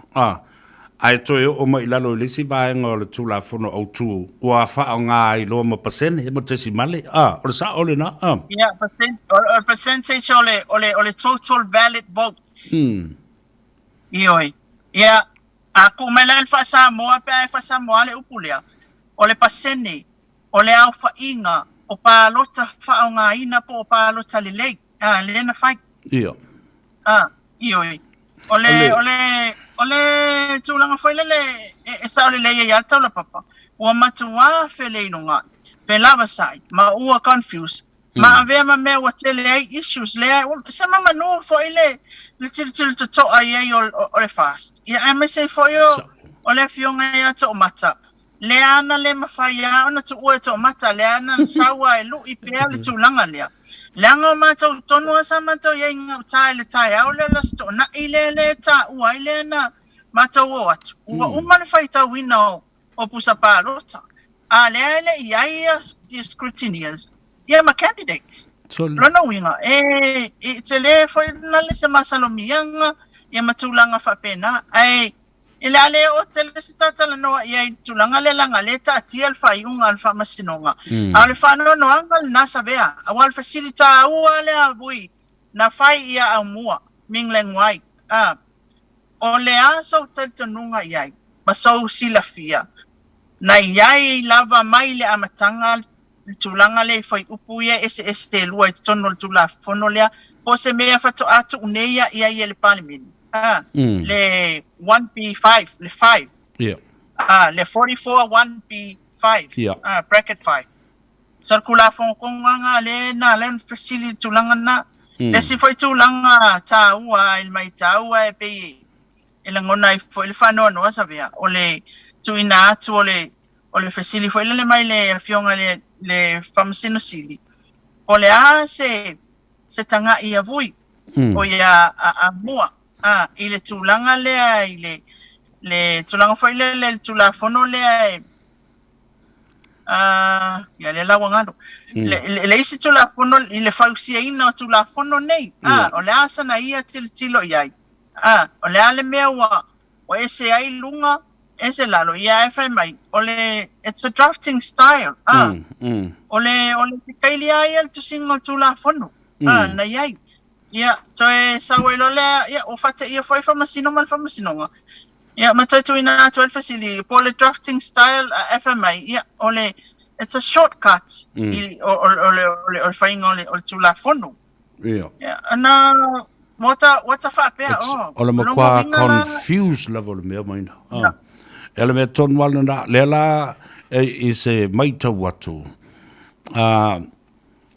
e tali tonu i le whaamsinonga o lea e avatu o mai tu e lua le a fo i le wha le tonu i le tusinga o lea lava matua tali tonu ia au mua tali tonu fo i taula papa e le o le lei le whaamtala ina ma le whaawinga ina malo i le whaafi taulu lo tula i mai le tusi o le tula fono le nei o lona winga e te tau una toe o lo wata tanunga langa le sa tu le fionga i le loia sili mo le ofisa o le komisina o whainga palota a o le o toi ai a o le tangata tonua le o le mori mau sa tau on a specially summoned ioi sa tau on summonia le komisina sa iei mua le fionga e sau e whaamatala mai po o le le formula na ia whaangaina o po pasene po o le palot po o le pito i lunga o numera mau lunga o le whai numera o mo mele te whai atuai ia Sunday lava o le summon as a special witness e whai numera o le ta mai le tutang e fa ai longa tangata calculation le ma le formula le fai e nei mea ia pea tu atu i le matua fai longa tangata ia ai o le tulanga whanoa na i lau lo i se tangata palota ma se tangata le tata wa tunu e pei oa sa uno foi tonu whamsinonga tulanga whanoa foi lele i le tulanga pena lato i loa o le le autu o lato mafofonga ma le mana onga na lai ona whai mea umane ai le tato tele o i loa na i o tato tangata ma i tato tele o mana ia nai tangata tau wā masuita ma i tato e pei o la nato mau ia maua ni tamaita e fia i vaenga ia i mei o whapurkiki ma le parliament. Ia e pei o ile i e foi le isi tale pei tau e sao e lola le upula i tonu submission ale ale tutang. Ia pei e tongi le moa ai ule afa. Pei na i oe le UN i mea umane i oe mafonutanga nei. Ai o mai kua e se le mele na whai ia tailo. Se au mai le whamaninonga le whamasinonga le na whaiunga. Na tātou maua tōnua i apo whiale ta o toai. E o le tūlanga whanoa noa na as a voter, as a reporter sitting inside a court. O ka se whanoa noa pia o whanongolongo atu i upuna whai mai o le drafting style. So e ka alo i lo mafo whau. So e ta alo i tūlanga ia e sila fia o mea ia. Le e tupu ai nei le bevesi le tātou atu no. Ma tātou whewhalo wa i ei nei mea ni. Ia o lea lai loa le tūlanga lea sa iai. Ei, Savea? Ia. Ole tara tele fai ia. Ale mele Ile matau pule na ngale fa tali fa yung fa masinonga. Ana fa manino atu la story. Ya submission ai tu elua. Ya na mai le tu tangi ma le tu tali foi. Ya itu langa umane. Na ona tau mate foi le la tale o au talu ya langa le fa tali se ungol fa masinonga. Ai yo lava ma fa la tau ya ele mal ma foi le tu la fono. O upuna elua. O le salmon po le sapina. E tawena a mai la le a fo le komsina le sa ye mua. Sau e tu ye fa matala a tonu o lo sau le valea. Ile ona manino le o fa masino mai tu tangi e lua. E winga ile formula na e fa ngaina. Ya ona mo ila ele na o se tali al meu telo fai. O le lava e tu ia le fionga ile fa ile loya city. E pui le mamalu o fai unga sa fatino ele official komsina. O si sila mai o si sila le fai tau atu le le mele. Le si vanga sili na fai ngatai le mele. Le ana tato fi na o tua I lava. Ile taimi na fa popo ia le sui fa popo. Ele I o ile taimi e activate ai le vaenga ma le tulafono fa pui tasi Ele yo o le taimi tau, it was activated at the wrong time because le foi la o soli le tulafono ele me fai fatali se o male le mea nei.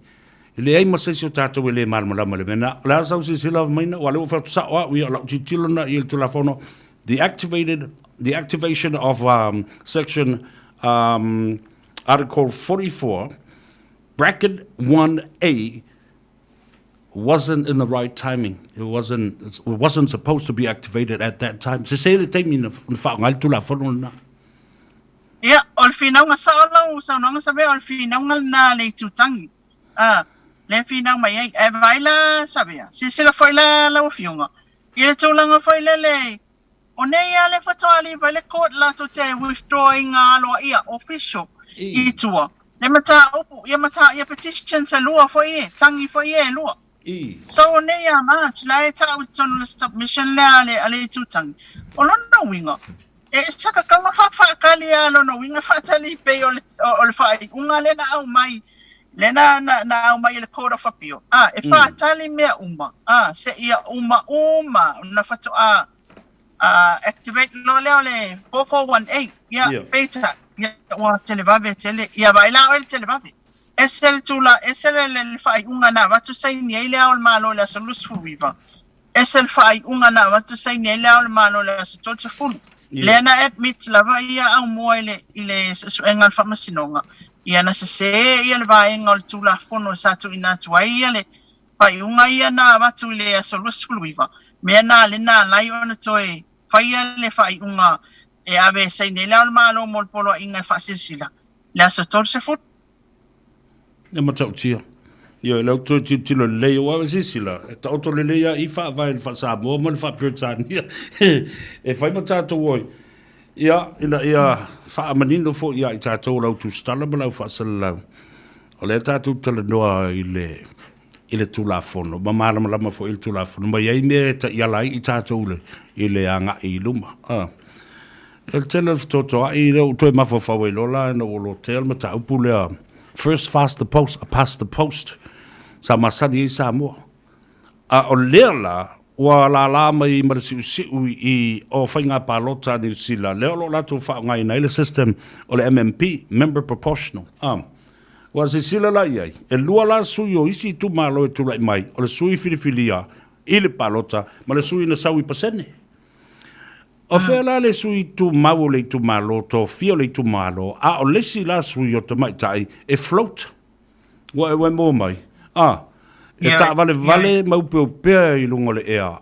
Po whea le me ka milo ai. E mo I olo yelo no fo I tono le mauta. Ai o le wha ainga le nā ma le whaitaunga le nā lau tele le tu malo. Oi wana o se whaipule fo le felelele ai ma upe o pea fa pena tu lo le upu to ya ta utile mana I fai le upu nai tinam to mai tai ai ma fu ma auto na se sen au mai le ma taupu sile ai oi pa lota tuto tasi peia o tamalo loa, mali tu pao tane i le tūlanga wha matai o lo iai. Ia, o lo am tatanunga sa vea tu maua e pea ona o whailo atu ila wafionga mua. Malo ia mea, ave ese ngase full pasenge mare kako best yan. Awala whafonga le mai o sa vea. Pai mai el tala taula papa. Tu salava pe whapasene pe whai in number of volts. Ia le tula fono le amol fifilinga o tamaitai ia e papopo le mauta. Savea, e whailonga tangata le tula fono. E le o tala whiangai ia. Nioi. O le mea na lefi, o le fi naunga le na ataula papa i luma o le mo le tutangi. O le mea la ia i lo tatanunga. O I'm a proud tamaitai Savea. You know me very well. Yes. E le kai o tu ua i lalo ia le saida tamaitai. Eva ai. E le tau whaanga wa aina tamaitai. Makua i le leia o tamaitai lo la tofo i le tu vai. E anga i mai ai e tau wa. A le mea la lingi. Ia, o le whaingangi la kako ua ia le whamasinonga. Sa le pisa mua wa e mo ia. Sa le to atele tamaitai sa fia tau wa. O le taimine ni, matua to atele o tamaitai fia tau wa. Le lai maafua i lona tupu mele. Ia, wa tu atua i lola marisu enga le nampa o i tu vai enga wha upwhai. Whapong salo mana o au mai kama ika ia mai momongo kong inga ia mawale nampale malo ai avea maing whai when malo. Ile tūlanga le tan whengai. Ia, le la ua mafua i nei mau. Ngasu wa kako whapengi ei. Asa bea, mai mau ai le nei taimi o le fast le telo le tau sanga le fast wai fwai. E tau ai ona nga i le fast e whai ana ngalwenga. A le kau kiringi ia e whai ngā malo le telo le mau ngasu. Talu ai. Ia. E ta tau, i lo ua tantanunga, la whai atua i le UN ia o le ai, ei tamaitai o Samoa, pa malolo atu lola to si fulpaseni. E mana i al tatou o le tatou tau waha, la foi wa iai, au le mea i lo tantanunga as a woman, e wha amalo sia le tūlanga foi lele, o le pautua ina o tatou i tū malo mafio anga i le tū vai o tama, ina ia amana ia nai tamaitai i tūlanga o upu e whai tono nuku mawhioanga. E mai se lal tūlanga wa ese foi, o le se foi mea na le whina wa ile le tūtangi. E ese tū malo ma wha tūlanganga o i tū malo. Pa ia mama malu, mea na soifua eta, a waina e soifua e o la whina o le tūlawhari. Tūlanga umana i le tatou culture Savea. A waina e soifua e o le whina o le ali. E ke ngofo a ke wa mele ku maro fa mai sa we alwe kamo e ye tūlanga fa pena i le tatou wanga nu o le melena e te tau ona no nofo leila lo to e tilo uma i le tatou tūla fono lea ina ia awane i o ngotia seis ia matupu e lo tūlanga lea ia o tatou fa pena i lava ia le umi le neina tatou o mai ia e fa fetai ia to matai lo na fina ia le fa manino mai ni sim ta mana ia submission sai tuelua e mana ia foi tal mai ia a mua la tau ia mana la tau vainga ia ai o le tulanga na pa mai ia prenda pe foi numera pe pasini i fai long kanga kar kula fo te sa o le la io ai ele ngatala ele fai longa tangata o le tula fono ele fai longa tangata le tu pa tane ai fai longa o le tula fono a toa lo fai longa tangata ile tu pauti na mata mai tai yo o le winga atoa nei la tilo tu e le tula fono a le wo to tau nei lo mafo fau il saunanga lo fionga ile alo io le tu pauti na mata mai tai sa se e swafa maulu lungo i tu malo no mafioanga mo se fa te inga le na mai nei leo pepe leo pepe ai ono le tina au mai ia le fionga ya ai ono fanafi au mai mata tumua, au mai fo i le fionga ya la ulu fitau i male mau. O tina matutua ia sa ese fo i lo lato tulang, tina o fia me. Io lato no fuanga sa se ei tono no mafio, anga mai tu malo, sa faalo alo ngia lava. Ma o mai ai tutonu ele o mai ni pasene. Ele i o mai i ni pasene. O mai lava finau i le tā ua tina mō lātou tofi, mō lātou tiute, ia ma le lātou talitonunga e o iailo lātou to mai, e o mai ai e se ei tono le mauta. Ia manai nisi tina ua, Vai langi ia le forang. Ta tala na sa no nei ai le upu va. Le va ama le sa mo. Ala le wa su ye le ngo le sa mo lady for le. Lady sa mo fa. Wale fa wo pe le swafa Lady Naomi. Ya, ola pesiri mo mua na le po ina ua over ai le press release wa mai. O tangolo bili le fionga tamai tai pandemia. O le ale tūlanga, o la ofisili mo mua na le fionga tamai tai pandemia. Pe ye se tūlanga wa lai ona sui le ngo le va. Mantua fo, le va ale sa le wa manena fa. Le la au mai ya pani mo tatou. E sui ale Lady Naomi, MB Lady Naomi la ia le wa silia ile fia tau sanga. Matua ia va umane i fio itono le tatou atunu. Ona ye tūlanga o fale tonu. Lo la manatu. Sa ye se so tatanunga sa tawana to pe fa pe au mai o fa ingoa pe ya Lady Naomi, MB Lady Naomi lua. Ya ai ola ofisili na ile fionga tama itai palmi. E ma na yo po ile le fionga tama itai palmi fa mai. Ika ino ka kele ilo ka ika. Yo sa le ya le fionga tama itai palmi ya langa le fa mai. Ya se e me fa nga malo fo Savea. Whatever na fa ye. Ele fa nga malo twaile ngole ona la tole sa fata o ya pani ele le tato aisinga. Ya male so swani le ya pani nei fa na mawa sa tato va fo o te lola. Ya wa mawa ai oi pepa ya na ave asiba inga na mo ya le na ole nga i mai al tato fa nga malo.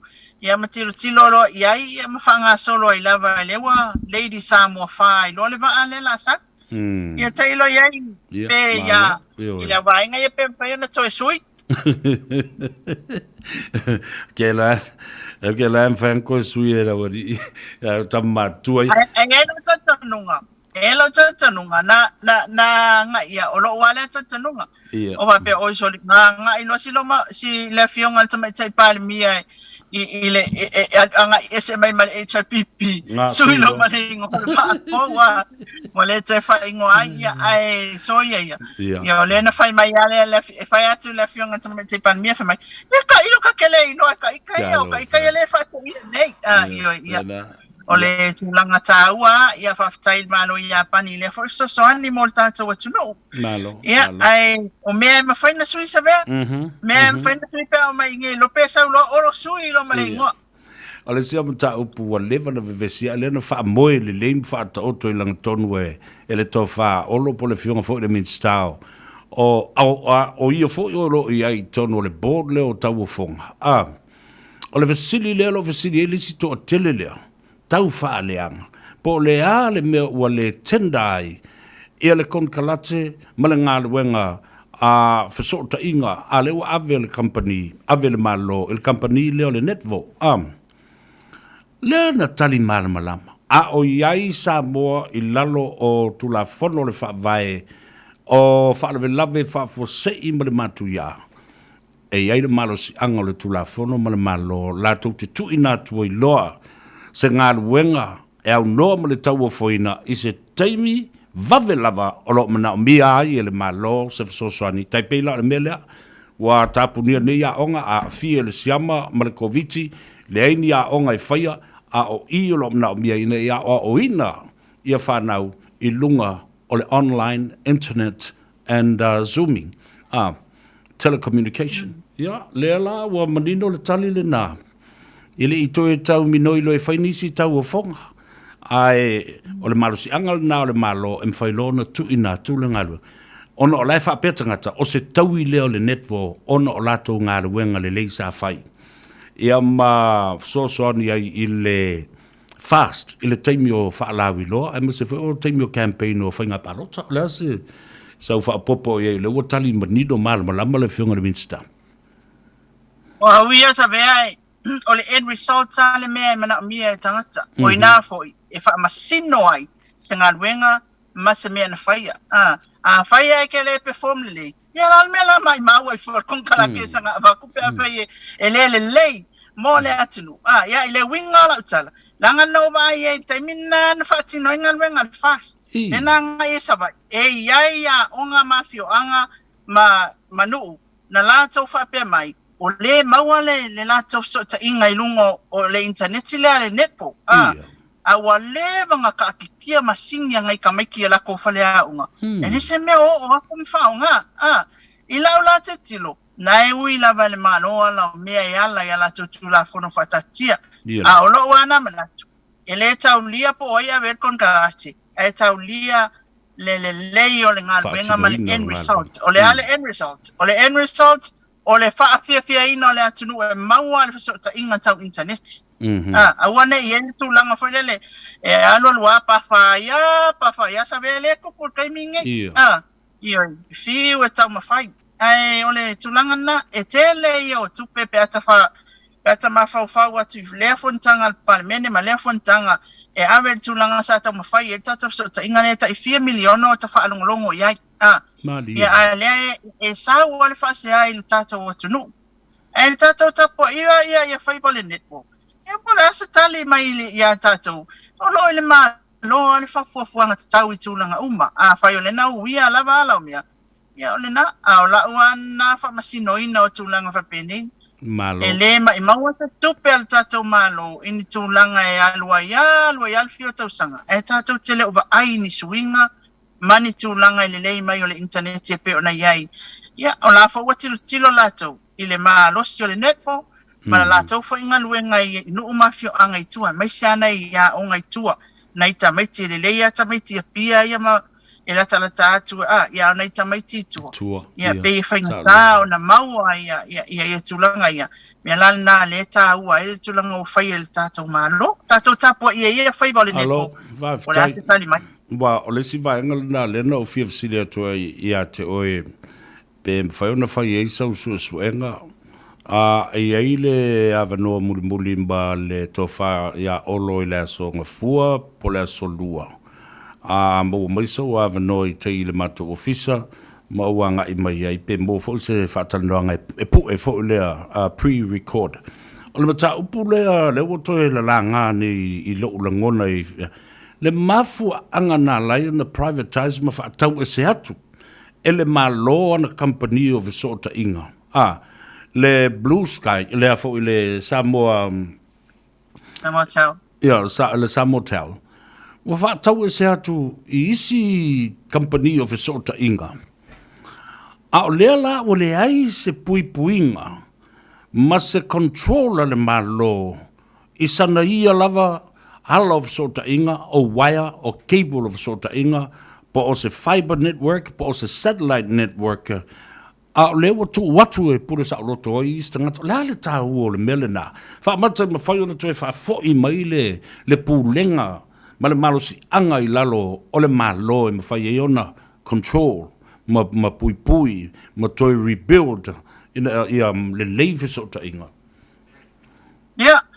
Ole ata nga ia sa ilil tu langa la wai e ta ua mo le sila fia la o fionga bes Savea pesta ile lua tanoa ma olo mani e tu langa na e ta ua o e malama manino mea uma ia pe ata to o e fasilingia ia la foi ale fofuanga sa ia ina mfai ona fa tau e sei natu ia o ato tu nga sa fia ngai maltato malo ia basically atu le on pel tato malo ma fai ia na fofuanga umor company basically atu se profit e maua mai le fatau atu se company assistia e anga i mai ia e tato fatatali ma tato tilo po le le tunanga le leina ia ai ole ata felongo na i pe tulanga le Savea ni le vai sfo le lava o mai fo le time ia le ia isi tuongi o le fiafinei a le nganga whaftai e tumule i le loto fia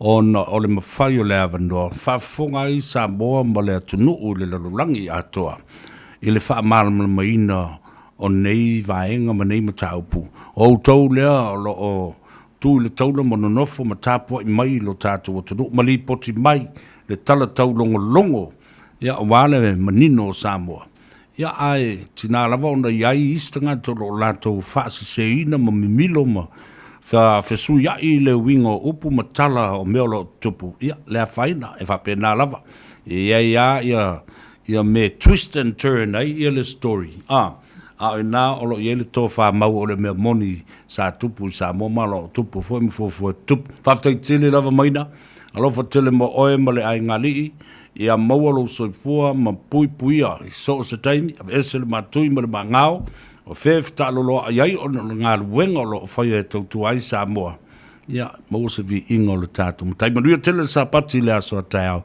tāte toi wheilo i pēr i le vasfo After tele lava Savea pesta la fionga mo tato por kalame faftai so tato watunu o lo mai mo mai ia faftai ato faitionga i lato o e faitio e au ngā uma me umana o mato malo losi ai foi matotoa tili o mato loto ai faftai le tato watunu lo tu i mai i taimi uma o a issues e tu inatu le tato watunu matala ia e faali mai o to finangalo mato lo ai foi inisio me o lo fa le tonu ai faftaitele lava Savea pesta por kalame ile nei afia au le leilo la e ma mea lava man tatou team ta feiloa ele vai asa fou Samoa manuia tele las pa ia le ali ia taiao o maina vaile nei mo le radio Samoa ma le Tanoa Ava ma Savea pesta soifua ma ia manuia fa soifua ia le nau fa fonga le tatou tunu o le taloanga ma le suia le radio Samoa ia pia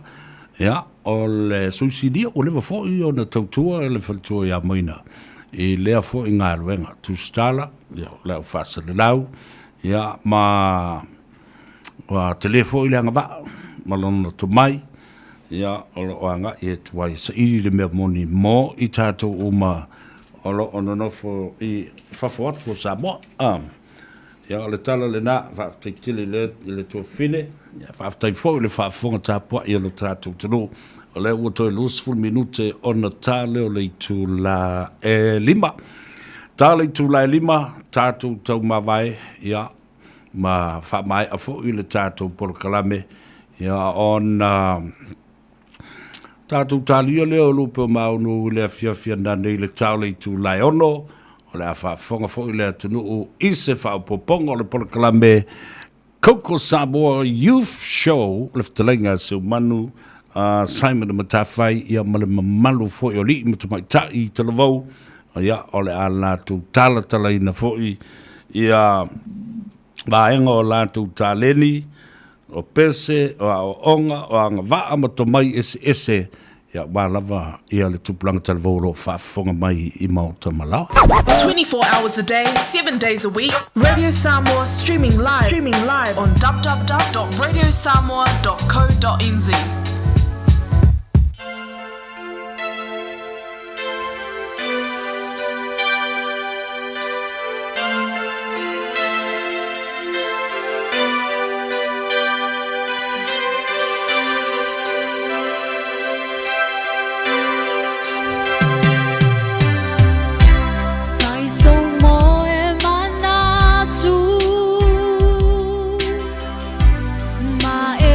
Uta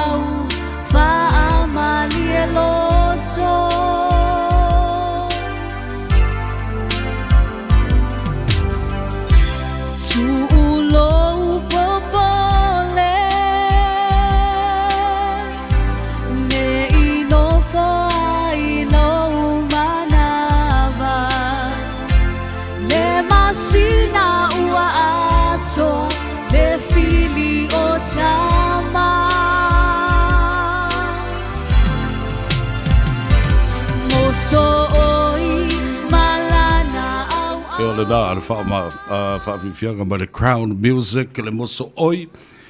Ina ua toa sifuma 5 minute o na tā leo le I tūlai 5. Whaamalu atu Samoa le asu I whanua le tātou nanga ma le tautua ne dei aso. Savea ma le Tanoa Ava, ia ua fo I le whaafonga tā puai ma lau sila mai moa. Manatu, ia, ua whaifofo I whanua, ia le, ia ma tō sivi o whaiva fo I o manu sa tofu le li titai. Tofu fo si manu ia masiana ia. Ia, ai whaafteitele le atunu. Le taliaina fo I o le leo le au na nei tonu o maota malawa. Ia whapena fo I tonu o lo sa, o lo whalawhainga aruenga, o lo ofisa, o whea lava. Ia, sa whaafonga mai ei tu e fio le lalolangi.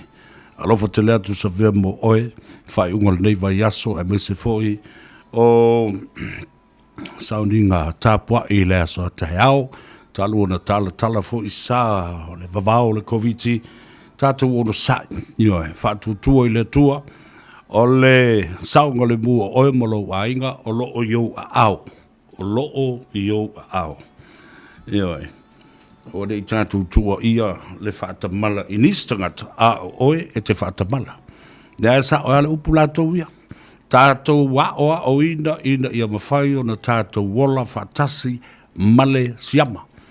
Ioi, na upuana tangata pala ai male ai se whatu. Whema ia, la whawhenga ko wola male siama male a. O tō si sile le poto le tō whare malo. Tatala ia no tanga. Awele awa no I lau whai whato anga ma lau whai pisinisi. Iai le teimi e whai ngāruenga, I le teimi e umai. Whapena fōi ona mawhai pēa na develop mati na e au tō pisinisi, ma mau au tō tupe, a o tātou wola ma le koviti. Ia, o le mea sā, o le mea le nā. Whamanui o tātou te tai, o le atunu, wha le malo, tātou te tai, wha le nganga, le au whainga ruenga te tofi, I whāta whai tau langa fia, ia, mai se fo, ia so se sāboa o lala I tu e fia o le lalolangi. Whapena fo I o na, ia ile anga le lei o le tātou tapa au siri le langi I le alala ai ia ma le nopia I o Samoa I le tu o le langi a talo fatu ia ma wha malo atu fo I le au nanga lau fionga fonti a tau ili ia ma lau tau fo I pora karame o le turisi Samoa I Adelaide ia na o le tapua I lau fo I ma matatu mai mua fo I ma karie aku I kou whaleiku. Ia, le nā, o le sa, o le tō ngā le nā I o le tangata. O whai le lalolangi nei.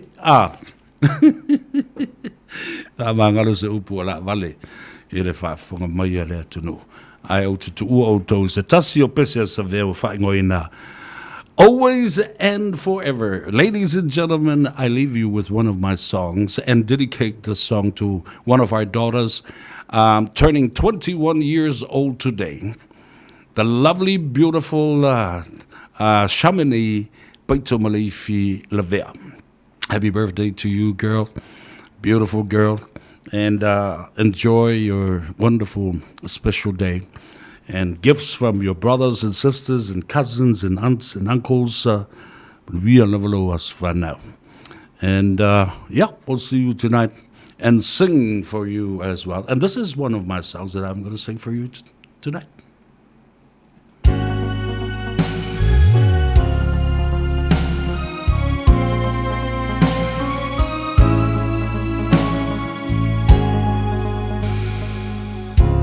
Always and forever, each moment with you, it's just like a dream to me that somehow came true. I know tomorrow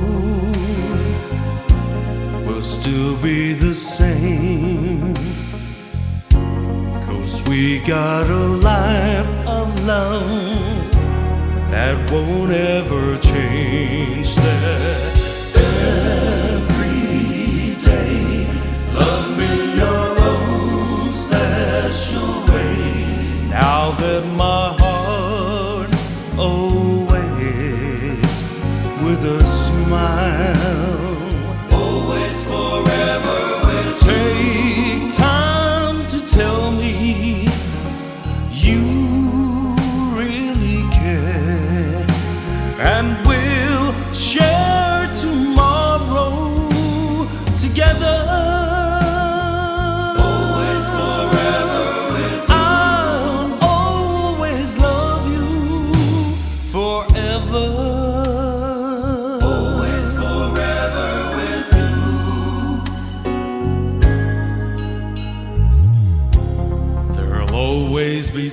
shine when I look at you. It's something I can't explain. It's just what you do. And if you get lonely, empty in bed, it's something you give to me. That magic will wait there. Every day, love me your own special way. Now that my heart always with a smile, always forever will take time to tell me you really care, and we'll share tomorrow together. Always forever with you. I'll always love you forever. Always forever with you.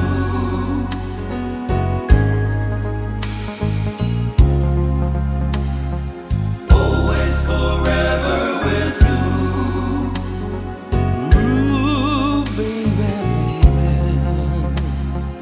always forever with you. Whoa, baby,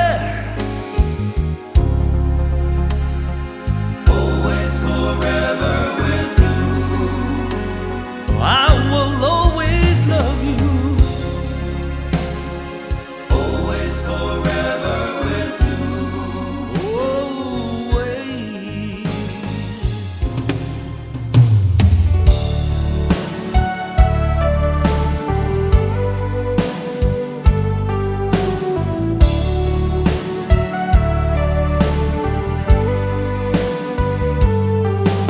Over ai o folinga no watana o te uina pe esa sa e pe ava e tu I fea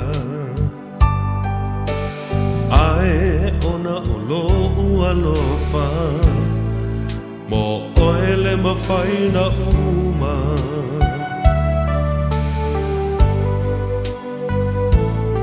ta oto I foi le pongisa e whaangalo le whaingata e mana tua pea o folinga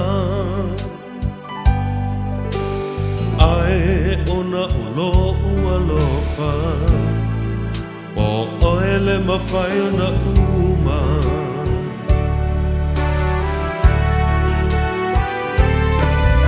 ua o iloa wa e alu ai whainga tāna ngalo oi lo whatu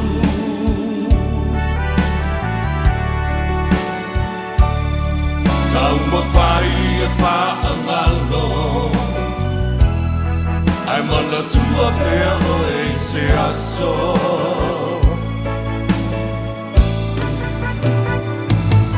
pea o tau talele sao e manu malo la lo manao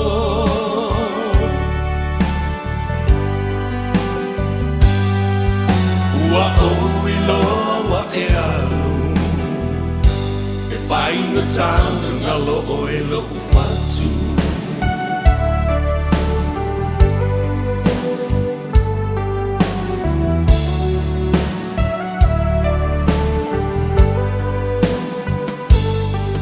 Tauane o la uva ai o rotu tu whaatasi mai ma la ufa alongo wa e whaatofa mai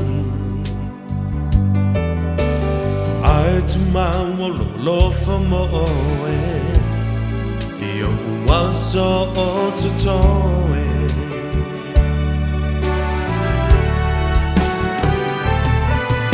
ua o iloa wa e alu ai whainga tāna ngalo oi lo whatu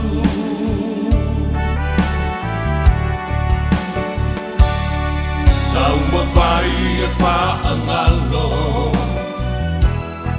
Ai mana tua pea o e se aso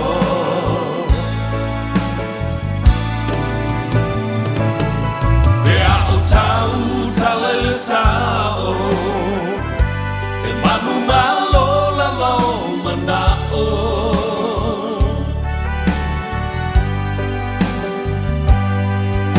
Ua o iloa e alu E whainga tanga ngalo o e lo ufatu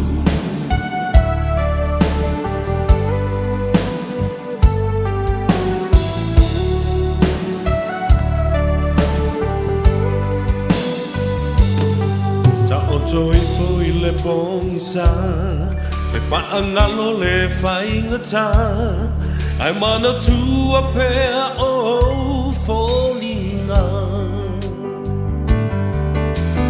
Ai ona o lo ua lofa Wa mafua i nei mea uma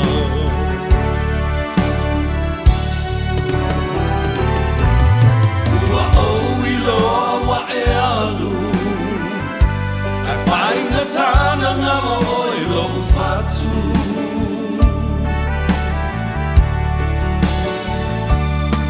Tau mawhai e whaangalo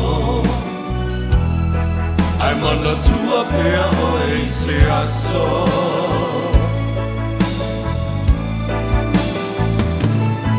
Pea o tau talele sao E manu malo la lo manao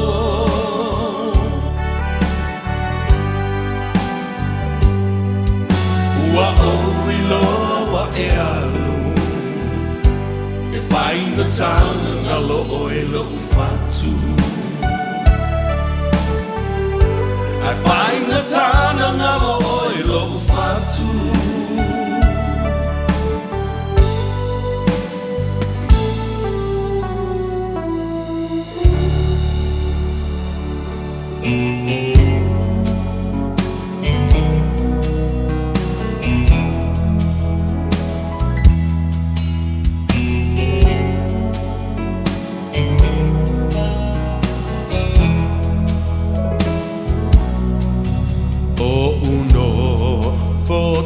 Atasi ma fau fau ngai Wa sau tua lasi Lea lo whahe Mo oe wa pei o se mai Awele lai se iangi mai Si o leo e ta fia whalongo i ai La upele ea Po o fea o e ai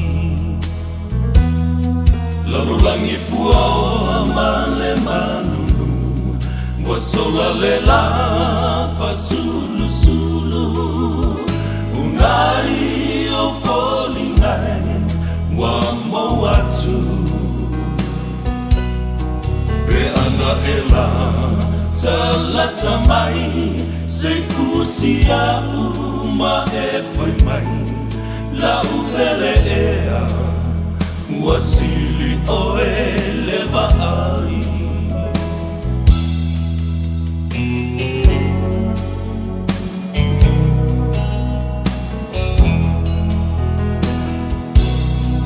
E moni ai o Solomona O vai e telele tineia le lofa E sole sami Ma le au e fe tawheai Le timu ngai se i tō mai Wa o ngā lalai le fia inu mai Whai mai e sautana Po o a upele ai Lalulangi pua o male manu Wa sola le la fa sulu sulu Unai o folingai Wa mo atu Pe ana e la Talata mai Se fusia uma e foi mai la upele ea Wasili oe le vaai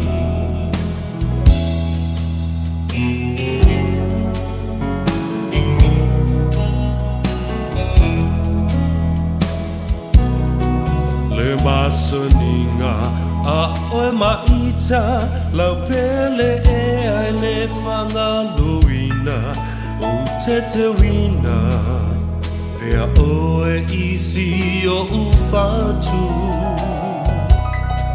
o na punava o siuta o langa o mea lelei ma mea leanga O le awai ia aunga e iei benefiti mo le ola awa oina, ma le ola maloloina, whaapea le malupui o whanau a onga, ma whai a onga. O le mea pitosili lea ona whaata waina. E tofu lava le a onga ma la tofu o fuanga talawhea ngai lelei, ma mana onga o whanau ma whai a onga. I lalo o le COVID Protection Framework, e au whiai ma awala ese, e whai ai a onga. E pei o le a onga mai le whale, whaapea le whaonga aina o teknolosi, e whai ai le sona i whale a onga. O benefiti o le awa yatu i a onga, e mawalunga atu nai loto langa lamatia, ma o fuafuanga o le saunga le mo ua saunia e a onga, ua mautino ai le malutia o le ano fuanga, nai lo isi o si o manga. A whai e iaini au fasili po o ni atu ngalunga e winga i le ola o oina o lautama. Ma tau te fautuaina oe, ina ia e fsotai i lana a onga, ma whai loa i ai o langona, e ma whai foi ona fsotai i le matanga luenga o a onga, numera ale ofisa o a onga ale tau i tu malo, e maua i le www.education.govt.nz. I'm Dallas. My mum has leukemia, so she would get seriously ill if she caught COVID-19. I would do anything for my mum, and she is always at the top of my priority list. To keep her safe, I have previously gone 14 to 15 months without seeing her, so that I didn't infect her. This was hard, but we would often video chat. I'll do anything to keep her safe. Our sacrifices are worth keeping high-risk whānau safe.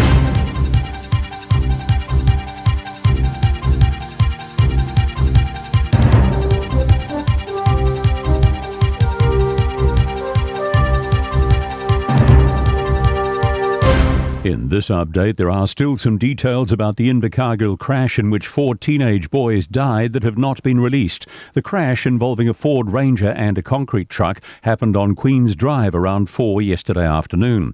One of the teens was 17, the others were 16. Their names have not yet been released, although it's been revealed 3 of the boys were from Bluff. Southland Area Commander Inspector Michael Bowman says there is still work to be done. We would ask anybody who may have seen the Ford Ranger or the concrete truck leading up to the crash, particularly people who have dash cam on their vehicles. We'd be very interested to see that footage. Wellington's Shelley Bay situation may be getting closer to an end. Protesters and a local iwi trust have laid a Maori stone at the site this morning as a symbol of unity. Mo Whenua have been occupying the site in Wellington since November 2020 in opposition to a $500 million development. Taranaki Whanui Settlement Trust chairperson Kara Pukitapu Dentis says he understands there will be a change in tactics. Mr Pukitapu Dentis says he understands they'll focus on the legal challenge rather than the occupation.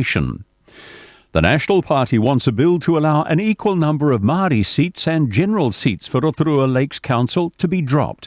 Currently, the Local Electoral Act sets the number of Māori ward seats based on population size.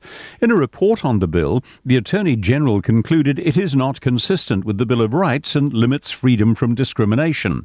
National Party Justice spokesperson Paul Goldsmith says Māori wards make sense when the proportions are the same, so everyone has an equal vote. This bill breaks that principle, and it's a fundamental democratic principle of equal suffrage. The bill's sponsor, Labour Party MP Tamati Coffey, says as the changes are being requested by Council, they'll need to consider the implications of the Bill of Rights analysis. That's news. In sport, golfer Greg Norman stunned the sports world by announcing he's planning a shock return to the Open Championship. It's been more than a decade since the Australian golf great last competed at a major. But 67-year-old Norman says he's planning to tee off in the sport's oldest major in July.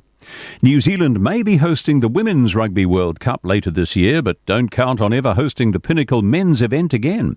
That's the frank admission from New Zealand Rugby's boss. Mark Robinson feels it's a big ask to attract the tournament back here. The government support, the size of stadia, the expectation that World Rugby has to be able to drive revenue, to be able to reinvest in the game across the world is such now that's going to be really challenging for New Zealand, and we'll have to be really creative as a country if we're to ever broach that subject again. That's sport. I'm Joe Gilfillan. Tasilima Ivatolu Amo Radio Samoa.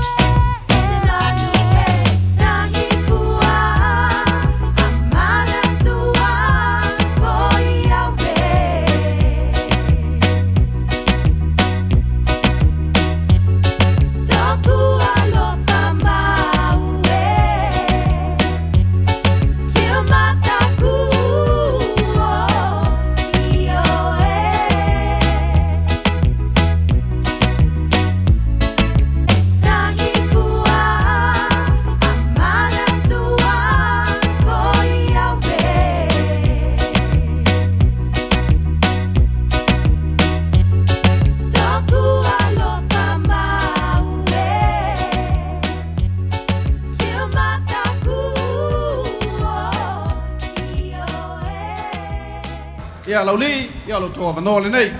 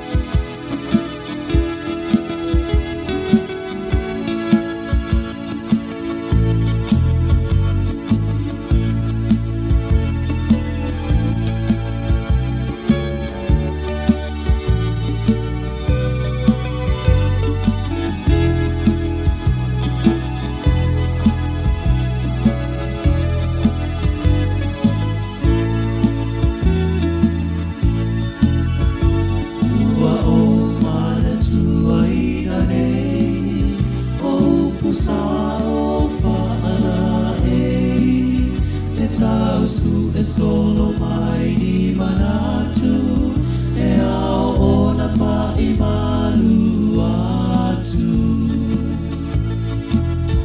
ua fesasi isi o nei loto oni winga talu no umo omo ia mawhana mai o so alofa tale la matau a mele polonga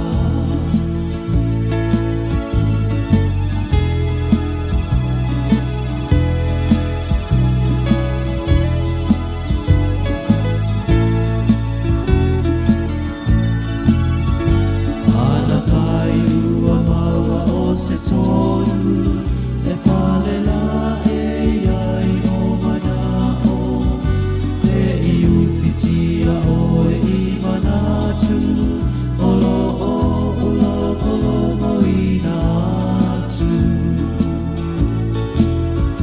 sa ili o se whaamaoni ia mau sali mai so tofi lofo pea ita I le whaatali e manu malo le ono sai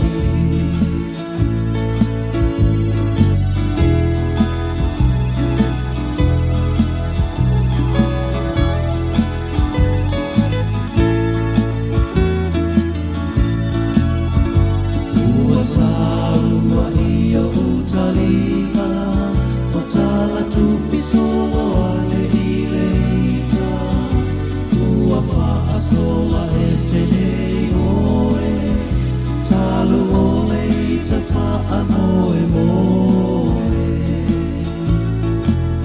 talano ana lau whafonga fia fia le pelu lea ua e natia ua e tui ai lo ufatu tawhia ola I se pa itasi atu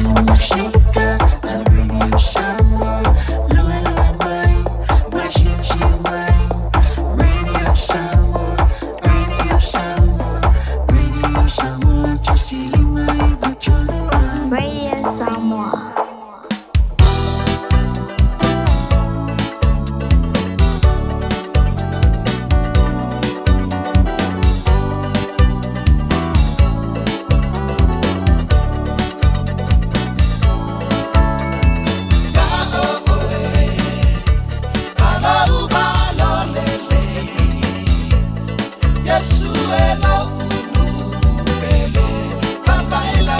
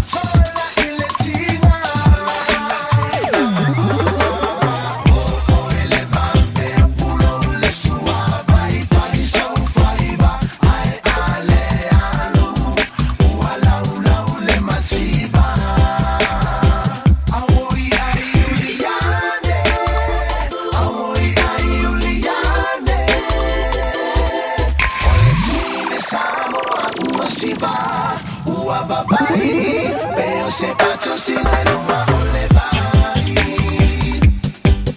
O tangata uma wasina loa Ile siva le tene Samoa Oka oka ua ova ile basa loloa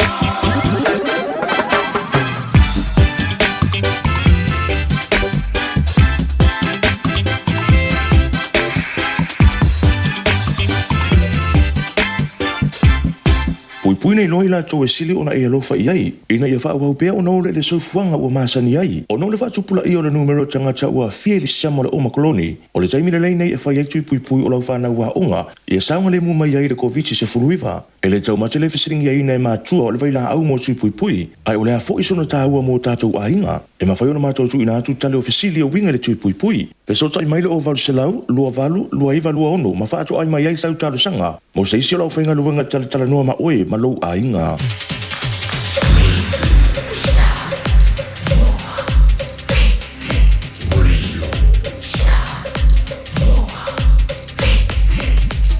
Tasilingo iwa tu, amo.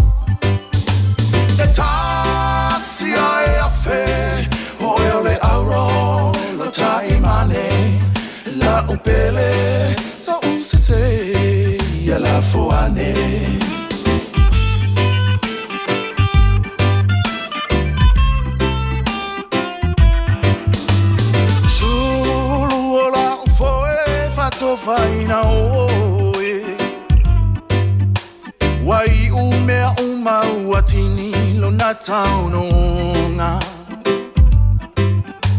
o ani alofa o te toe ilo uloto ua le toe au ngai upulele atua poto awa o lea ua e tu ua o oia we tu ia lo fatu wa o le mai o tinoa lo ua lo fale na wa e loa e tasi ai a fe o le auro lo taimane la upele so usese ya la foane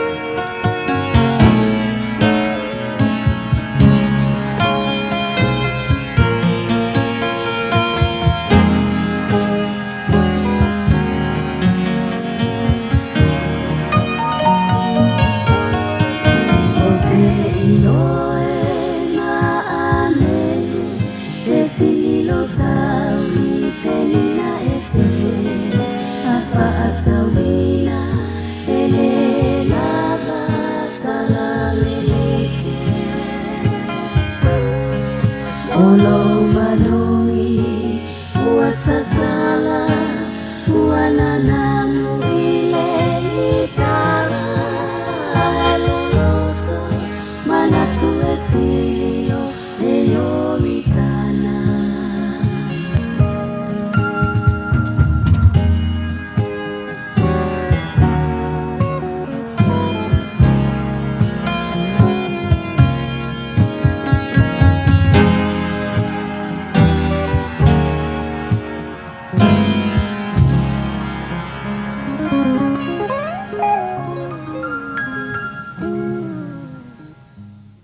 Ua na o le Radio Samoa se furulima iwa toru a mo e tautuaina o e ilaungangana fitu aso le vai aso.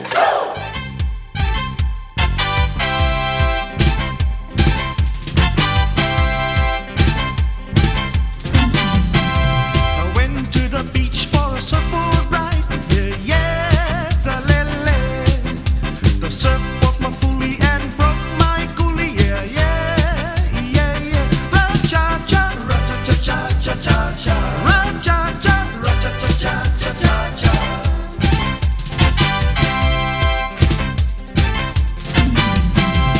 Tinga, tinga, tinga, tinga, tinga, la la la. Tinga, la la la. Tinga, la la la. Tinga, tinga, tinga, tinga, tinga, la la la. Tinga, la la la, wa la la. Awele mea uli la le la ti e ti e. Ilunga ole wafu masau sau ola na ofe. Oso atu le maile to sole o fuvae. Wapa ule sabi wasu sule pele we. Awele mea uli la le ti e ti e. Ilunga ole wafu masau sau ola na ofe. Oso atu le maile to sole o fuvae. Wapa ule sabi wasu sule pele we.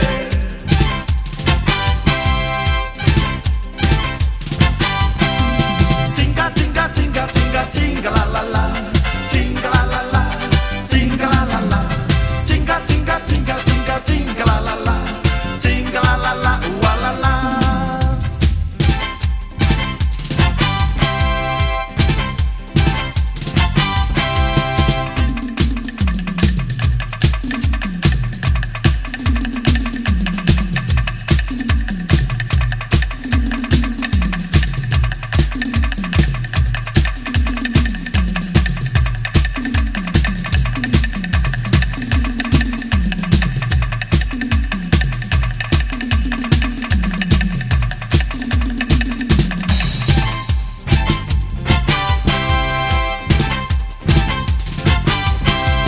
Walunga o tau tata mai a pe a fa talele, talele. Le pe a lota mama, le pe a lotina talele, talele. Ra-cha-cha, ra-cha-cha-cha-cha-cha. Ra-cha-cha, ra-cha-cha-cha-cha-cha.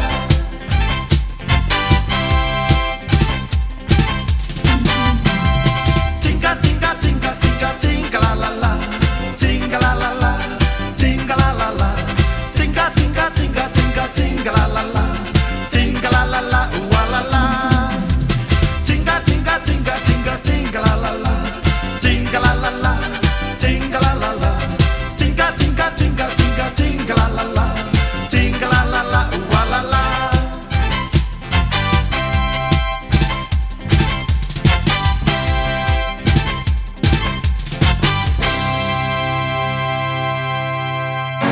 Sole Eva eva ma ila fale o le la faye le kako paki ma ingos kako fagu fa manga le aso maluma o le bo malulo ina lume le safai pasi masina fanu malu fa eva lo tino uma bye bye langona le fia ai bala anta mai ti o mai yo sei pumai sole o mai fili o mai musica lo fare eva eva sole o mai fili o mai musica lo fare eva eva eva eva no ma fai le mu au le pisa au mo etangulu eva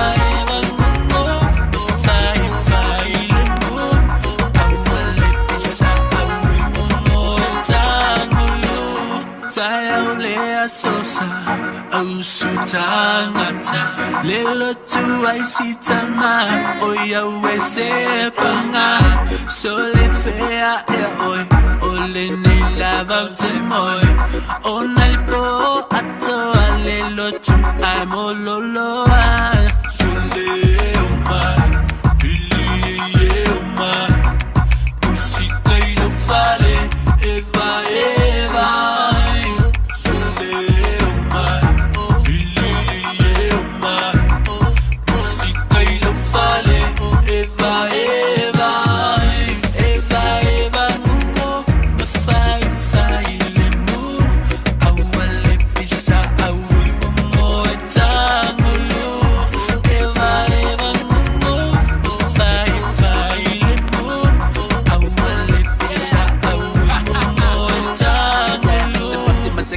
I'm a gold, I'm a sefa, so la banana, overload, I so la yelling at Valia, you gave me a bear, Billy Maleko, I look at the eyes, if I own a piece of Valea.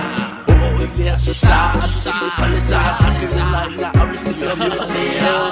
Oh, you wait, what the people in my lap, go and I my poor Olegato, you my wife named Malisala. Vale o Mavalea, ole tifi ole tama ole maua, ie wala, oya we utaleto e fire. Sunde omar, bili omar, musika ilo fale, eva eva. Sunde omar, bili omar, musika ilo fale, eva eva.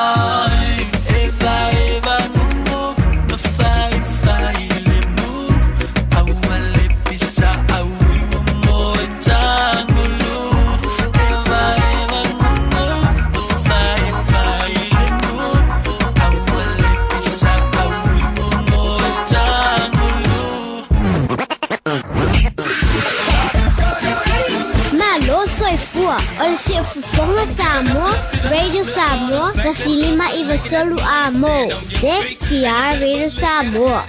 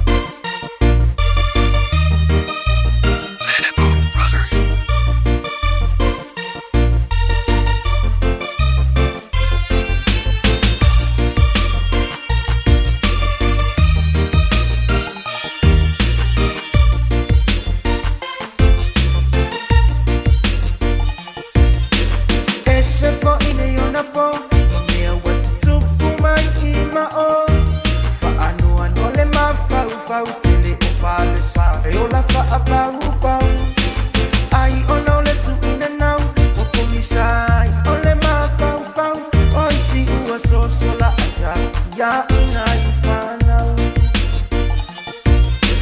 me ia sola soi fuanga te tele o tangata o lai le whaita anga o nisua o lai le mulilua wa sola atia i o si ona to alua Ngalo pua le tautonga, le tautino ai, i le whaai poiponga, wa le kea i ai, ai wha amali e o mana o ngā. Aua le whao ava, e wape umai, o si o la. Aua le o la whao kange, ma le wai se o wha alabe labe. Ta upa le ai ai nga, manu i nei winga le mana ia, alala mai i lalo ai, awa e keika i la uku alalo. Aua le whao ava, e wawe umai, o si o la. Aua le o la whao kange, ma le wai se o wha alabe labe. Ta upa le ai ai nga, manu i nei winga le mana ia, alala mai i lalo ai, awa e keika i la uku alalo.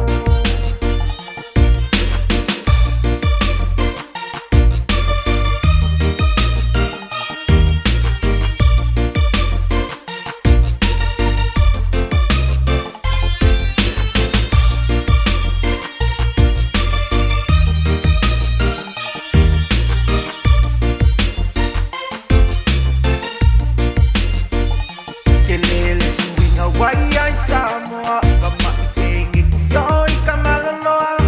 A o mafinge malo o makukua koe tia lai, la afuli i le lua. O isi ua lekea, o oi alava o se whai ava e o ino o kangela kele kukuma mainga. O kele kusi kusi lima, o so uola fia mama. A o mea olo o tukupu i loka kusi o si o maunga. A o le ngā fo i lava i ke iloa, ai ke musu o e ke kautala ma le pa a iloa te i kautuku ai, ma mea makanga. Aua le whao ava, e wape umai o si o la.